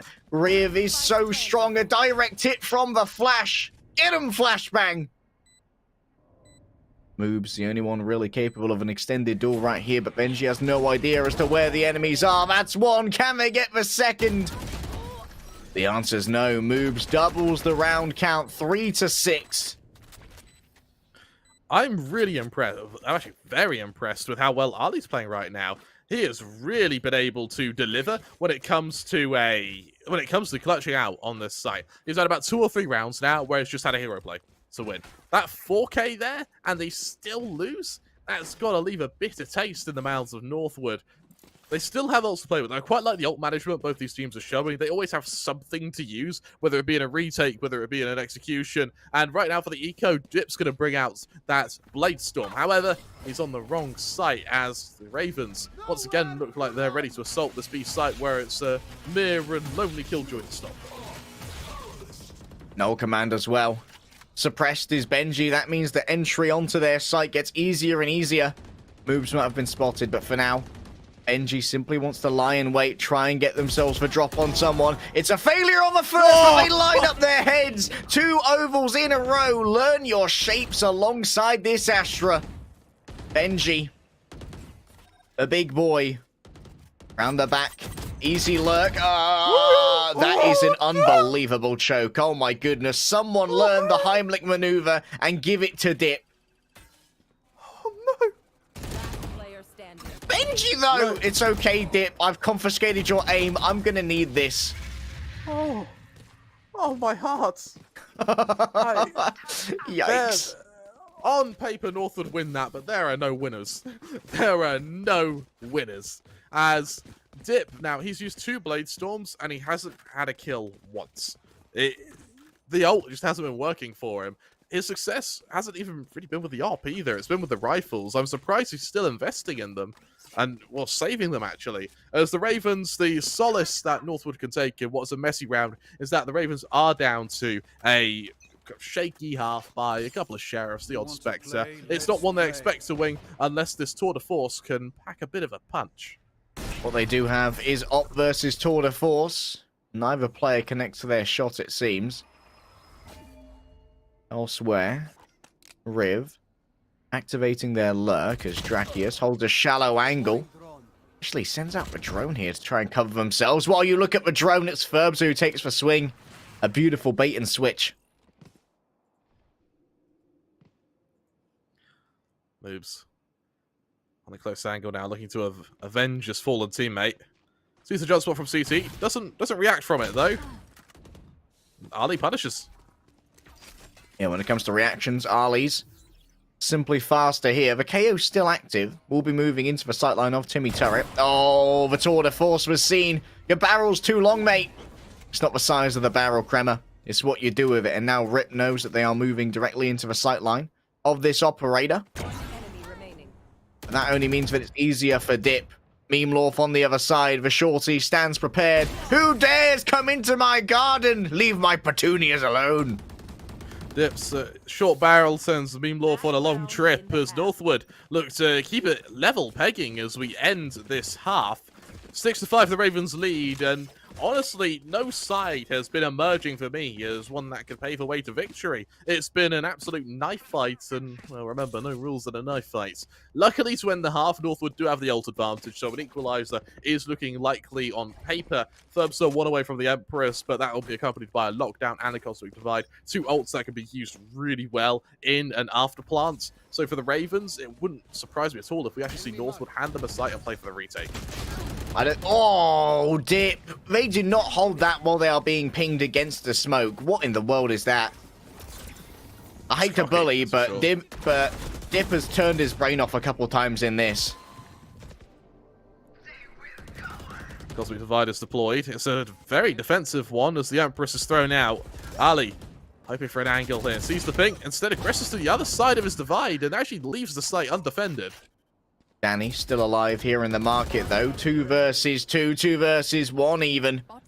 Only Benji does survive, but they can potentially win a post plant on B using their ultimate. Remember, there's no point in saving this, but at the same time, while you're casting it, you are particularly imperiled. The post plant positions here from Carlton are good. That's one. Rubsky is seen. Now, where do you run, my friend? You've got to take the swing, and you've got to win it. Peek's advantage, potentially. Benji. Oh, the TP onto the site. What a solid play. What a winner. Lovely stuff. And now, Rubsky, all they have to do is wait. Unbelievable. This is a really strong round from the Ravens there, and honestly solid stuff from Rubsky. He's having a great game, and what a time to step up. Solid clutch and the masterful usage that TP there. You'll notice as well, he waits till the final couple of seconds of that lockdown before he deploys it, because he wants to buy as much time on that spike as possible. For Northwood, moving to the pistol round, if they take this, it's straight to a 7-7 standpoint anyway, but it would give them a bit of confidence on their own attack. For the Ravens, remember, this is their map pick. They want to be here, and for good reason. They've shown that they can be dominant. The question now is, can they keep it up? Carlton, they were much better on their attacking side. It was the defensive side where they began to flag in the previous ascent that we saw. Question is, how's Northwood's offense? So much damage done there to Ferbsa. Off the back of that bounce, Rubsky. 2 bullets in the headhunter, but only needs 1. Benji just does not check as they are too hungry, too greedy to grab that ult orb. Which surprises me, to be honest. I don't know if I would be feeding as many ult orbs over to my Killjoy if I know that there are so many lineups that Riv has. Absolutely right. With Dip slowly pushing through mid here. The members of Northwood continue their rotation, looking to stack up now and prepare their assault through both the mid and over to tree here. There's no real direction to this attack, but it is garnering a lot of control. Everyone's been seen as well. That trademark was noticed but not destroyed, which means that it will actually be able to reassert the control and information. I wish that was destroyed the first time around, to be honest, for Northwood. As now you can see there's a rotation coming in from Danny to try and generate a crossfire at the exit of top mid. Ferbsa going to be the first one to take contact. The frenzy might not be the ideal one for this, but what was started by the shock dart cannot be finished. Ping. 3 players pinged, but Draxia simply can't move forward. Caught in the gravity well. Elsewhere, Moobs has found Ferbsa, who was tenderized in advance. 1 shot left, and that's all that Ali needs. Danny, with the frenzy, does so much on Rubsky. They may be out of ammo in their headhunter, but the classic's just fine, boy. I'm really happy with Carlson's reaction there. Having actually seen that that ping come in, they realize that if 3 of them have been seen together, they might as well be loud about it, and they just push. They realize that if there's a hit to be, then the player who spotted them is probably a lurker, and they use that to just pummel their way through mid into the retake before the spike can even be planted, which just harms the economy of Northwood even more so. Remember, the average split over on Ascent is 6-6. So the fact that Carlton even went into this half at 7-5 up has kind of suggested they've stolen a round. So then win the pistol round, this is where they start paving a way to victory and start considering how they can look to close out this map. You see a fairly even split of players here, maybe hunting for some orb control as Rubsky falls instantly. Oh my goodness, for TP so fast that the corpse teleports. That does at least potentially deny a lootable weapon. I'm not sure if they had one or if they were just relying on the headhunter here to buy an operator later. Play it economically. Now Northwood have themselves a man advantage. And a double lurk over on B, but it's going to be converted into a full push as the spike's going to make its way down. Good stack up again! Ferbsa, another kill. This puts so much pressure onto Danny. Danny needs to do so much with this Bulldog. Remember, this is the anti-eco for Carlton. This is supposed to be the easy clap one, boys and girls. Danny pinged, Danny seen. So much Drakius just goes on in, barrel stuffs with the Sheriff. And while Moves may be able to get something done with the Spectre here already, this is too much damage taken by Carlton Ravens. No such thing as a bonus, but there might well be a couple of kills. Moves gets 3, but there's upgrades for the 2 survivors. I would like 3 kills. It's not bad. It'll definitely help with your ult management, as they are now only 2 away from a res, but the rest may not matter in a round that you should have been winning there. Northwood, that stolen round at the end of the half now doesn't matter because they have been able to steal the round back, so to say. Sure, there's a differential, but that is going to fall ever so slightly as Northwood move to their bonus now against the eco members of the Carlton Ravens. With Northwood stacking up outside A, it looks like it may just be a straight hit here. No funny business, no splitting up to either ult orb. Just get to a side, get the spike down, win a round, and close that distance. No funny business, Kremer. This is a stack up here from Carlton. They've read it correctly. So many members are waiting here on the A site. Moves. What can they do? All you can do here is die. Danny gets 1, spotted out at range for Vandal, easily breaking them down. And now Riv simply waits within the smoke with a shorty. No, no, no, no, no. Where's the cover? That's 2 shots, 2 kills, a swap to the Vandal. And Riv is simply way too strong. How did they get this going? Unbelievable dropping of the ball here from Northwood, but also amazing timing from Carlton on the other side. The flash is out, the turnaway is good, and Drakius will survive, but still, at what cost? Look at where the spike is. The cross is covered by Rub, the first scene. Drakius needs to win this. The teleport away. Very smart. Wants to make Drakius sweat. Wants to make them force a mistake. Spike planted. 1 shot from either player will do it, and it's Drakius who finds it eventually. But this was way too expensive for Northwood. And it makes them sweat way too much. It's needless stress, Harry. And it also just helps with the ult management of the Ravens now. With moves 1 from the res, we also have Riv 1 from the null commands. And it's actually caused Northwood to then go for the timeout. I quite like the fact we're seeing some timeouts used kind of proactively. A lot of the time, particularly in our semi-finals, the timeouts were used really to just break momentum and to calm your team down. In this case, they're being used before you move to a full buy, and you can have a chance to plan a strategy, maybe even get into the heads of the Ravens. The only ult available, you need to remember, from Northwood is that Reyna's Empress. Now, I would love to see this get used instantly, just so they can try and garner that man advantage, because we've seen both of these teams actually really struggle to come back from being a man down. Well, we do have a break. Dazed, can I make a request? Can you take us to Gelato, please? I want to show Kremer how how disturbing.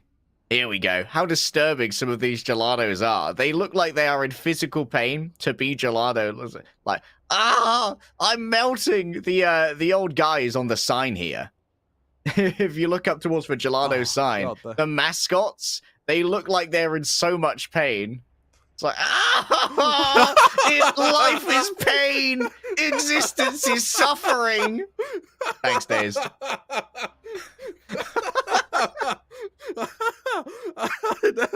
don't do that. Oh, that's made my day. Rumsky goes aggressive with that up, looking to catch up one of the players of Northwood, getting ready to push into B here. There's Danny. Ready for that initial point of contact. Rumsky spins seam, just teleports to that there, doesn't want to risk the point of contact. We'll tell you who will. That's going to be Yasova. An attempt for a bait and a switch. But the Odin doesn't get its purchase, and Danny's made to pay for their audacity. Now it's an easy entrance onto the site for Northwood, but they don't really have a wide diaspora of positions. That attacker Killjoy. Well, the lockdown here, I think they saw the fragment come down and they were like, you know what? This'll do. I'm surprised they're not using the Space Garnet here to get a wider range of positions in the post plant. Everyone is still on the site, Kremer, and that means that they could all lose their lives here if the spike detonates. Really needs to be careful here on the swing. Dracarius, good for the first. Oops, so there to trade. Burbs are clean today. Now Drakius. What can they do against Riv? The alarm bot was reactivated. A bounce on the flash, and that's going to be Benji. on the swing. An easy escape here for Northwood. A real change in tempo. And 3 members still survive. They find themselves equalizing 8-8, Harry. This still could go either way. You look at the buy of the Carlton Ravens as well, and it's not pretty. Moob still has this res. He's held onto it actually for quite a while now. Dracarius, the same with that Hunter's Fury. Ali, one away from another Cosmic Divide, and I've actually liked the usage of both teams' Cosmic Divides, and I'm interested to see if that still plays into consideration now, even against the NECC. Moob's trying to play a cheesy angle here atop the wall, hoping that the high ground will not be expected. Sheriffs are arrayed at the top of A short, the one-way. Used for but a moment here for Ali. And that wall penetration will be worrisome. The first is easy, the second even more so. Ali feels the momentum. And now Moob's an unlikely angle, still atop this wall, smoked off for the moment, but a gap. And that is going to be extinguished. Moob's actually removes themselves from the danger zone and puts himself into a fresh one. Benji was lurking elsewhere, and Moob simply had no idea that there would still be any presence on B. This could be a flawless here for Northwood. Harry, this is the first time all game. Firstly, that's disgusting. Secondly, this is the first time all game Northwood have taken the lead. It's taken them 17 rounds to do it, but they finally hit the lead just in the latter stages of the map. I mean, if there's ever a time to do it, now's it. And doing it in a convincing fashion as well. Sure, you're against Nico, but this is all confidence boosting right now. For Dip, bear in mind, his defensive side, he wasn't that good with the AWP. All his kills came from rifles. Now he's got that AWP out. Now he's getting kills with it. That's just going to embolden him to be even more aggressive. We see a timeout call now by the Ravens, suddenly realizing that actually we could be in a fair bit of trouble. You move to their full buy, but is it worth going for the full buy when you have that tour de force available on your chamber? That res still hasn't been used. Over on Northwood, the Cosmic Divide and Hunter's Fury still to be held onto, with your duelist ults getting a little bit closer to coming online. Let's see what Northwood do. Let's see what tempo they change to try and hold this lead. And while we are in the preliminary stages of the freeze time, it looks like Northwood have set their gaze to the safe site. Hello, Bear. Oh, he's having a good time. Hanging out in whatever this is. Looks like it could be like a newspaper shop. Just a little corner store. Little news agents. Yeah. Supporting some small business. The only experience I've ever had with a newsagent stand like that was in Greece, where a man tried to buy my sister. Oh. Thank you for sharing, honestly, Kremer. Yeah, you're just brought back some memories there, actually. We can look back at it and smile. I think at the time I was more confused than anything. But Northwood is left, sat outside A. Now, this is a very heavy commitment. No one even looking to mid. This is a very heavy commitment. I wonder how Drakius is going to use their ultimate here. If you do get an early ping... No, you don't use your ultimate. Obviously, my preference, as someone who can watch the game from afar, who isn't inside, I want to see the Hunter's Fury saved for a post-plant, so that you can play it safely from afar, and then you only have to really worry about the lurkers. Riv silently crosses over to behind the brick stacks. They could be some real trouble here on the engagement, especially considering a lot of the scouting utility of Drakius has already been used. Dip, trying to catch out the odd player here on the jump spot. He has been seen. Does he punish the secondary peek, though? He's already got the pre-aim. Just staring Astra. Go on. Jump again. See what happens. Wait, they're making the entry with the op. What? This is interesting. Well, maybe it's covered by the Lear as well. Riv has been at least noted, I imagine. Dip has fallen down. And, yeah, the op was just fed in. That's a weird entry. Ferbs still has the lurk here, at least. 30 seconds. And might be able to fight one of the members if it does remain. And now it's the crunch from the other side. Riv sends out the fragment here just to slow things down, and slowing down is perfect when there's only a couple of seconds remaining. Both the duelists are dead. Memlorf remains alive. And you gotta wonder why you're trying to make an entry happen with an operator. If you're gonna use the op, you can buy it to begin with. and then hand it off and swap it for a Vandal when you want to make the entry. That was I tell so you strange. what, as well, that was a perfect bit of teamwork. He goes for the dash just as the Lear goes off into his own smoke. He's kind of pushing to back sight, and no one knows he's there. No one at all.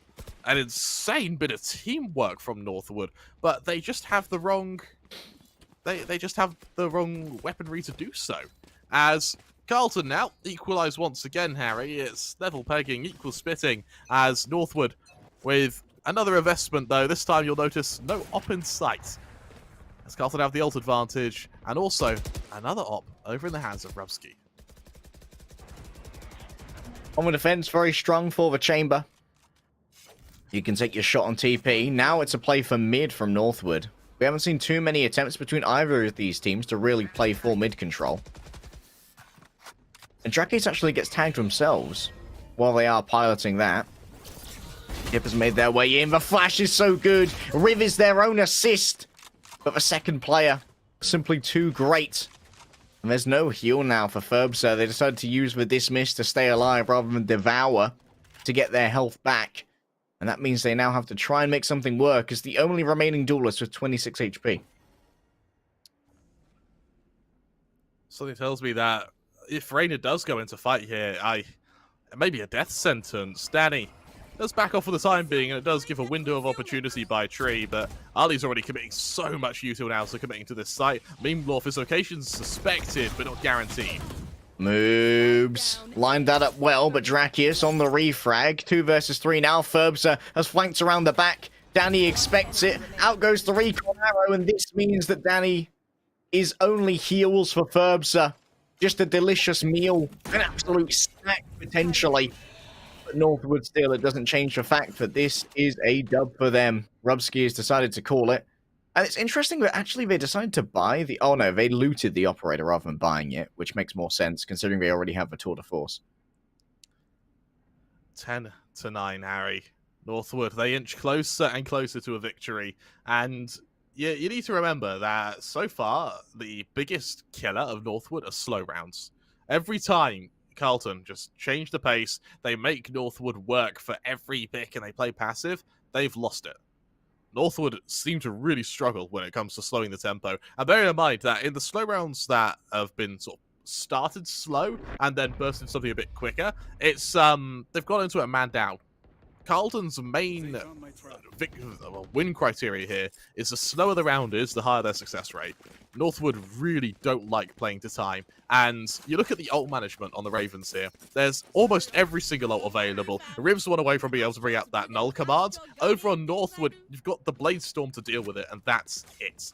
There's, Ali, Benji, Dracarius, they're all 2-3 rounds away from getting their own ults up, and so for this cycle, for this ult rotation, Carlton can all but guarantee a 10th round if they don't give away aim duels. Overtime certainly seems like it is a real possibility. Oh, it's such a good boost! Oh my goodness. What an strat! It's simply an anti-air diff, Kremer. A stinger missile of moves. Get stung right back.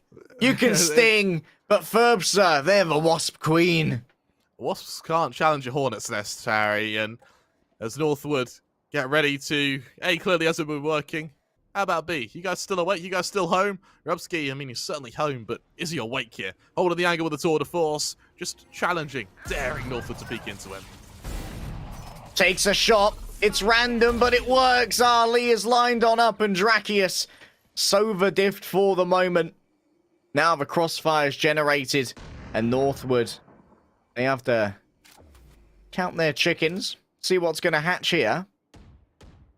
Danny lies in wait, looking to maybe just try and enable Rubsky here more than actually... Oh, they could actually get banged through.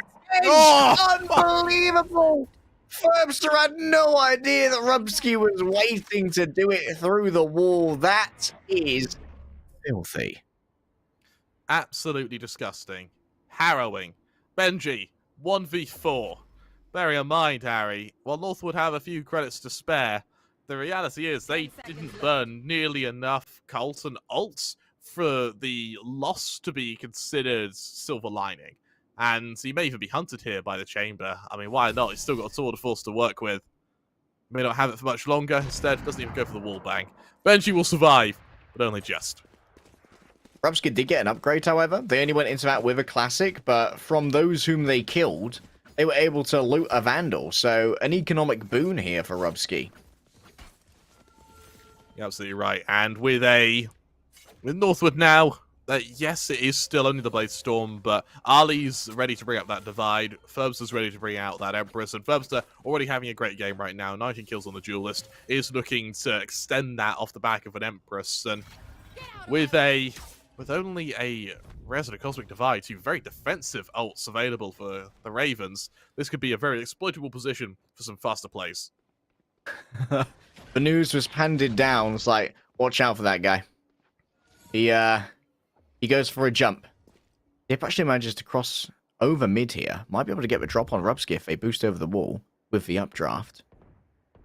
Just holding the tight corner for the moment. The spike itself positioned outside of A. And Ferbster doesn't really have any method of going through this wall without being ostentatious and loud. Now Rubsky going to be so passive here. Realizing that there are two angles to worry about in mids, and while he's worrying about his mid angles, it's the players on B who are really about to be tested. As Northwood are going to once again try and assault this site. Recon darts have been thrown, but with 40 seconds left, dare I say, Harry, that may be actually a bit early for it to be deployed.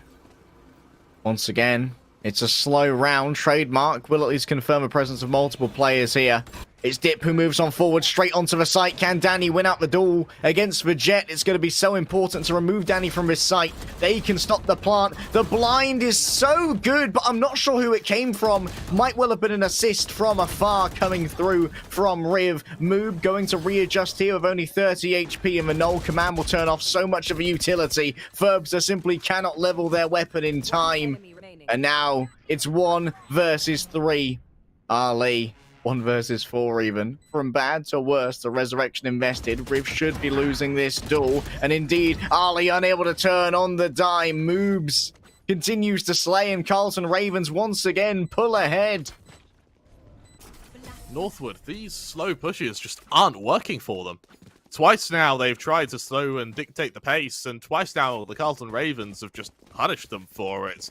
Northwood are a team that need that man advantage. They need to fight for that man advantage, and if they don't, well, as we've just seen, it's an easy shutdown. Now, in terms of ult usage, Liam Lorf does have that Cosmic Divide, but in terms of ult management, he's going to be it for what may be the rest of regulation.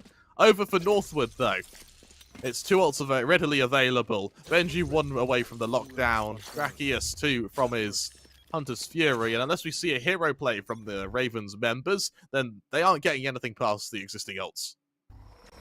We have doubts about Carlton's Ravens and their defensive prowess, but really seems like it's been cleaned up since their previous game against West Virginia, where the Ascent was really starting to slow down towards the end. Their attack was solid, defense less so. There's a wall in the way, boys. Where's the lineup? Yep, you can see Riv getting it done. Goodbye to your lockdown. It will be destroyed. Oh, wait, no, maybe not. Ah, yeah, just in the nick of time. Riv plays in the corner right now. That's 1, 2, no third. Dip manages to win this duel and even more. This is why we asked for Dip to be playing with the rifle. While the operator has been ignominious, the rifle play from Dip on these entries has been solid. Ali takes their time for a more well-considered plant spot. Actually stuns themselves. Okay. That's how it be sometimes. 2 players in one location. I quite like the double under heaven positioning here. And with one player making noise, you wouldn't expect the other to be there. So for Rubsky, he's about to kill the first player under Balk. He's then going to have to turn 180 for the seconds. And there's no way of figuring out where they are. Rubsky, at least with a headhunter here, can take these duels. However, oh, the speed and power of it, unbelievable. Benji had the optimal, and they do not loot the operator, I'm pretty sure. They're like, no, no, no. Dip, stick to the rifle, mate. It's working. 11 to 11, Harry. Level pegging, and we are absolutely ready to go to overtime. Rifles on the board, not a single ult in sight apart from Drakius's, but That's going to be it. There won't be any other ults this game outside of a player having a huge round. That puts so much pressure onto this Hunter's Fury. And for Drakius, he's not had a good game up until now. This would be his shot at redemption. His chance to not only show himself, not only test his mettle, but show Carlton that he cannot be underestimated. Whoever wins this round, Kremer, is likely to win the entire map. Both teams have basically brought down to the bottom of their economic barrels. Dip at the moment, caught over in wine. To exit this safely, you might want to use for recalled star. Across the way. Danny, now the one in charge of looking down mid. Surrendered from what was previously Rub's territory. Bloodless at the moment. Northwood once again have opted into a slower style of play. There's the opening. Riv falls, and we've seen what Northwood can do with man advantages now. 45 seconds left, and A isn't even their final destination. Their attention, it's over onto B, where Ferbsa will be seen in mid, and with a betrayal of intention, this may spur on a rotation. Instead, it does the opposite. Rubsky realizes that could have been a lurker. Out goes Valia. Rubsky needs to hold this down for as long as possible. Targets hit by the trademark moves has fallen down. Rubsky, can they be the hero? This might be the entirety of Ascent in one round. A microcosm. A demand of excellence. A plant should be found in the nick of time. And Carlton know, but they just have to save here. Because if they all died, there was no way they can bring this back. I want to see Northwood hunt. I want to see him go for a hunt here. I mean, for Northwood, it's a risk because they are equally financially distraught, but you are going to get more money off the dub. Danny, the first man to be challenged in defender spawn here. Ferbsa, the one to fight him. Ferbsa, there's a clean kill now. And for Meemlof, he slowly backs off from heaven, realizing that this could be danger close. Drakius rolling on through. Hell double populated. And for Drakius, they are making so much noise here. Ostentatious in their approach. Meemlof might be seen. They both die! Oh, Kremer, no! That could be the map! It's a disaster! Northwoods, they've completely shut down the save of Carlton Ravens now. And you look at the money! They're scraping the bottom of the barrel with a wall scraper, and they're still just struggling to buy Bulldogs, Stingers, Sheriffs. It's a ramshackle buy from a Banjax team, and as this game approaches, it's apotheosis. Northwood look like they're staring on the precipice of victory. Scraping the walls for sustenance. I hope you like the taste of paint chips, boys. A wall broken down. Drakius notes the presence of one. Dip closes the door and then moves in towards Rubsky. A headshot is demanded from the headhunter itself. Inside the smoke, there is the alarm bot. Rubsky broken down. The plant should be here soon. And remember, they're not scared of dying to the spike, as this would be the last round. An attempt to stop the plant off the back of a fragment, but the escape is just in time. Now Ferbsa sucked in. A swing taken ahead as well.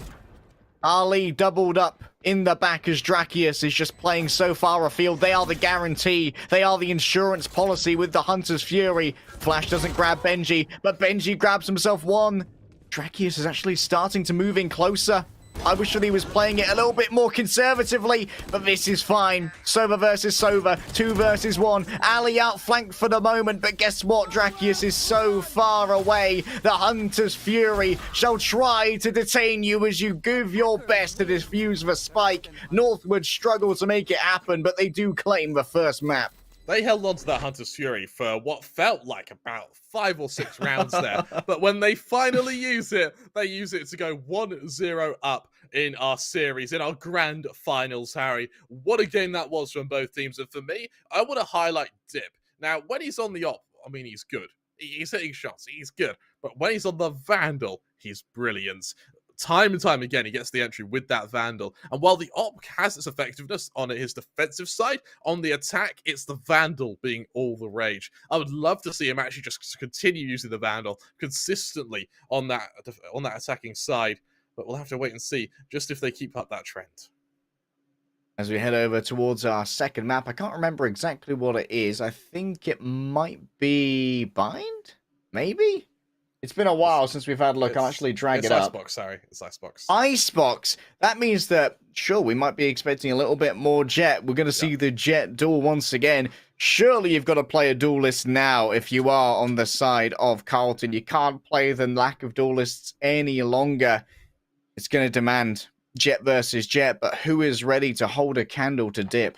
A civil war about to erupt between duelists. There's only one way to find out who is going to emerge victorious. It'll be on this channel in about 5 minutes or so, while we quickly go to a brief break. In LCS, every nanosecond counts.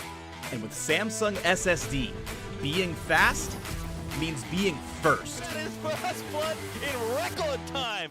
The pros know that speed matters. Here goes closer at about 4,000 miles per hour. There's no outrunning this. A split second means everything. Go, go, go, go. Why retreat when you can go forward? Every nanosecond counts. Samsung SSD.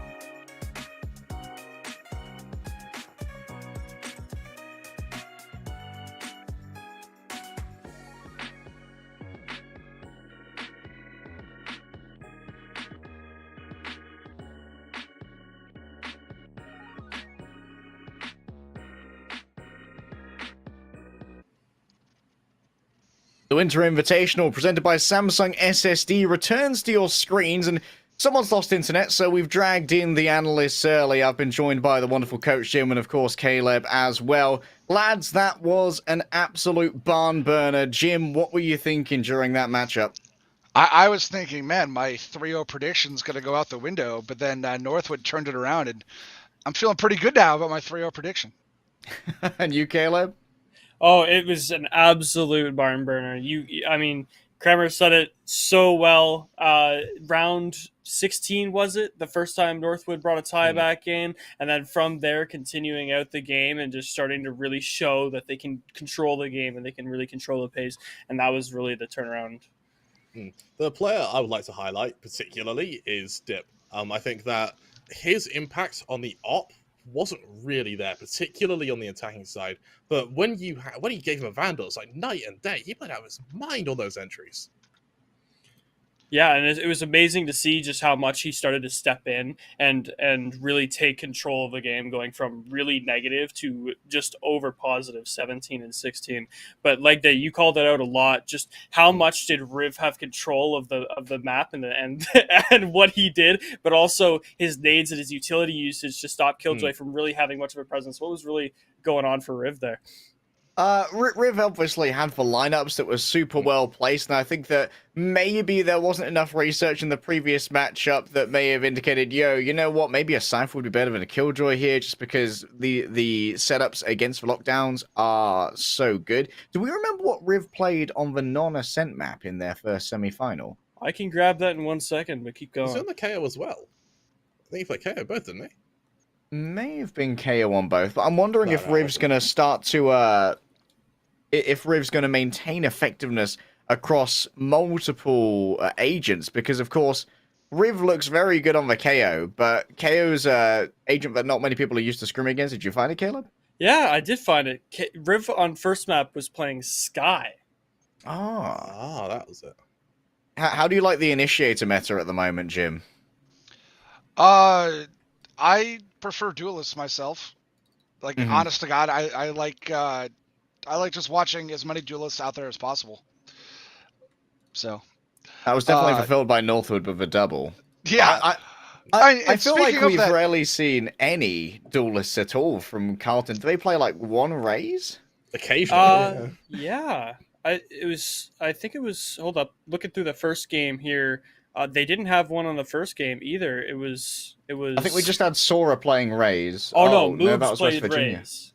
It was Moobs that played Raze on the bind map the first game, and he actually did pretty well on that, staying in that second, third frag almost all game.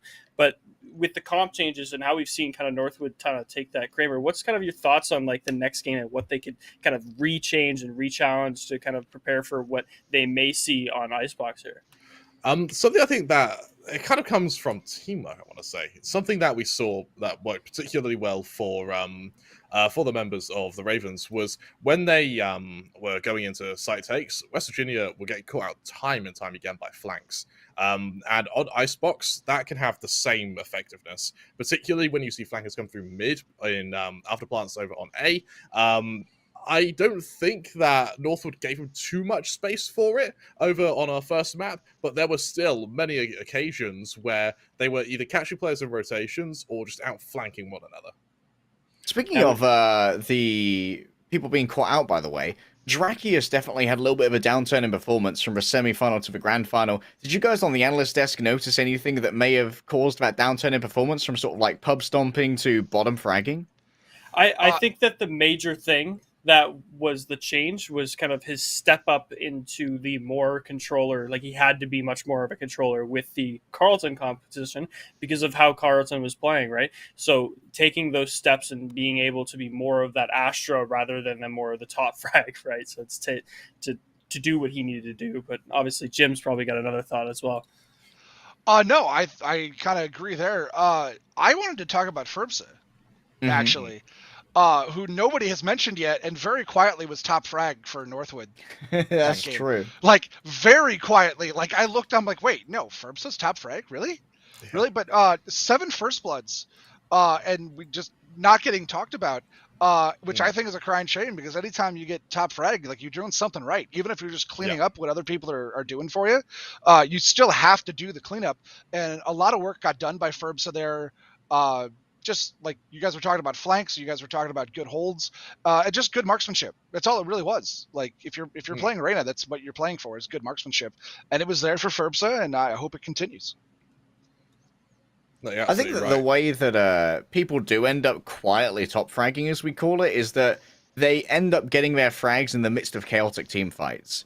And we saw Ferbsa got a lot of first bloods, which don't necessarily translate to chaotic team fights, but I think it's because when Ferbsa was the one doing entries, it was basically the Lear being thrown and then 4 people rushing through a choke, and that's why Ferbsa was able to be a quiet top fragger, because there was just so much din of gunfire and the kill feed just rushing by when Ferbsa was the one making that happen. But I think it's a good testament to the overall communication clarity of Northwood that Ferbsa was able to get those top frags in such chaotic team fights. I won't And- be Harry. I'm gonna be a little And bit going back, controversial. sorry, I'll let Kremer. Jim, make your point. Don't worry, mate. I'll be controversial just a moment, or else while we're talking about Azraina. Well, and going off of that, back to what we were saying about Jacarius on the Sona, or Sova, sorry, is that there were a lot of setups there where they were setting up other members of the team. They were setting up Ali, they were setting up Ferbsa. So that could be another reason we didn't see them with as many frags, is because they were setting it up for everybody else. Yeah. Now, this is where I'm going to be a little bit controversial. Now, I hope you're all sitting comfortably, because I realize I'm going to blow you out of your chairs here. But, I'm here. I'm ready. So, I don't like Ferbsa on the Raider. I just don't. After what was a godlike performance in his semi-finals on Sky, I would rather see him just stick to the Sky. And I realise that Sky on Ascent isn't too all uncommon. You can still see her get played, and I think that for Ferbsa to sort of switch off the Sky you've just had a godlike performance on, I don't know how that sort of helped his confidence. Yeah, I kind of agree, and like you said, the controlling power that he had on Sky and the ability to initiate and play off of his other teammates was something that was major for him in the previous game with Northwood. But now you kind of see him kind of take a little bit of that quiet role, right, where we didn't know exactly that he was the top frag until we went back and looked at the leaderboard and saw him. Oh, that's a high average combat score. It's quite a bit of ACS. And to be fair, I'm kind of surprised that thus far we haven't really seen any Breach. We've seen all the other initiators, but Breach has kind of been left on the back burner. Obviously, they are very popular over on both Bind and Haven, and we haven't seen Haven. It's been banned out here by Carlton, which kind of makes sense. I'm not entirely sure why Carlton wouldn't ban Icebox. Maybe they don't know Northwood that well, but I'm really expecting Icebox to be a Northwood doozy. Jim wants to see duelists, and that means that someone has to play the Jets, and I guess that it is going to have to be Moobs, right? They've played the Rays in the only duelist we've seen from Carlton so far. Yeah, I mean, but do you take them off the Sage, though? Because they're good with the Sage. They're good with you it. need a Sage over and you on need Icebox. a Sage on Icebox. You have to have a Sage on Icebox. It's throwing if you don't have a Sage on Icebox, and Moobs is their Sage. So unless you want somebody else playing Sage, I think somebody else has to play the duelist. Danny did play the Sage over on Bind, though, in their semi-final, so maybe Danny can play the replacement there. But given that Danny's also their operator player, there's a chance that Danny's the one who picks up the Jet, because the operator Jet is kind of a mainstay of how you're going to be defending and attacking on Icebox.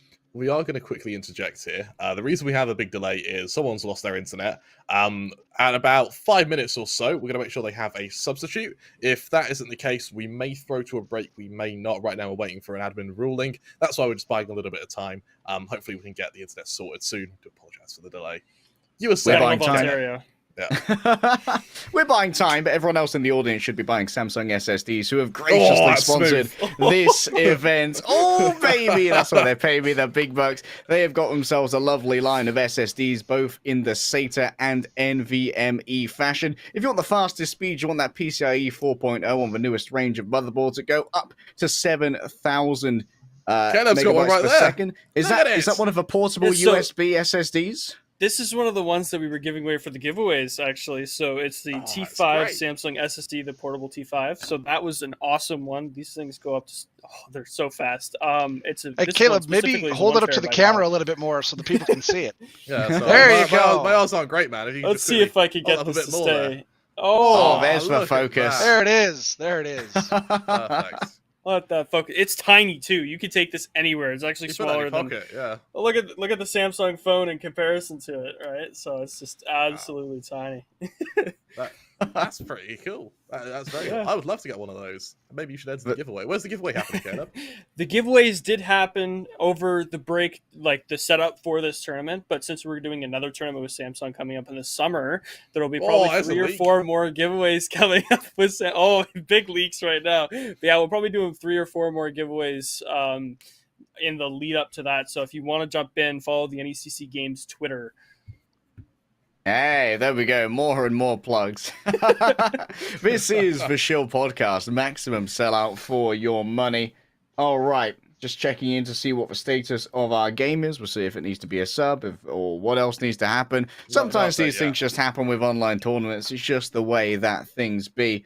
I'm going to try and find myself someone new to talk about here. We've talked about Riv. We've talked about moves. Danny was quite impressive here on the server. I was especially worried considering that they were going to be going up against Drakius, who was so impressive in their first match. But Drakius did kind of play that pub stompy style, got incredibly aggressive for a Sova, playing more like a Sky would play as an initiator. And I think that definitely they had to hold back this time and play more of a supportive role for Ferbza. And that allowed for Danny to really kind of establish a Sova diff in some cases.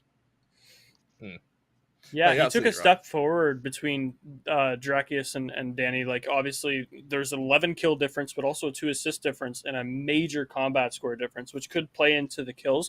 But I think there was a ton of damage being done, and it was noted a couple times where Northwood would step into an area and he'd be like, oh, they have no health. When that happened, right, that there's 50, 60, 70 health chunked away at the start of the round, especially towards the B main pushes that Carlton was trying to do. It was like just Danny just had that step, right? And he kept having that step on Northwood that really wasn't shown on the other side with Drakius when the arrows were getting broken by literally everyone on Carlton, right? So there's a couple things that Danny just kind of stepped forward. It was really cool to see.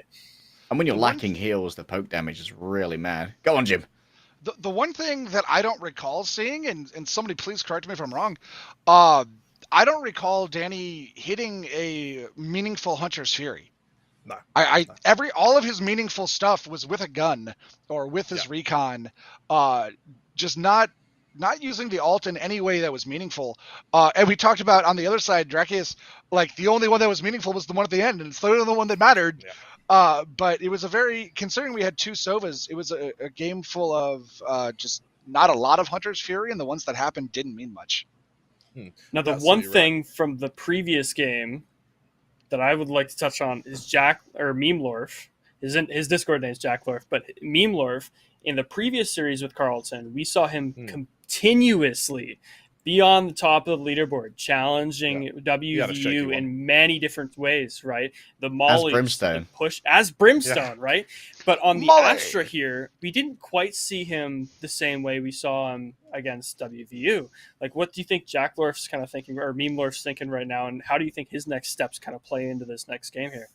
I think maybe Drakius and Memelorf kind of had the same anime character arc here. They both stepped back from being the protagonist into being part of a supporting cast. We're like, okay, we really need to enable our top fraggers here. We saw Rivs getting a lot more support on their side when they were having to basically play entry with the KO as the primary flasher moving on in. And I think that's why Memelorf had to back off a little bit. We saw them playing very conservative positions, especially defending the A site. They were usually playing behind the boxes, looking for jump spots and being as conservative as possible to not lose their life, because they know that if it's a fake that they're spotting over on A, then their global presence to put down smokes on B if it's needed to cover the other anchor is going to be super important.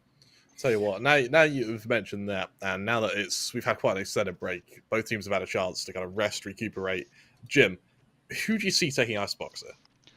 I mean, it has to be Northwood. Like we've been talking about why wasn't this map banned? Northwood is so good on Icebox. Why didn't they ban it? Why didn't they ban it? After all that conversation, if I don't say Northwood and defend my 3-0 prediction, I don't know what else you want me to say. I'm also the fair prediction. I respect that.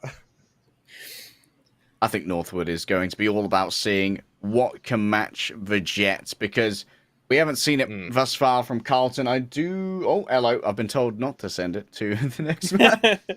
I've been baited and I have been switched. But who's going to be switching over to the Jet? We thought that maybe it might be Moobs who's played the Rays thus far. That's the prevailing theory, because they played the Rays over on Bind, but also there's the possibility that Danny could be playing it, because Moobs recently played the Sage over on Ascent, as Jim brought up, and Sage is mandatory on Icebox, especially if you want those B plants. If you don't play a Sage on Icebox, when you're attacking, you're basically limited to only attacking A, otherwise you are losing out on that spike plant so often. On that note, though, Icebox, who is most of our favorites with Northwood, we're going to be going over to the casters for this game. LEGDAY and Kremer are currently here with us, but they will be taking over in the preparation for Icebox. So, Jim, I know it's been awesome talking in the four-way. This has been awesome, actually a really cool experience for me personally, but we'll send it over to LEGDAY and Kremer, and they will take you guys into the start of Game 2 here between Northwood and Carlton. Thank you very much, lads. Let's get on into this. Whatever was going on has finished. We're going to be getting into Icebox real quick. This is, of course, Northwood's pick, and touted across the collegiate scene as Northwood's best map. We were a little bit surprised when it was not banned by the side of Carlton, and now the answer to the question needs to be, who plays for Jet on the side of Carlton, and will they be able to match up to Big Boy Dip? This is going to be a really, really interesting game. I think that over on our first map, of course, of Ascent, it's left quite a few questions as to what agent compositions will be played out, how each team is going to adapt in terms of play style, and, well, those questions are about to be answered, Harry. I think the Sage it's mandatory. Yeah, we've seen teams attempt the Viper, but the Sova will just ruin you every time you try and plant on that B site. And so, for me, I'm interested to see if Moob stays on the Sage, or if they move to a more duelist role and delegate, say, Meemdorf to the Sage, who had a bit of a shaky game. Now, I don't know if we're going to be seeing Chamber. I think it's an optional extra, which both teams are going for. And over on the Ravens, is this going to be a KO? This is surprising. A jetless Icebox. Wow. Yeah, I don't know how I feel about that. Over on Northwood, it looks like a fairly standard composition here, assuming that Furbster drops down to the Sage. Assuming Furbster drops down to the Sage. The usual choice you make when you are going over onto Icebox is whether you play double Sentinel or whether you play double Duelist. Because like we said, the Sage is almost mandatory. We considered the Jet to be mandatory, but not so much, it seems, for the side of Carlton. They've decided that they are going to instead use the KO. And this means that their entries might be a little bit weaker here. No Leah, no Dash, no Wenches. No Sage. Oh, this is weird all over, man. This is really weird. Northwood, starting on your attack as well? This is bold. This is very bold. And the Viper kind of works. I mean, it allows A to become a very real possibility, but if your opponents are playing retake on B, but particularly if Danny's playing retake on B, you're not going to be able to plant. One of the biggest critiques in the Valorant community of maps is that Icebox has had a very crystallized meta for a long time, where the only real choice you get to make is whether you want another Sentinel or whether you want a Reyna. Both of our teams have decided we don't care about the meta anymore.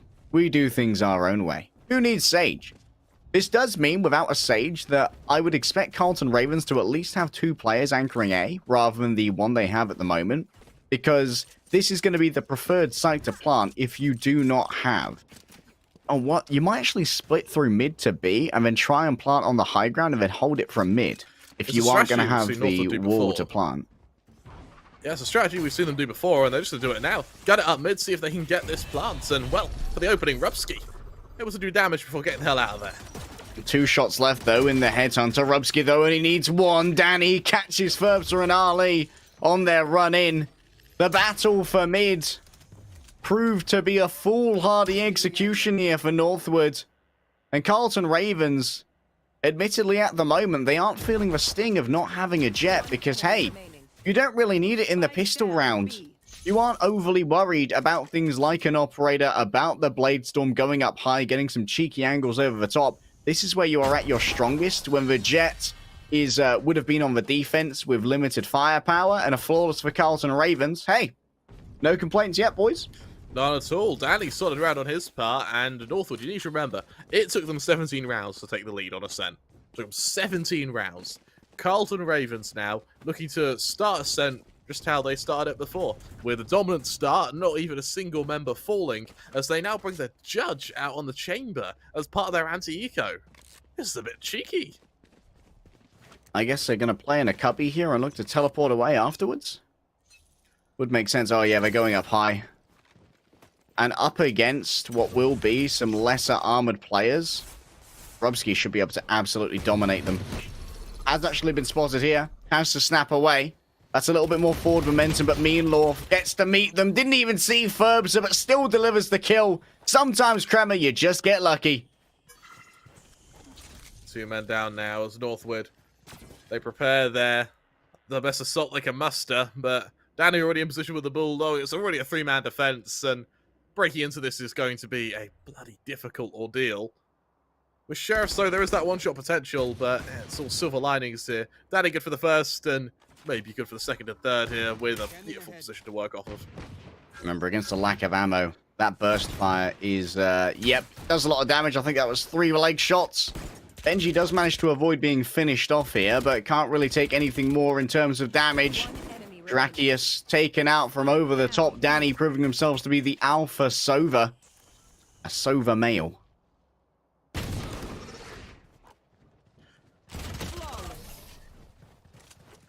As expected, 2 flawlesses in a row. I'm getting a weird sense of deja vu, Kremer. Yeah, and for Northwood, they need to put their foot down on the full buy here. They can't allow Carlton to run all over them. And another round here where I just think the Sage would have been so good. They've hit that B-site twice now, and twice they've stagnated before they've actually touched the actual on-site part of the site. And, I mean, B's such a weird choice when you don't have the Sage. Like, you are perfectly set up to take A with double duelist. Yeah, you're kind of encouraged to do that. And as we enter the 3rd round here, the full buy and the bonus now from Rubsky, let's see how much damage they can get off the back of this. The chamber is going to be spotted, and so that may make his life a little bit difficult. Surprisingly, though, the shock dart from the outer and missed. Pinch through mid again. Meemlorf spots at least 1. A second will be noted. Across the way, Danny does plenty of damage. Snakebite placed on down. Removes some active areas here for Northwood, but 4-4 is not what they want for their full buy. So much danger here as Rubsky lies in wait. No bounce on that shock dart means Rubsky will play around for now and survive. Moves elsewhere's remove dip. And it's Ali with their specialist weapon of the Guardian that we noticed later. Meemlorf had no idea that Benji was approaching. But Kremer, I continually have to ask, why B? The wallbangs there could have been deadly, but Ali does cover his teammate. If he moves in a 1v3, and you're right, Ali just prefers using the Guardian. I don't know why, but it works for him, so I'm not going to question it. As moves now, looks to try and take some 1v1s, and maybe, even if not win the round, do some damage. Any person falling here might not be able to afford a full investment next round, whether that's giving up on armor, giving up on some utility. 3 players will survive for Northwood here, as finally on their buy, they do manage to get themselves around. Now, please, boys. Oh, they're going B again. Okay. Please don't. I beg you. You look at the ult management, Danny won away from his Hunter's Fury, and an early Hunter's Fury from the Sova can be really deadly, particularly when you're not expecting it to be used kind of proactively. And what it means is, if we do see him use it instantly, we could very well be seeing a cancellation on the spike plant and just more time being bought for the rotations here. Short dart's being deployed, but no one's physically spotted an enemy yet. Flash and mid's perfect, though. Odin be praised, gamers. They're going A, even if it was a loss over in mid. I think that was a powerful yeet on the flash, because looking at where the KO was, they were well out of the way. Must have been a long throw. Benji now taps the corner, moves in with the Lear, grants him a little bit of space. In comes the fragment. It's enough of a distraction for Moves to take the swing themselves. The movement here has been too slow, Kremer. Everyone has been able to rotate over. Maybe P was the better choice after all. What do I know? Recon arrow already destroyed. Drakius left alone. Vulnerable and executed. Carlton Ravens. Okay, so this is why they didn't ban Icebox. Makes a bit of sense, doesn't it? As they are looking pretty damn strong now. And with Northwood dropping down to a kind of ramshackle buy, down to 2k, bar Furbster, who brings out a Guardian of his own. He's going to try and show Ali really how it's done. And it appears that just Icebox and Guardians seem to be the way for Northwood. They're not going to sell it eventually, though, realizing that it just hurts their money too much. And with Sheriffs and Marshals, the longer range duels on B do make sense here, but getting to the site is going to be the biggest ordeal, particularly when the Ravens have a 3-man stack. Ba-da-bum. What a beat. What a jam. What a groove.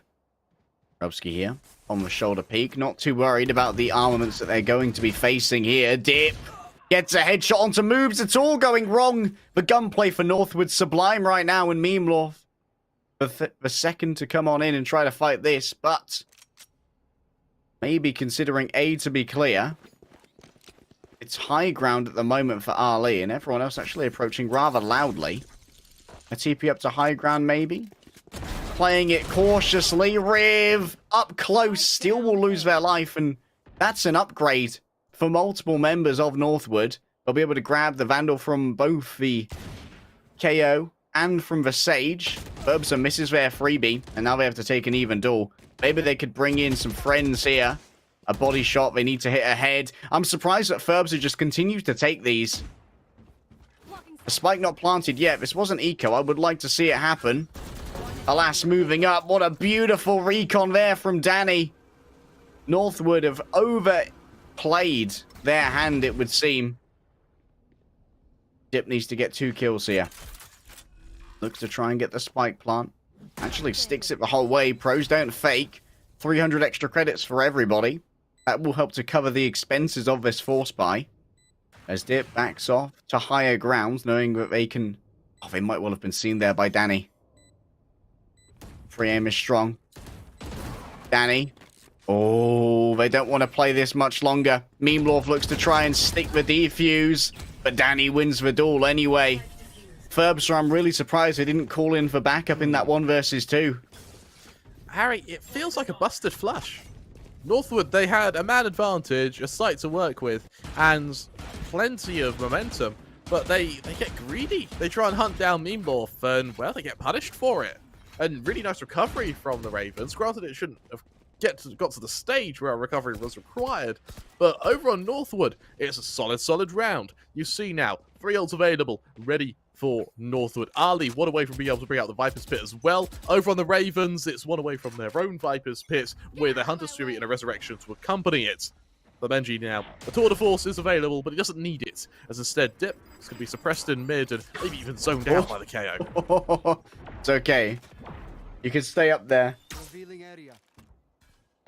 Rubsky, not noted thus far. Danny has taken down Dip, who was playing with the Blade Storm, trying to be the real opener. Drakius has slipped the net for now, but they are going to be caught by Memelaw. And Rubsky. Oh, they see the rifle. It's easy clap, a teleport away. It's a freebie for the chamber. And I feel like Northwood may have been playing this a little bit like they are... the word is not appropriate, but hot poo on Icebox. Yeah. And Carlton say, you aren't hot poo. You are just regular poo. Moves. Good for Furbster. That's going to leave us into the 5-on-2. And while Ali is good for 1, he's going to hear the rotation. He's going to hear the momentum of the other players. Unfortunately, can't quite kill him. It's a lovely angle from Danny there. And with Moves finishing the job, the Ravens go 5-1 up now. And honestly, for Northwood, yes, they have many ults to throw at this, but Danny has really woken up on the Sova now. Going 12-2, Harry. Both the AKD of 6, as both the moves have ults ready. Meanwhile, Rubsky still one away from bringing their own ults into the mix, and not for Northwood. While they do have a ramshackle buy, do we see them just dumble their ults and hope to at least get a spike plant? You got to reverse the momentum somehow, right? Going over towards A once more. Danny's been an absolute monster defending this. Early shock dart. Doesn't do a huge amount of damage, but it does at least put multiple members of the team on notice. Northwood here, they need to be trading effectively. They have been playing a couple of solo games at the moment, Kremer. Hunter's Fury from afar. That should be an easy frag onto one of these members. Ferbser indeed is taken on down, but not the Vandal wielder. Dip here, the most important, actually stops himself from being scanned with the self smoke. Smart there from Dip. May allow them to get an advantage onto someone who does not know that they've made such inroads. But still, the pace has slowed now.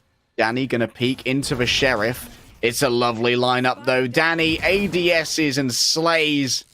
No one knew Dip was that close. Has to updraft now to grab the spike itself. And do you stick to A is the question. Rip Benji. Rip Danny. The big fragger is gone. As Benji. Very brave here. Dip moving forward. Will they check below them? Indeed they will. Will the swing come through? The peel needs to be there. But not in time. Rubsky could not finish the job. As you penetrate the wall here, Benji has seen the rifle, but missed the shot. Rubsky. Unbelievable refrag right there. The punishment is severe. And now, it's only Ali inside their own Viper's pit who has to try and play this. Sticks to the corner. Might be outflanked. There's the first. The Guardian. We've talked about how it isn't the proper weapon for a Viper. And that right there proves it. I really don't like that round from Northwood. I really don't like that. They had the site there, and that was secured by their jet for about 15 seconds, and they just don't plant. They just don't plant. What was that? And Dip's been there. He smokes himself off. He just clears every single angle which Drakius could have been shot from, and he just doesn't push. That is so, Drakius then fights, dies. Even more time is delayed, as they then have to go back, retrieve the spike, get back to the site, plant the spike, and then play your afterplant. It's just a messy round from Northwood there, and kind of inexcusable to a point, as the Ravens, they punish it, understandably so. Operator in action. Lovely shot from Dip. We had some complaints about their up play. But the first time it's shot, the first time it's seen, it claims itself alive. They line up for Riv, who finds it easy to take out both Dip and Ali. 3 versus 2 now. And the Viper's pit that was on B main has to be abandoned. I think that might have been a body block there. On the snakebite, Drakius takes out Rubsky and now Memelorf in the 1 versus 3. Surely this belongs to Northwood. 6-2 on the scoreline, maybe. Memelorf wants to deny it. Trademark noted. Teleports away. Poison orb put down to try and obfuscate the vision. A tap upon the spike. That forces out the Hunter's Fury. This is already great value for Memelorf in a 1 versus 3. Much more than they wanted to give away. Poison orb goes back on. Memelorf, do they just try and stick this? Someone's got to go in, surely. Someone's been revealed. It's Memelorf. And that's going to be the 2nd round for Northwood. Drakius had 2 shock darts. Why is he using the Hunter's Fury if he's got 2 shock darts? Northwood's decision making seems to have really it seems to be shaken. Maybe the momentum we've seen from Carlton in this first kind of 5 or so rounds has really actually done quite an impact on them, as they find themselves kind of falling into some pitfalls that you would not expect for the grand finals here. Dip has the Blade Storm, but that's it when it comes to ultimates for Northwood. Over on the Ravens, there's a Tour de Force as summarily summoned, as well as a Res and a Null Command. There's always the chance, Kremer. But maybe Northwood just have not scrimmed anything like this before. Like, as a no-jet icebox? Like, outside of ranked, where are you seeing that? Yeah. Not even Australia does stuff this weirdly. The most backward country of them all doesn't even do this. As Drakius does have a nice angle there. Moves, actually blocks that shot gun with the top of his wall there. Ferbster now has to try and push to punish, and well, he does make some fairly deep inroads to the safe site. The spike is still left outside of this position. Oh, Ferbster, they didn't see Riv. Riv just continues to push on through. Moobs wins as well. Even from beyond the grave, Danny has set up 2 frags. Everyone else just decided that, yeah, the other players are going to hit the other players will hit that. No worries. A miss from Dip.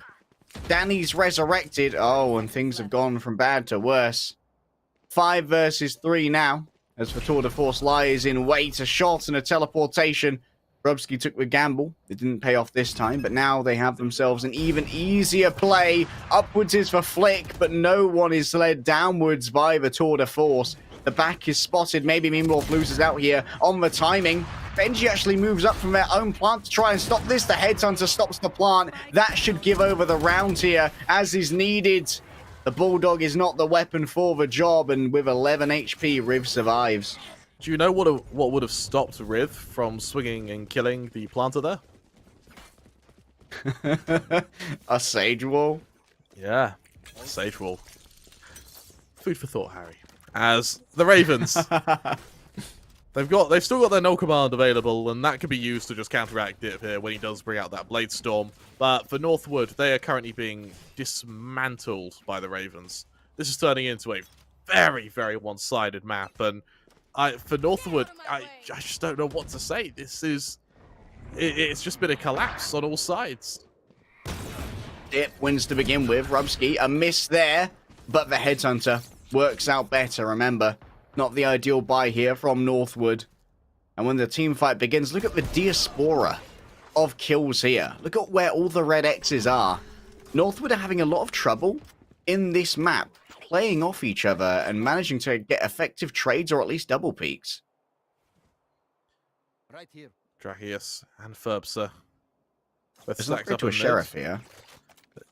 Yeah, Ferbster does have an op readily retrieved, but there's still a man down, and while they are moving into an alone Viper, that Viper is still laying in wait, coiled, and waiting to sink his fangs into Northwood as they go for the fairly deep wrap through kitchen.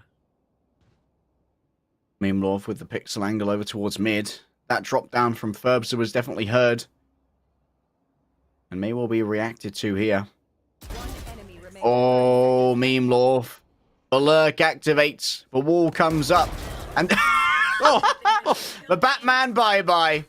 Off you go, mate. I mean, even though it is a bit of a peekaboo, Mimloff is quite a nice reaction, actually, to shut down the player falling onto him. Danny continuing to have an incredible game at the moment. 15-5 he currently sits. And as we finally see a fairly strong buy from both teams, ops on either one, and only one ultimate to throw into the mix means that gunplay is going to be key here, as Northwood, once again, look like they want to make a push through mid. Yeah, Ferbster has gone from quietly top fragging to just quiet. Unfortunate for them. I haven't really seen a huge amount of value out of Alias. Dip actually pops straight up here. Mimloff, oh, the timing was anticipated by Dip. But now Dip can call in the reinforcements, and look at this. Carlton, they reply so readily. They aren't worried about, like, being over-rotated by a fake because they're confident enough to try and go for a 5 versus 5 retake if they need to. So instead, trying to inflict some attrition upon people as they move forward. Grubsky could catch out Benji here. I love this flank from Moobs as well. It means that the entirety of the Ravens bar him can just head over to that B site and stack it. There's a small foray background to A here, led by the Spike Carrier, and the Sova's kind of alone right now. They might anticipate that this angle is clear, but the operator's actually firing onto it. But easy. Moves claimed all of this space. A direct hit with a slow orb is not enough to shut down Drakius.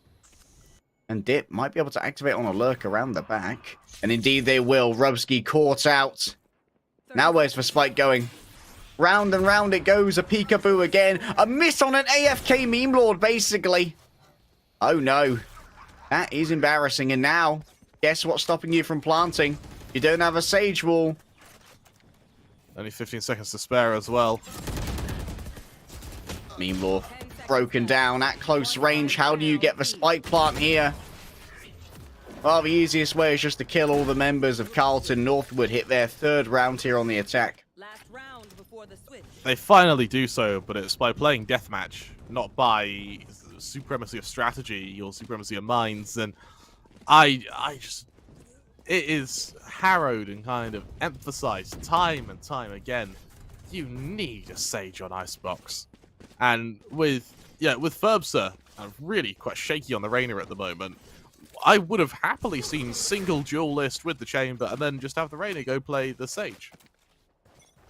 It just would have been more effective. We see that Viper Spit deployed on B. That should put a halt in any plans to hit this site. Unless we see a lucky shot through the smoke by Dip here. May want to try their luck. Follows in the drone, waiting to see if anyone's going to get pinged.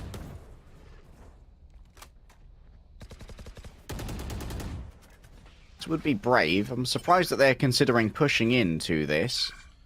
Yeah. I think they're going to back away, and that is the better choice of the two.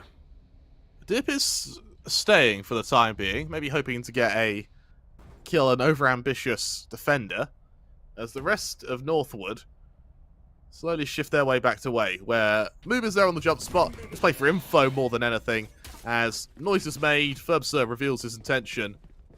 As the recon darts go off, the rotations are called, and once again the state defense is bolstened. Slow up here. May prove to be an issue. The high ground of multiple members of Northwood is going to make it a little bit less effective, as the slow orb is doubled up, and once again, that is a miss on the set shock darts. While you're on the rope, though, Drakius will grab one, but not a second. Danny, unable to get any pings, it would seem. And look at this. Dip actually went into the snake pit. Anticipates that Memlorf is still here, of course. Will have heard the updraft. And guess what? The spike is on the way. Memlorf lies in wait. You got to wrap around here to get a plant in a different place. It's actually going to be inside the tube itself. Ali, they need to survive. They just about do so. So much damage done. Welcome to Ali's world. But Memlorf might be able to outflank them. The trajectory of that snake bite reveals the location of the Viper. A swing from Memlorf's going to be punished. And wrapping round the back is the Chamber, but Ferbser finally wakes up. The Empress has roused, and that is at least 4 for Northwood. Honestly, 4 is recoverable. And for Northwood, their attack's out of the way. It was a nightmare.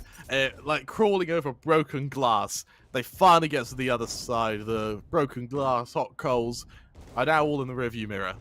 You don't have to worry about not having a Sage. Question now is, can you punish Carlton for having one? You have that extra duelist. Let's see why. And as Northwood prepare to take this pistol rounds, they are still 8-4 down. They do need a victory here, just so they can keep it comfortable, but it's not absolutely required. Ferbser seems to want to foray forward here as quickly as possible. Oh, no. They are found by...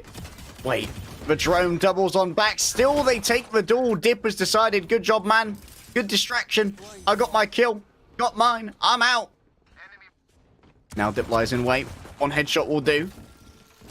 But one headshot not delivered. Moob's playing it from up high. Could get a good drop down here. And that is a beautiful snake bite. That could do a lot of damage over to the Chamber. So low now. Barely any health to work with. And that's very important in these pistol rounds. 6 HP means even a single shot from a classic would put them down. There needs to be maybe a little bit of hunting here, because guess what? From afar, those snake bites are going to complicate matters.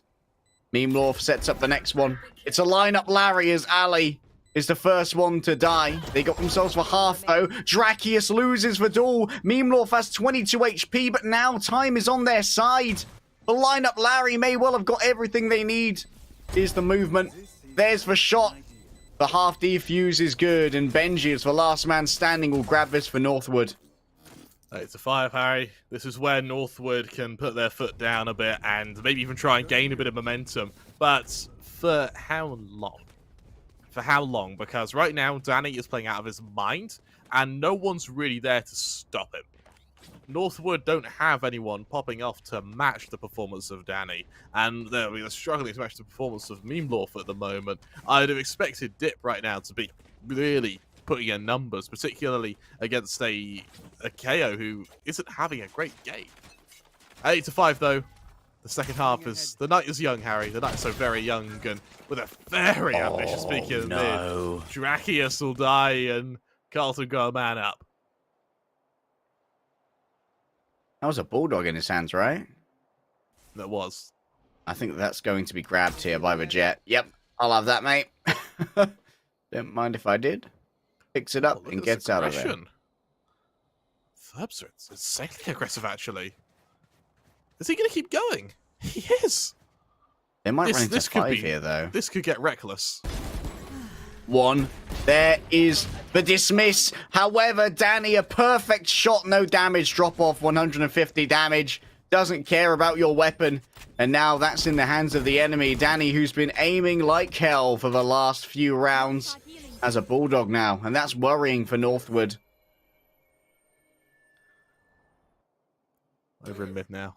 Slowly trying to garner a bit of control. Dip's actually left mid here, so a flank becomes a very real option. There's only 35 seconds to play with, though, so in a moment, the Ravens are going to have to make a bit of noise, and Dip does have the early warning system in place here for when the attack does come. Split towards A. They continue to play this up against the Bulldog themselves. It's risky. Where's the swing? You've got to play this as a duo to try and slow it down.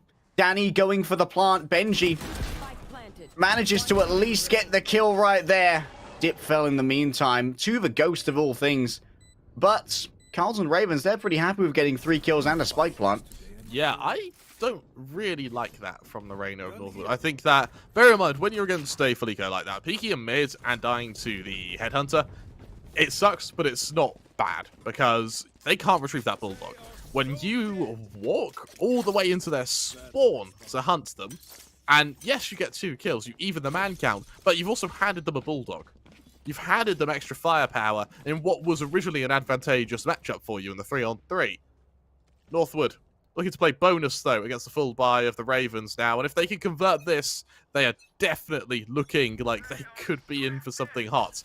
But converting now with a very shaky buy. Benji's tour de force. That's great. A wonderful headshot. Slow used. And now Dip. It's like, okay, I'm going to have that, mate. I want that Vandal. Might be checked upon here by Danny. Dip actually backs out as soon as possible. Just about exits with their life, but the spray through is good. Unfortunate there. Dip decided to take the most exposed path with no information. Take flight.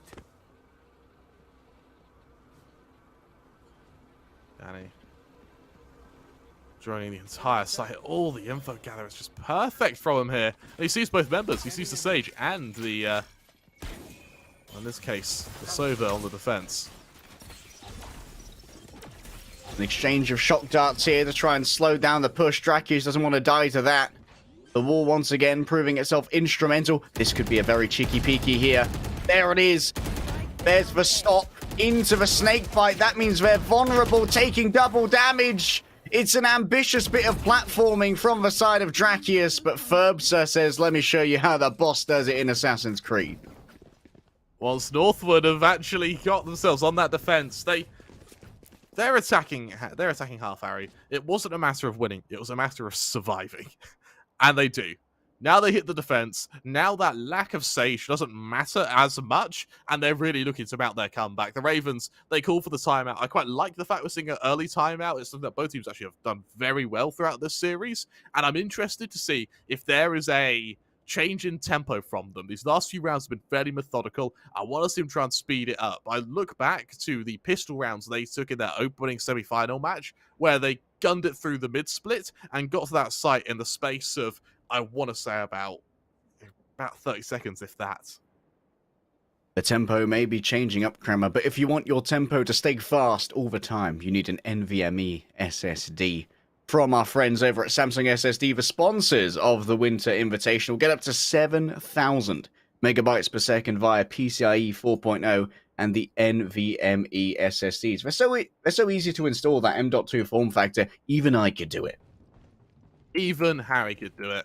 a man whose camera overheats if it's turned on for too long. So, that should, yeah, really, that should tell you. That should tell you how easy they are. As Danny currently sits 23-10, having slowed down a little bit in this second half, but he is going to be still spearheading the kill count for the server for NECC quite a while. As Northwood look to play anti-eco now, as the Ravens go for a bit of a split, but with a majority set and hellbent on getting to the safe side. Danny with the Sheriff, but most importantly, the Hunter's Fury as well. If they get themselves a tag here, I would not be surprised to see them instantly just go for the Hunter's Fury frag. One player will be noted. Hunter's Fury not invested. Riv on the other side is going to be tagged themselves. Is going to send up the 0 point soon, I do imagine. Ferbs is playing it up high. Look at the early dink right there. But they cannot stop the plant. And Ferbs can't really check on who they want to fight at the moment. It doesn't matter because Drakius rolling around the other side. Danny doesn't get to be a hero today. Dip's going to lose their operator. It's the same hunting that was punished before. He throws out the map. That's so smart. He just threw out the map at the end there. Oh, that is... I love that. Where's it gone? It's in the sea. The Gun here. The endangered submarine operator. Oh, did you know Northwood. that an operator can breathe underwater for up to 30 minutes? It's incredible creatures. The only thing to really challenge the might of orcas. As Northwood, it took them 17 rounds to equalize or to take a lead against the Ravens. It may take them that exact same number as we find themselves now an ult down, sure, but Dip is one away from his Blade Storm as the Carlton Ravens now prepare a hit to this B site. And Dip's actually just straight reinvested another ult. I really like that, actually. Oh, okay. Oh, up you go. Who wants to try and chase me? Says Dip. Doesn't get suppressed either. That's a big way to force out that Hunter's Fury, especially considering what a potent post-plant tool it can be. Northwood have once again evened up the score against the odds. They are suffering much less from the lack of a Sage now on their defensive side. That's one way to stop this. There's the first tag, but it's not enough. Benji grabs one and has to leave. That was a little bit of a limp shock dart right there. Into the midst of the Viper's pit go the shock darts. Drakius now around the other side is going to be pinged, and that means that Moobs can quickly take the swing. Benji with 9 HP. This is going to be so difficult, and Dip, they might be forced to try and save here instead. Moobs is so low. They do have a wonderful angle here onto Dip. The shot and the leaving. Benji continues to punish. But this is a round that simply has to be acquiesced. I quite like the angle that's been accomplished here. Yes, pretty cheeky. Benji. Yeah. Maybe It's going to be hard to hunt that. Doesn't want to lose this operator again after kind of frivolously throwing it away on the hunt last time. Ravens. And there we go. 9-8 up, Harry. All of a sudden, they are showing their tempo on their attacking side. The first round they've been able to achieve on their attacking side. And I really like the preemptive Empress from Ferbster. It just doesn't work. He loses his aim duel, he gets punished for it. But I like the thought process behind it. Dip one away from his Blade Storm, but that's it when it comes to ultimates on the horizon for Northwood. Over on Charlatan, we do see that Res, the Tour de Force, and then a potential null command to come out from Riv. Now, with Charlatan, turn their attention to B, we may be seeing a bit of tempo here as Dip aggresses in mid now. There's about 2 or 3 times this has been attempted by Northwood, and this time Dip maybe fall into the same pitfall as his Rainer did earlier, which is over-aggression. They need to be careful about potentially being approached from the top of that box. If someone can get themselves up on top of there. The main candidates would be the Sage and, of course, the Chamber who could teleport up there. But for now, they just hold the lurk. 2 players dedicated to this is quite a bit. And so Drakius will give it up after a while. They're going back. And now as you take your cross... Oh, this... There's the first. Dips out as soon as possible. Once again, it's into exposed territory. Has to get out as quickly as possible. More will be seen, but no, the drone disabled. Dip waits, then shoots. And now they know that it's likely going to be a hit onto A. Can Dip get into a position here to try and shut down 30 seconds left. the chamber? No more tailwinds. No more escapes. No more second chances. It's take your shot and win. And in this case, Memelorf is dropped again. They've got themselves 2 ult orbs from dying in this round. 3 versus 4. This should be Northwoods to retake here. If they want to go on in, yes, indeed. Dip will use the Bladestorm here as a greater retake utility. Moving into a best of their ability. Moobs has been seen in the corner. They are going to be finished, though. Moobs was noted, but still gets 2. Unbelievable performance. Still from the back, Ferbsa gets an execution onto Riv, but this should not have been as economically damning as it was. No, you're right. The Ravens, they really... 3 players and the spike plant. It's exactly what they were able to get in their anti-eco earlier. And it appears to be the common theme for them. Very effective round on their part. And for Northwood, the op will be saved, sure, but something to highlight is that the Jets saw that close angle being held by a move about 4 or 5 times and just didn't react to it. Really ended up shaking into them a little bit. Dip. Back on the op. Limited armaments now for Carlton. Once again even. What can these 2 pistols achieve? Obviously, it's not too much of a worry for Rubsky. We can play off the back of a tour de force, which has already been summoned. There's no room for ambiguity here. Moving into mid. Guess who's waiting? But Benji. 1, take it. No, Moobs does not win that. No way! Through the smoke, through the slow. Benji loses this. Still, already a bit of damage done. The operator stands poised. Here. Rub walks into it and that's wins on the slow walk. Unbelievable. This has been a real chamber diff. How does he win that? Danny, Ooh, gets harassed a little bit. Drakius kind of flubbed that one. That should have been a freebie. A dink and then some. Ferbsa. Can they rescue their reputation? The sprays simply are not there. This was supposed to be a big advantage for Northwood, but they simply are not better than Rubsky. They drop the ball there significantly, Harry. What a round from Charlatan to just, well, in this case, bully and punish Northwood for some silly mistakes. I am surprised Dip is instantly rebuying an op, having lost to a chamber that shift walked into him, and he still didn't react in time. Unbelievable. Northwood are, I don't mean to sound like a hater, but I did expect a lot more from them on this map. And they've been playing pretty boneheaded Valorant thus far. It really feels like they are hoping that they'll win gunfights rather than winning off the back of utility or playing as a team. Yeah. Benji, over for a close angle here. Goes for a very bold Doesn't peek. TP? Doesn't TP either. And this is what I mean by boneheaded Valorant. It's like, yeah, I can aim my way out of this. Oh, that's a lovely shot, though, from Ali. I mean, maybe they can. And the reaction to that, after shutting down the B push, is the Viper's Pit on B? I guess they are worried about follow-up, and it does mean that your teammates are free to rotate away. But what I am surprised is the fact that no one has rotated away off the back of that. The Reyna's already there, but the Ferbsa, that's it. Like, what's the point of Viper's pitting B if you're not going to stack A now? Ferbsa, rather, will be able to get out of that. Drakius lines up the shock darts. That should do some damage, but Rubsky does survive for the moment. Drakius falls down in the middle of all of this, and Dip has finally opened up the area. As you look towards Dip, Ferbsa comes from the back, and Northwood, they aim their way out of this one. I'm really surprised, Kremer, that they didn't overstack A when they put the Viper's Pit down on B.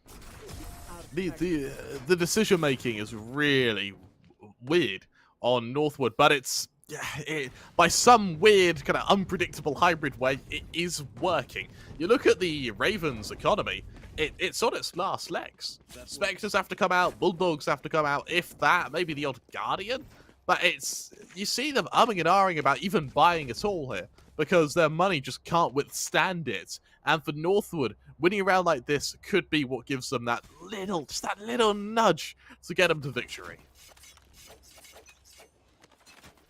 Closer and closer towards the culmination of this map, one way or the other.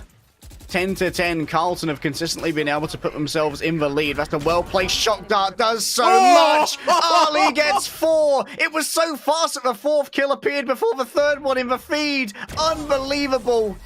Dip's not going to choke this one, and that's a flawless from Northwood. They intercepted and dismantled that push. That's exactly what Northwood needed. Exactly what they needed. A round that goes their way in a one-sided fashion, and it means their economy is on cloud 9 right now. 7k for Ferbsa and Dip. And you look over to the Ravens now. They're in a position where if Northwood hit match point, they simultaneously reset the Ravens. And it gives them a huge advantage moving into what could potentially be the final round. Now for the Ravens, they have an ult advantage. Meanlof and Riv, one away from their Viper's Bit and their Null Command, accompanied by a Sage Res that's already there. But for Drakius, That's a very weird way for Drakius to play it. Yeah, on the close angle though, he is going to hear the rotation back to B from that. And for Dip, he may use that to his advantage here. Dip needs to take a more shallow angle here. Remember, they can't dash out after they take their shot. That's 1 from Ali. Puts Riv down in the ground. You need to use the resurrection to line up your op shots, and Ali from the top is doing plenty, but Dip did not play as if they didn't have the dash. The shock dart here does a touch of damage, and the resurrection's good to go as well. I would like to see it invested here, and indeed, Danny, the top fragger, returns to the fray. Ferbsa wants to wrap around. Drakius joins the foray. It's a song, it's a dance, it's a chorus. And the chorus sings of the glory of Northwood. Meemlorf taken down. The Viper's Pit descends. And as the smoke begins to dissipate, Drakius finds their prey.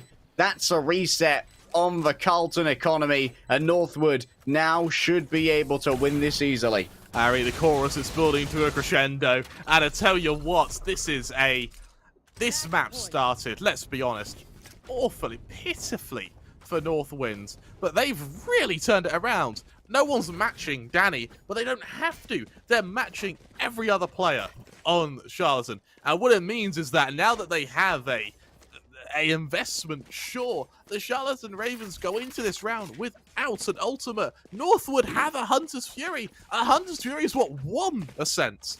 Now into Icebox, is this going to be the same story on just a different chapter as Charlatan Ravens move into the A site, the stacked site, as Northwood look to go 2-0 up in this series?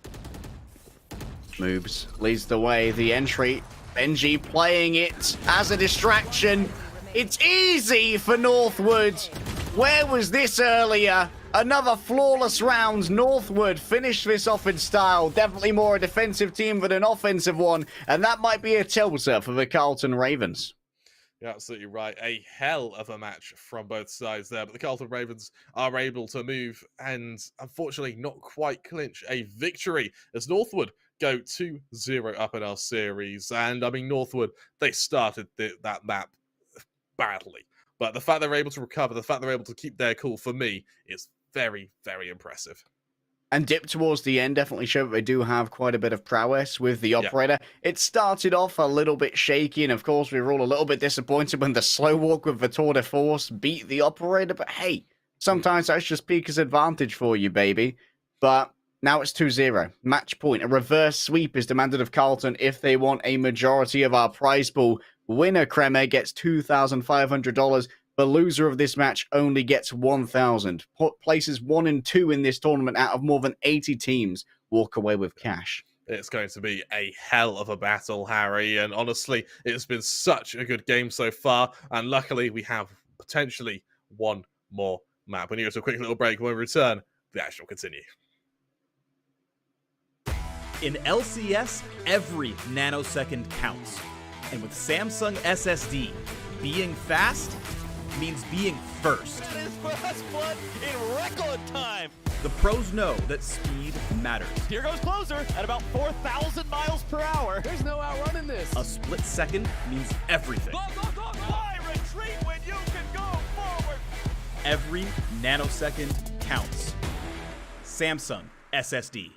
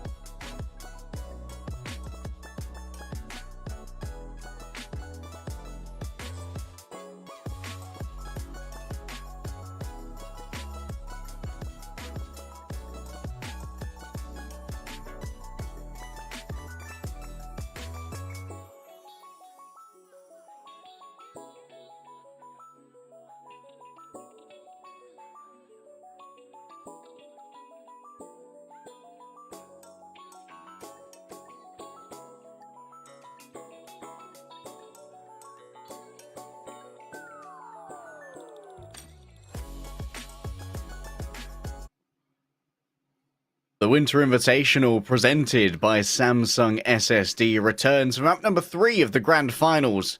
Northwood have managed to make it to their match point. I'm LEGDAY, joined by Kremer, and we are potentially witnessing the final map of the tournament for over $3,000 in prize money.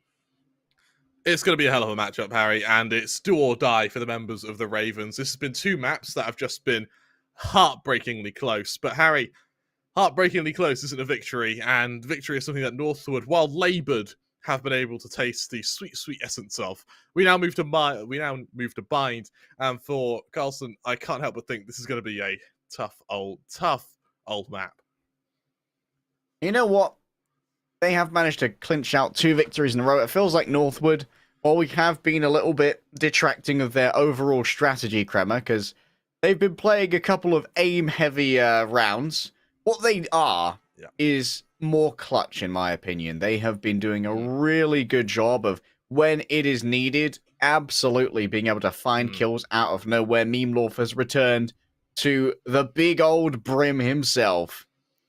I think if there is a map which will be won by Carlton, it's probably going to be Bind. I think their Bind looked bloody effective in their map earlier against West Virginia, and honestly, I quite like the Memelorf Brimstone. He popped off when he was on it last time, and there's a fairly high chance we'll see it pop off again. I mean, admittedly, they were able to do quite a bit, and even with basically only 2 abilities, with that Stim Beacon being of limited value in many in many different scenarios, was able to do a lot of damage on the side of Northwood at the moment, taking their time with the decision. I'd love to see this double controller versus double controller. Personally, I prefer the Astra. Wait, would we see double controller, double initiator? That would be interesting. I wouldn't mind it, actually. No I Sentinel, really no mind it. problem. Yeah, I mean, you do sacrifice the static defense and put quite a bit of pressure on your Astra, but it does mean you do have a lot of info gather with both the Sova and the Sky, and I have quite liked the flashes from the Sky on from Northwood so far. So I quite like this. Granted, Ferbster does have to deliver, as does Drakius, but honestly, I see it happening. This could happen. Northwood here. Can they clinch it out in 3? Can they maintain collegiate dominance across multiple esports, Kremer? Or will Carlton, the Ravens from the north, hearkening the coming of winter, be able to take them to a map number 4?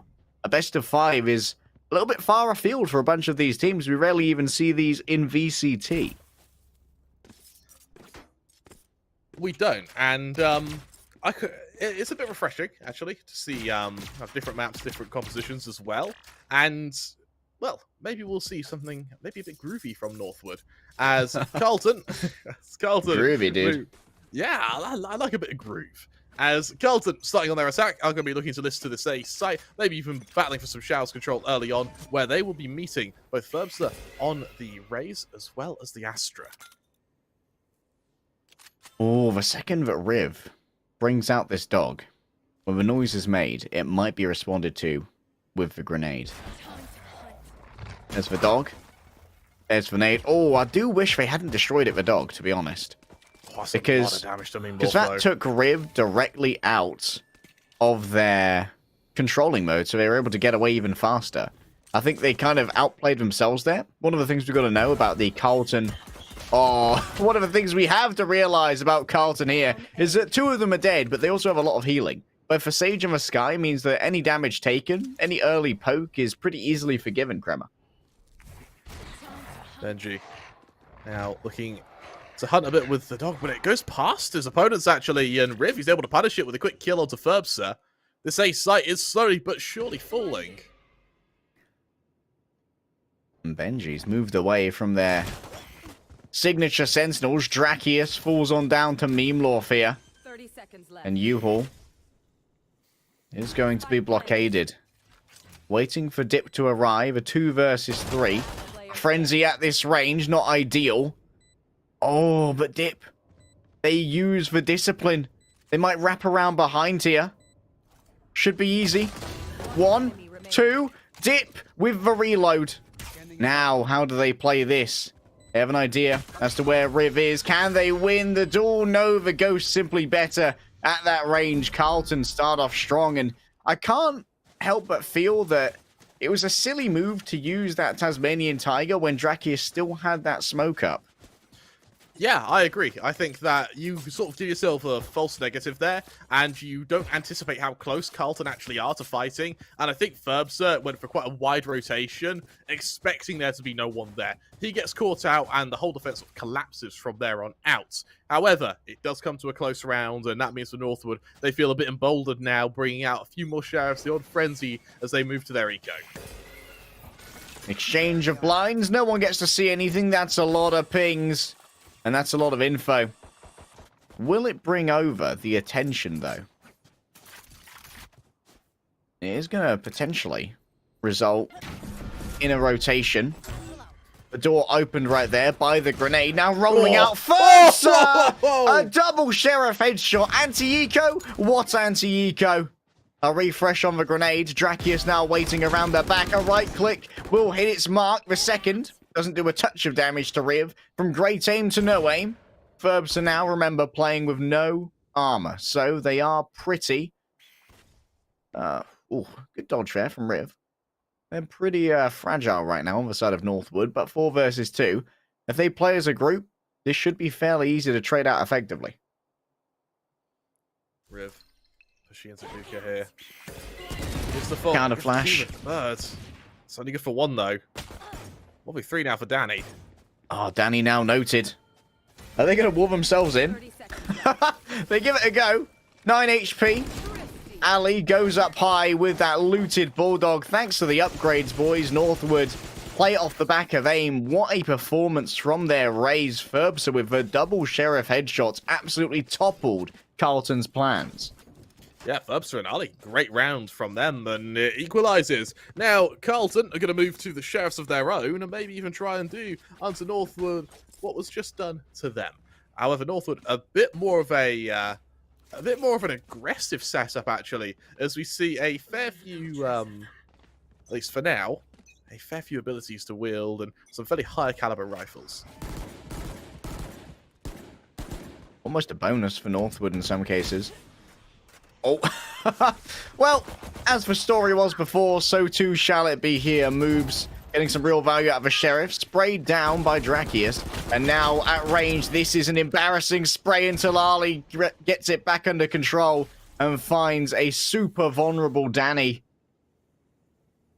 Riv actually walks the opaque smokes here. Pop flash, moves out, needs to check behind them. Dip just continues firing. Now that is spray control. Also making sure that he doesn't get back up. I quite like that. I'm making sure they're dead, Commander. It's, I dare I say, a bit of paranoia and a violation of the Geneva Convention, but nonetheless, it's a... nonetheless, there is going to be no returning for the Carlton Ravens, at least in round 3. Round 4, though, they come back with bigger guns and now out firepowering Northwood. The one thing they have going to their advantage on the defenders is that Viper's Pit on Ali and one away from the Hunter's Fury on Dip. You see them looking fairly aggressive on B, where Dip is going to be able to get that Hunter's Fury locked down and ready, as Dracarius is going to try and, at least for now, keep these players away from toilets. Free claiming of the ult orb there does allow for the Seekers to be readied. I'd love to see Riv invest from here. You need every advantage you can to make sure you don't lose out in this buy that you've made. You can see only 100 credits on Riv at the moment. This is really where Carlton need to start bringing back their attacking side. Drakius is playing this in a fairly conservative position. Just looking to jiggle peek, anticipating that A short is going to be entirely handled by their Viper. Time being brought by the Astra here, and with the Viper in U-Haul, rotation actually needs to come fairly soon, because with 40 seconds left, there's only a 2-man defense here. I've got your trail. Down come the smokes. There is the Viper's bite. Dip begins to Oh, do it's so much perfect. damage. Riv and Meme Lord both just shocked away, broken down, battered, bruised, and torn by the Hunter. Drakius waits within, adjusts over to moves, but then exits a little bit haphazardly. And Rubsky has to consider saving here. Unfortunately, there is no such chance. Northwood scatter the Carlton buy, and now they once again will have themselves a power play. This is the first time Northwood have had a lead pre-round 17 this whole series. And the question on my mind now is, do they hold it? Do they hold a lead? Something which Carlton definitely struggled to do. And most of the time, sort of around half-time, they were definitely kind of level pegging.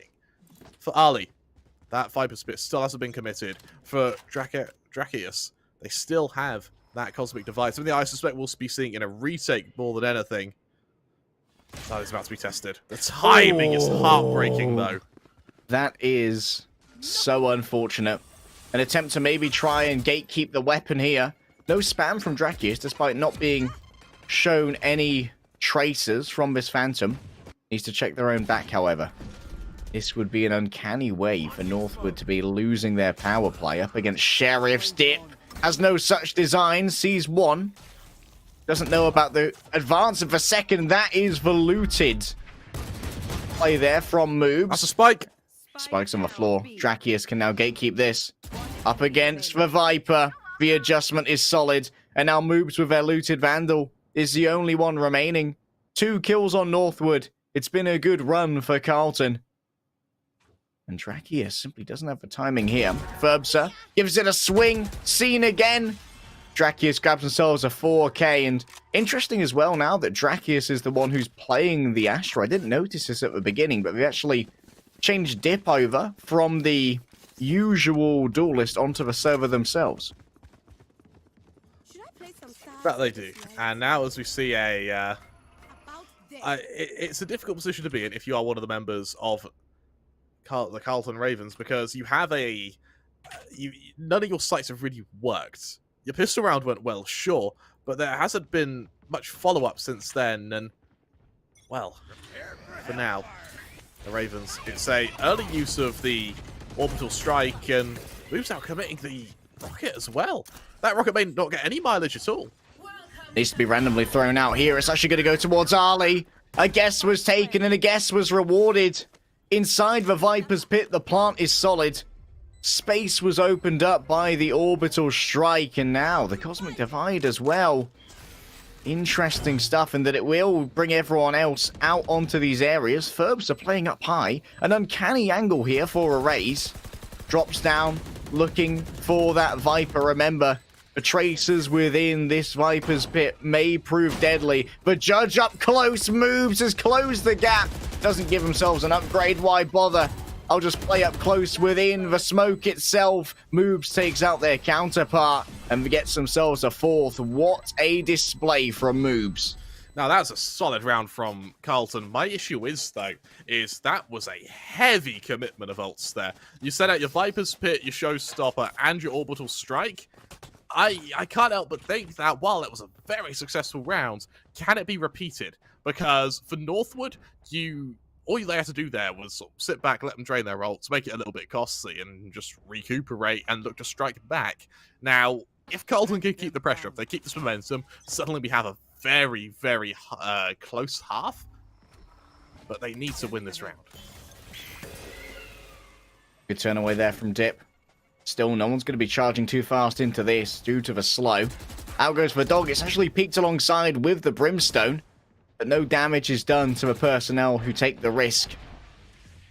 Now remember, this wall, if there was anything more in terms of the guiding lights, would allow for an easy pop flash, but Riv's still going to be waiting 17 more seconds. Ali! What is that crosshair, bruv? That's a Chungus! An obese crosshair. Morbidly so. Carlton, they've changed their mind, heading back to A now with U-Haul control. This could suddenly become a big problem for the members of Northwood. Ferbsa needs to get huge on this off angle. Ferbsa might be able to interrupt the plant here. We'll get the bounce on the grenade. This should take out Danny. It might actually kill Benji instead. Friendly fire, baby. Who cares? It's fine. It's all good. Love and war. Collateral damage. Normalcy here. Escape from the boom bot and escape to B instead, where the real bees are. Danny gonna dash over, get themselves the plant. Carlton Ravens are playing this very smart and rub on their lurk with only 30 HP. Taking out Drakius is a big frag. And now Northwood have to approach this as a duo. We've seen some great executions thus far. Danny falls down, moves, gets information, but nothing more than that on their peak. Brubsky playing from far away, and look at how far back the molly is. Might well have been sent in from all the way back, yet there it is. A bounce and a layup. The lineup Larry does their job, and then the Vandal will finish it off. 4-3 now. All of a sudden, Northwood, that lead being challenged quite a bit from Carlton. And as Northwood do have ults, that Showstopper, that Viper's Pit still haven't been expended. You look at their economy, and now with not much left in the tank, they may be shoehorned and forced into committing to these ultimates. As Drakius, the player to hold on to the Bulldog, actually buying Furbza the Phantom just so you're able to spread out that balance and give your duelist a better weapon. For Ali, this aggressive stance makes me think we are going to be seeing a Viper Spit fairly shortly. It is a new tempo from the Viper, who's mostly been playing pretty conservatively back in U-Hall. However, on the other side, Carlton Ravens, they've also changed up their approach. It's a much more shallow default. Brubsky looks for the jump spot, but I don't know if they've got any real information here. Northwood Oh. challenge on their jump spots, and Carlton, they're just hunting for picks right now. There's not a stand out around the map, not even too much of a presence in showers. This is mainly a straight hit onto this A site, and I'm very surprised Dali hasn't committed his Viper's ult. I want to see Northwood use their Viper's Pit here if the Brimstone smokes are used. Because even if you're trading Brim smokes for the Viper... Alright, Viper's Pit not committed just yet. Still unused. Okay, this is an economy Viper's Pit. At range. Damage done. Furbza takes out Memelorf. And remember, that spike still has not been planted. 5 versus 4. There's the shock dart. Is going to be mostly blocked by the wall. That's one of the reasons why the wall is used. Question is, now do you use the Viper's Pit? One player has been pinged, but not to a great advantage.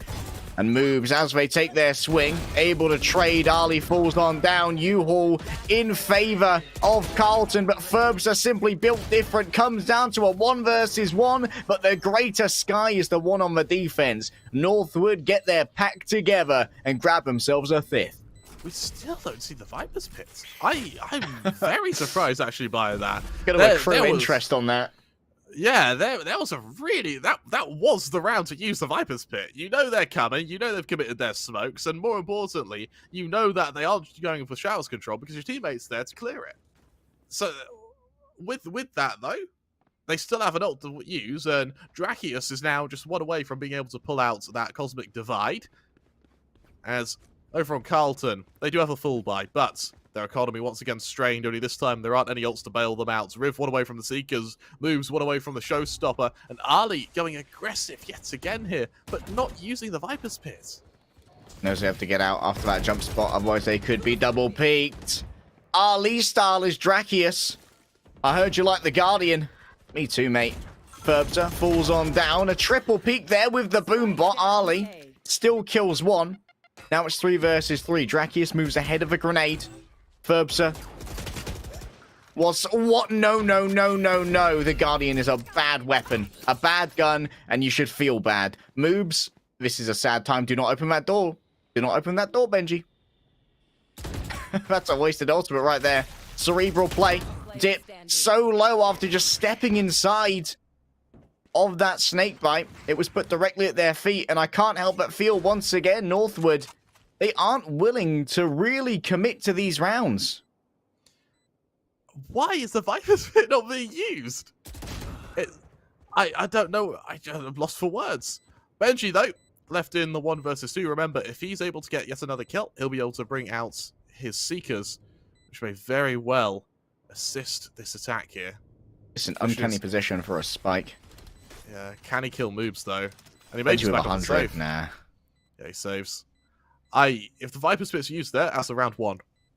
That's twice now. A round would have been won by a Viper's Pit. What are they holding on for? Well, what's it being held on for? A combo of ults? I mean, they had that round before last. A guarantee of an attack? They had that in both rounds. A positioning? But we've seen Alia position aggressively every round. What? Why? I mean, the thing is, the longer you Why? hold on to this as well, the more likely Mimlorth will have access to that orbital strike to be able to force you out of it. Rubsky has been able to use an ult, get enough points back to get another Viper's Pit in the time Ali still hasn't used his. If we see it used this round with the shoddy buy, I'm going to be very upset. Well, you might be able to get some real value from a shorty out of the Viper's Pit, though. And there it is. Why? But why? You wouldn't be on a bad buy if you'd used it last round, or the round before that. And now this makes it easy, right? The decision has been made for Carlton. Benji's the only one with a Vandal. They need to get value out of it, but no, it's a whiff on the spray. Unbelievable disappointment here, and not only that, when Benji took that angle, they surrendered the weapon to the enemy. The next player can't pick it up. The shorty has to be used, reveals their location. Ferbsa lies in wait, hoping to get the drop onto someone, but inside this opaque smoke, it's so difficult to figure out where you're going, what you want. A wall in front of them right now, and Moobs just up top. And once again, I think Northwood have tried to outthink themselves. I'm just not happy with Northwood's util usage right now. It doesn't make sense. But why?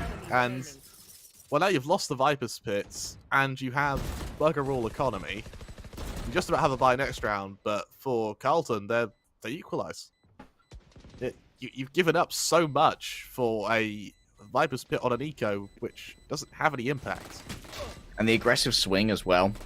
Surrendering away the Vandal when it could have been picked up from a friend if you'd managed to play it a little bit more conservatively. And then maybe you'd be able to do a little bit more in the fight for the site.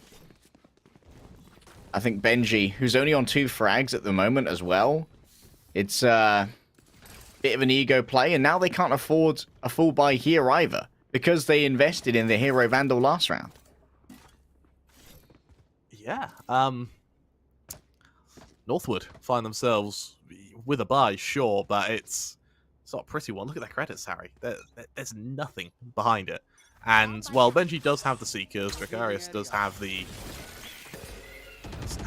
Cosmic Divide, is it enough? Oh my goodness, the ping was so strong. They just pinged through the dog. Dip had to get out of there the second they were slowed, to be honest. Maybe through the TP, and now the entire team can just back off through there. They've already got the Viper's Pit on A. Smoke's down. Is this going to be a fake? Indeed. There's a single smoke over on B to try and intercept.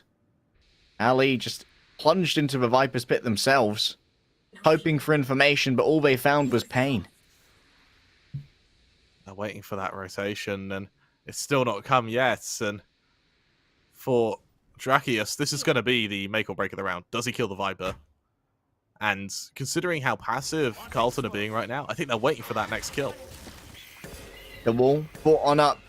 Ferbsa on the other side needs to be an absolute hero, and 2 kills will just about do it.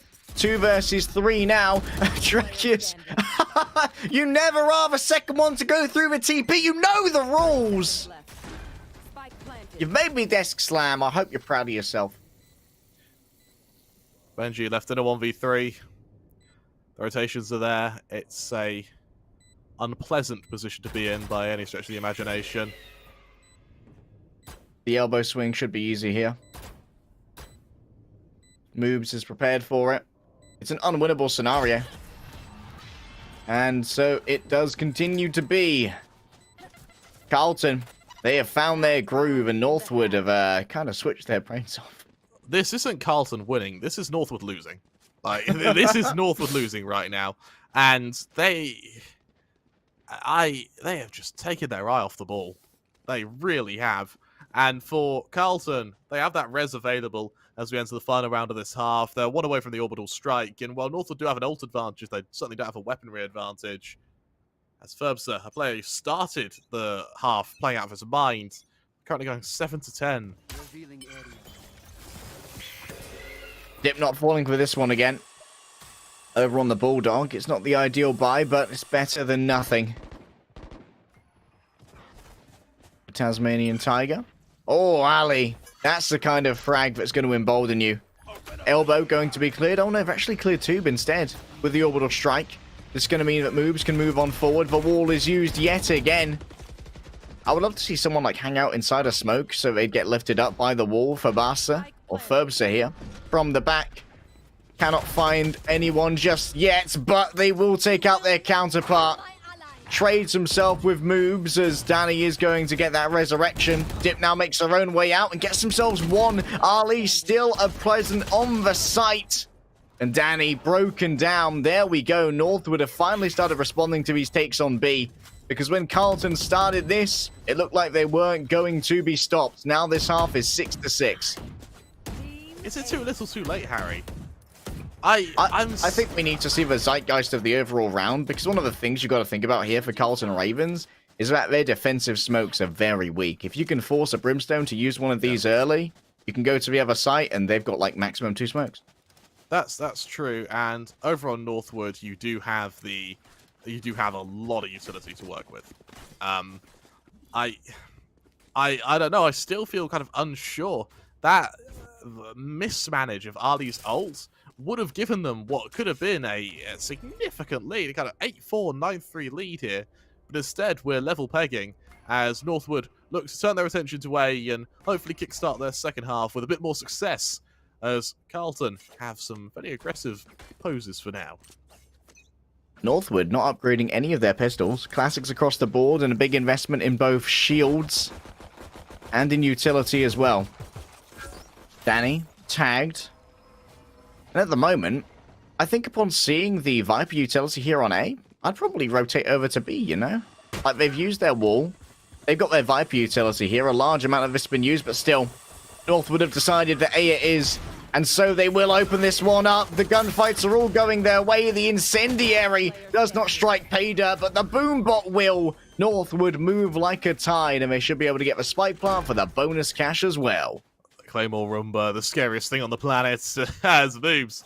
It's his Raze is definitely having a bit more success than Ferbster's, and that's sort of shown in kill count, isn't it? 17-10, while Ferbster is sitting at 8-12, and while the round is lost, it is still the Raze getting the kills now. That step closer to the showstopper. Unfortunately, it is one of those 8-point ults, as Northwood look to play the anti-eco, setting their gaze to B, where Carlton are looking to challenge this ult orb.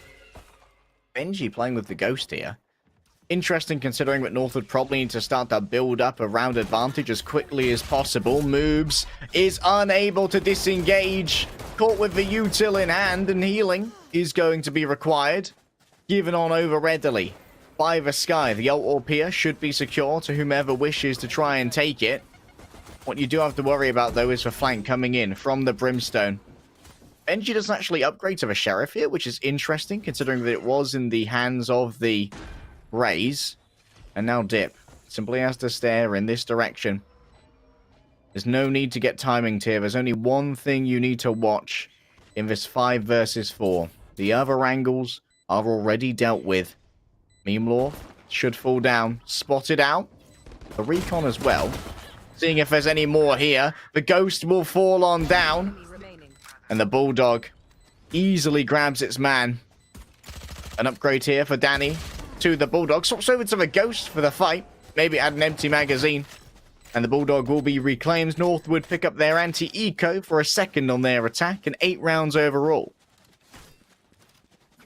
Carlton move to their full buy, Harry. And with rifles round the board, you notice their money. It is a heavy investment, down to 0 on every single player, bar Meemloff with only, well, 250. That's only because they couldn't afford a big shield. Exactly, and for Northwood, winning this round, winning your bonus, would give you a lead, reset Carlton, while simultaneously giving you the option to loot their guns and set yourself up for a full buy without actually buying it. Best case scenario. For Carlton, though, it would be converting your full buy and keeping this game close. Look at the huge exodus from B here, as Northwood, they know Oh it isn't my fake. goodness, the pace of it. Ferbsa trades that one out well. It was the most fragile member, but hey, you're happy to grab that one. Drakius, low on both HP and on time, as they may well be crunched on in. The plant needs to be considered once more, but Moobs has got some good crosshair placement to try and deny this. Almost dying to the dog there. One shot in the chamber. Where's the peel? We need to see players moving together. Northwood aren't covering each other at the moment. Dip might have been on the other side of the wall. Rubsky takes the swing and beats out Dip. 4 players survive, which is uncanny considering that the first pick there was Northwood's. That was an insanely slow rotation from Dip there, and the spike doesn't get planted. He knows the flank's coming from U-Haul, and he's just slow to get there. It means his teammates get swarmed and killed, and he's left in a 1 versus X where he does end up getting killed himself, with Carlton punishing North. Every mistake Northwood are making, Carlton are punishing significantly here. If Northwood play around without making mistakes, they win on premise. Their aim is looking better at the moment, but it's the mistakes they're making which Carlton are walking all over. One Vandal noted on B. And the presence of a Sage will be noted as well. I think that they've got a full inventory from the utility scene of the Sage, the Sky, and the Rays. Backing away from that. A body block on the dog. Moving on forward. 2 players concussed, but only 1 will die. And it's not even one of the players who got concussed there. Danny lies in wait, aims up high. Ferbsa had no idea that Danny was so cerebral when it came to this. The dog starts the platform, but this ain't Super Mario. Dip tucks himself in low. 3 versus 3. This has been a buy down to the bottom of the barrel. With the side of Northwood, they desperately want to be winning this. What a swing from Drakius. Taking down Danny. Now Memelorf has to take over the duties. Dip just playing this as calmly as possible. As that will note where the Viper is. The swing is good. Rubsky just wins those every single time. Now Benji has to do this all by themselves. That's a beautiful start. Can you play the time? Is the question. Rubsky's going to just try and stick it for the defuse. What a wraparound. Benji with a 3K to secure it for Northwood. 9-7, Northwood still keeping their momentum, still keeping their lead, more importantly. And as we look over to the ult management, this is where we see the power spike from both sides, particularly. Dip 1 away from getting his Hunter's Fury, Ferbsa 2 from the Showstopper. They already have that Cosmic Divide, they already have their Seekers. Over on Carlton, they have that Viper's Pit, which is going to be so effective for their defense here. And I would love to see this used fairly early on, kind of separating themselves from Ali, while Moves again, 2 from the Showstopper, Danny 2 from the Res. It's every player right now is that close to bring their ults up. Oh, Dip with the wild spray grabs himself a pair, and Northwood, they can't afford to lose any more. They've been losing so many people in some of these rounds, especially against ecos as well, that their economy is in shambles. Oh, I like this to the race. Of the spike to make sure that Showstopper is going to be available soon. Moves has been noted around the back. In comes a grenade. An attempt to body block it. Boys, what are you doing? Is punished by Ali. And now the frenzy of Danny is the only thing that remains.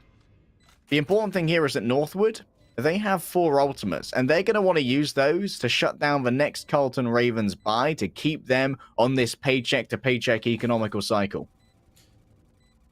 Absolutely right. And for Carlton, I wouldn't be surprised if Northwood don't even hunt here. They've got 4 ults available, they don't need the ult points, and they just risk giving up a better weapon in exchange for a frenzy.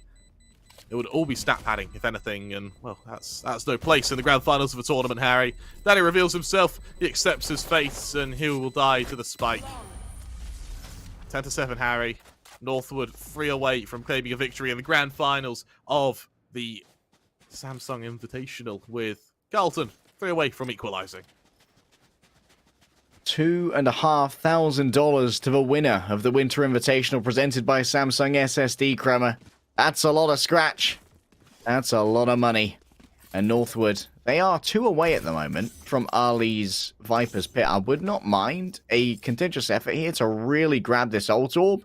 Rubsky might decide to just lock down the showers, though. Yeah, here we go. Grubsky has decided to be a little bit more authoritative when it comes to the use of the Viper's Pit. I think a Seeker actually went their way. Danny's fallen down already. And Drakius, they'll just back off. No dramas. Now they can go over to B, knowing that they won't be met by... okay, that was kind of... That was... Just had a jump scare. I mean, Dip heard that coming. That was... I hate to be so negative, but that was ridiculously stupid. Yeah, you had a bad day, Harry. Is that? I've had a long day, Kremer. I'm not in the mood for this silliness. Meme Lorf broken down. Ali's already on 2. They've earned themselves their own Viper's Pit if they want to try and secure this round completely. Grubsky wondering, do I dare move on forward through my own pit? Waiting on the other side is Drakius. And here's the rotation over to B. After bringing so many players over to the defense of A, Drakius, they're still going to risk plunging through this Viper's Pit. Not entirely sure how I feel about this one, to be honest, Kremer, but at least there is the safety of the perma smoke from this Viper's Pit. There it is. Drakius gets rewarded. Waits until they hear the rotation to actually reveal themselves, which I think is good timing.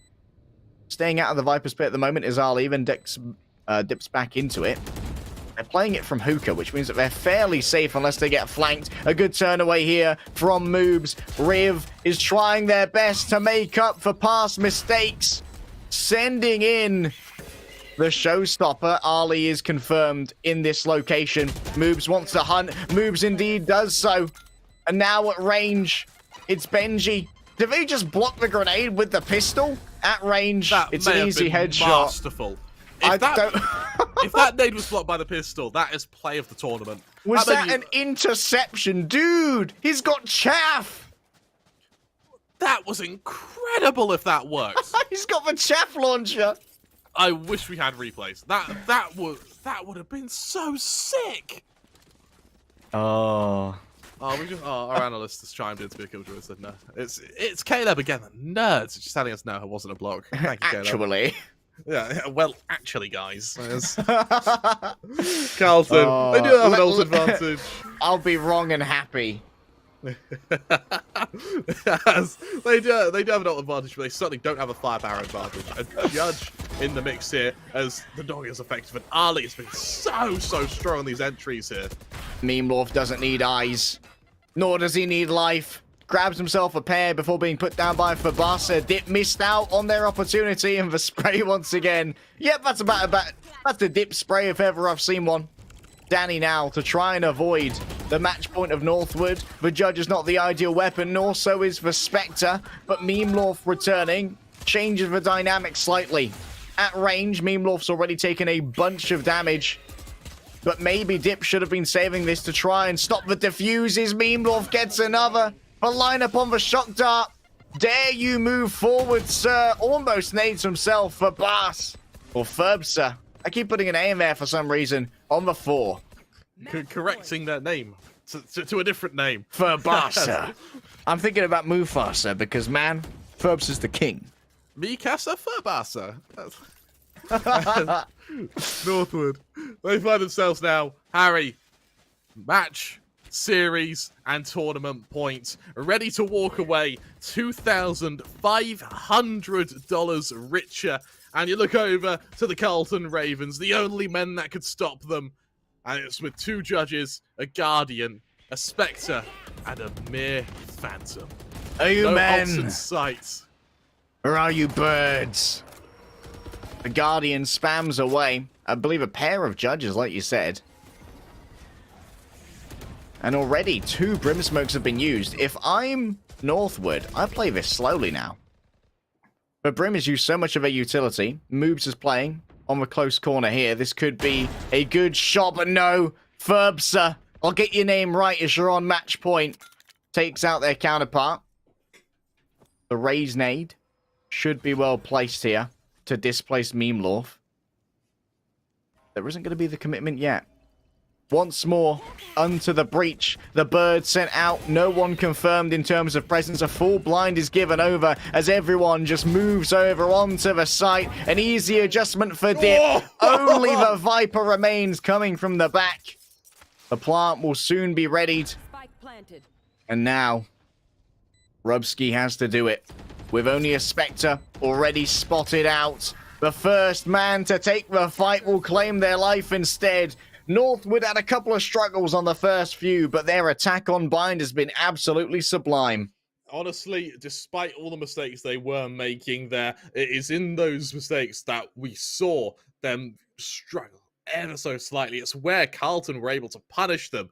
But once Northwood found their groove, once they found their effectiveness, these guys, they look so damn strong. An immortal performance on their attacking side of Bind, and just like that, they emerge as our grand champions, taking the lion's share of $2,500.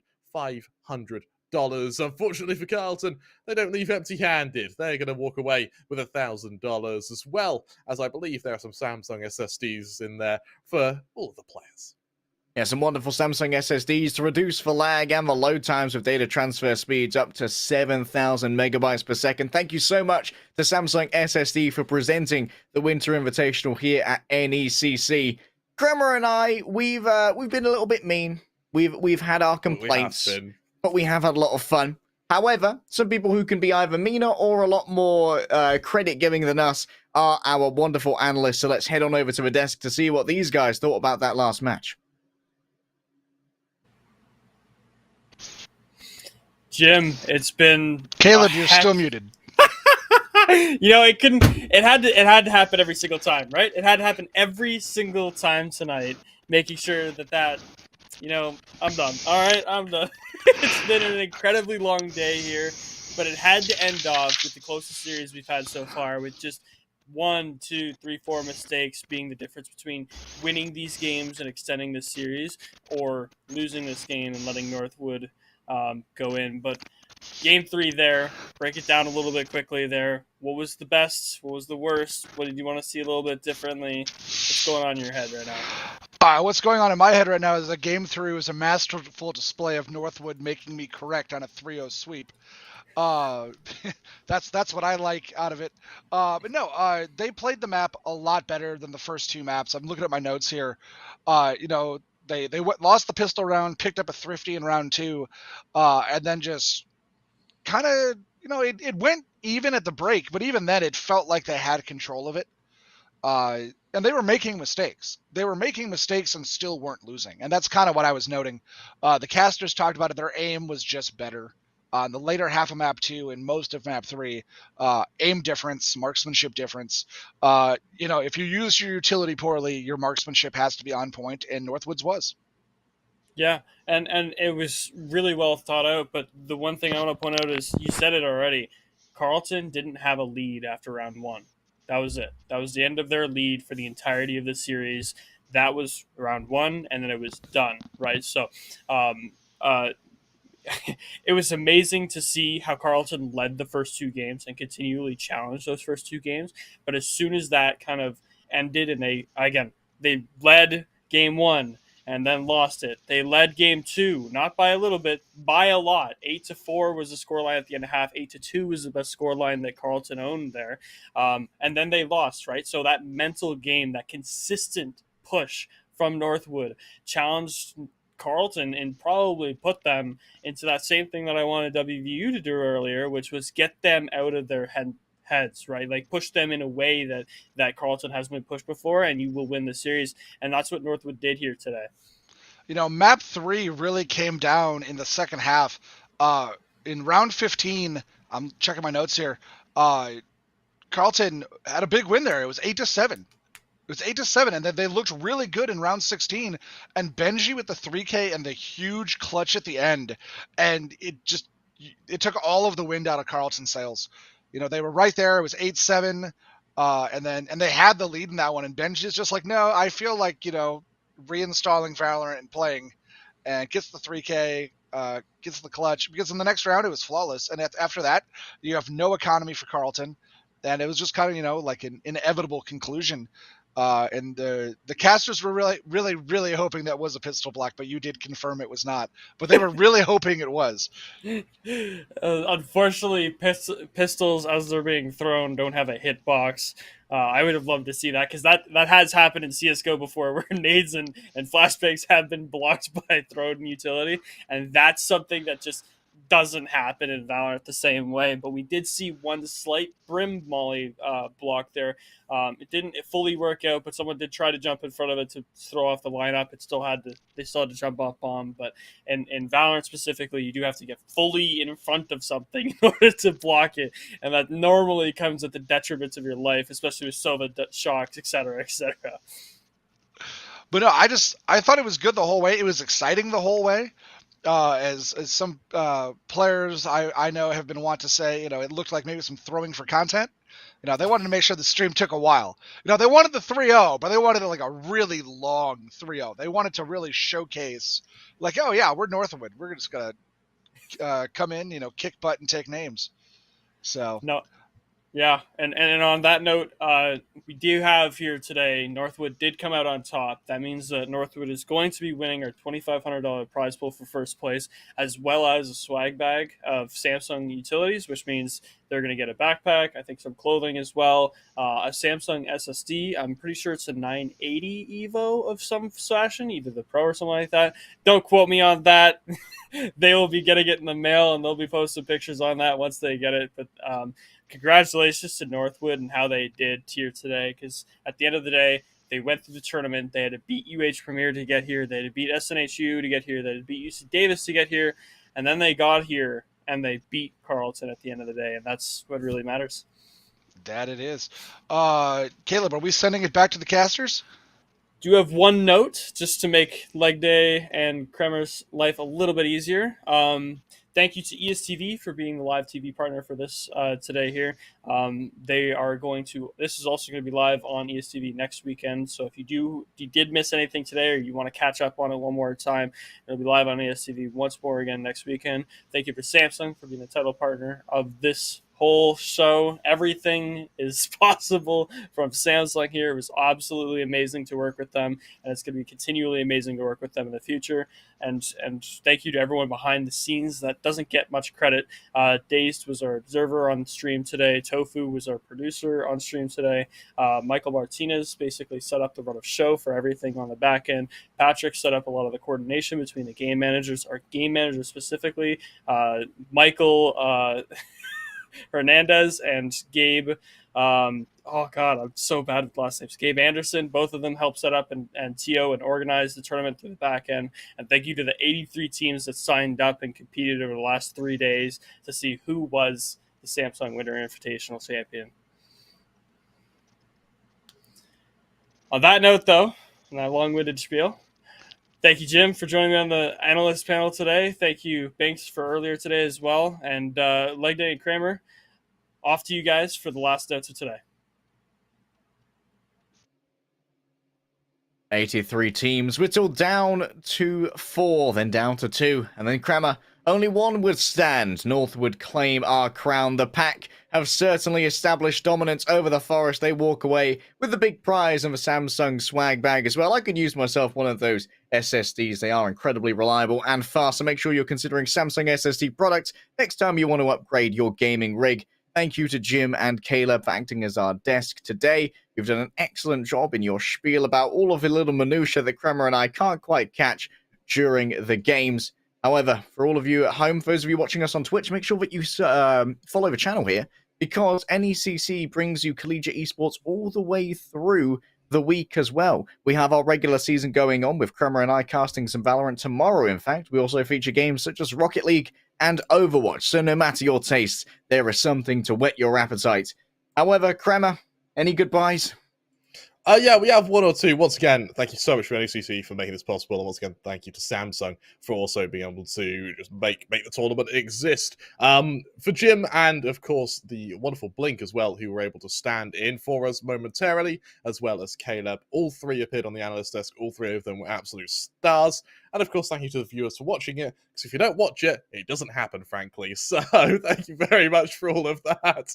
You made it an absolute dream to work with, and it's Binks, not Blink. I do apologize. I knew I would just enough time to ruin one more name before we end the broadcast. Kremer and names. Name a less iconic duo. Yeah, that'll be Binks, of course, the wonderful man who's able to stand in for our first analyst desk there, and of course our wonderful producer Tofu, who was also there to correct me on my mispronunciations of names, something that I do like to keep him on his toes for. I've been your caster Kremer 3. I'm joined by the wonderful LEGDAY. Hope you guys all have a wonderful, wonderful week. We'll see you in the next one. Bye-bye. In LCS, every nanosecond counts. And with Samsung SSD, being fast means being first. That is first blood in record time.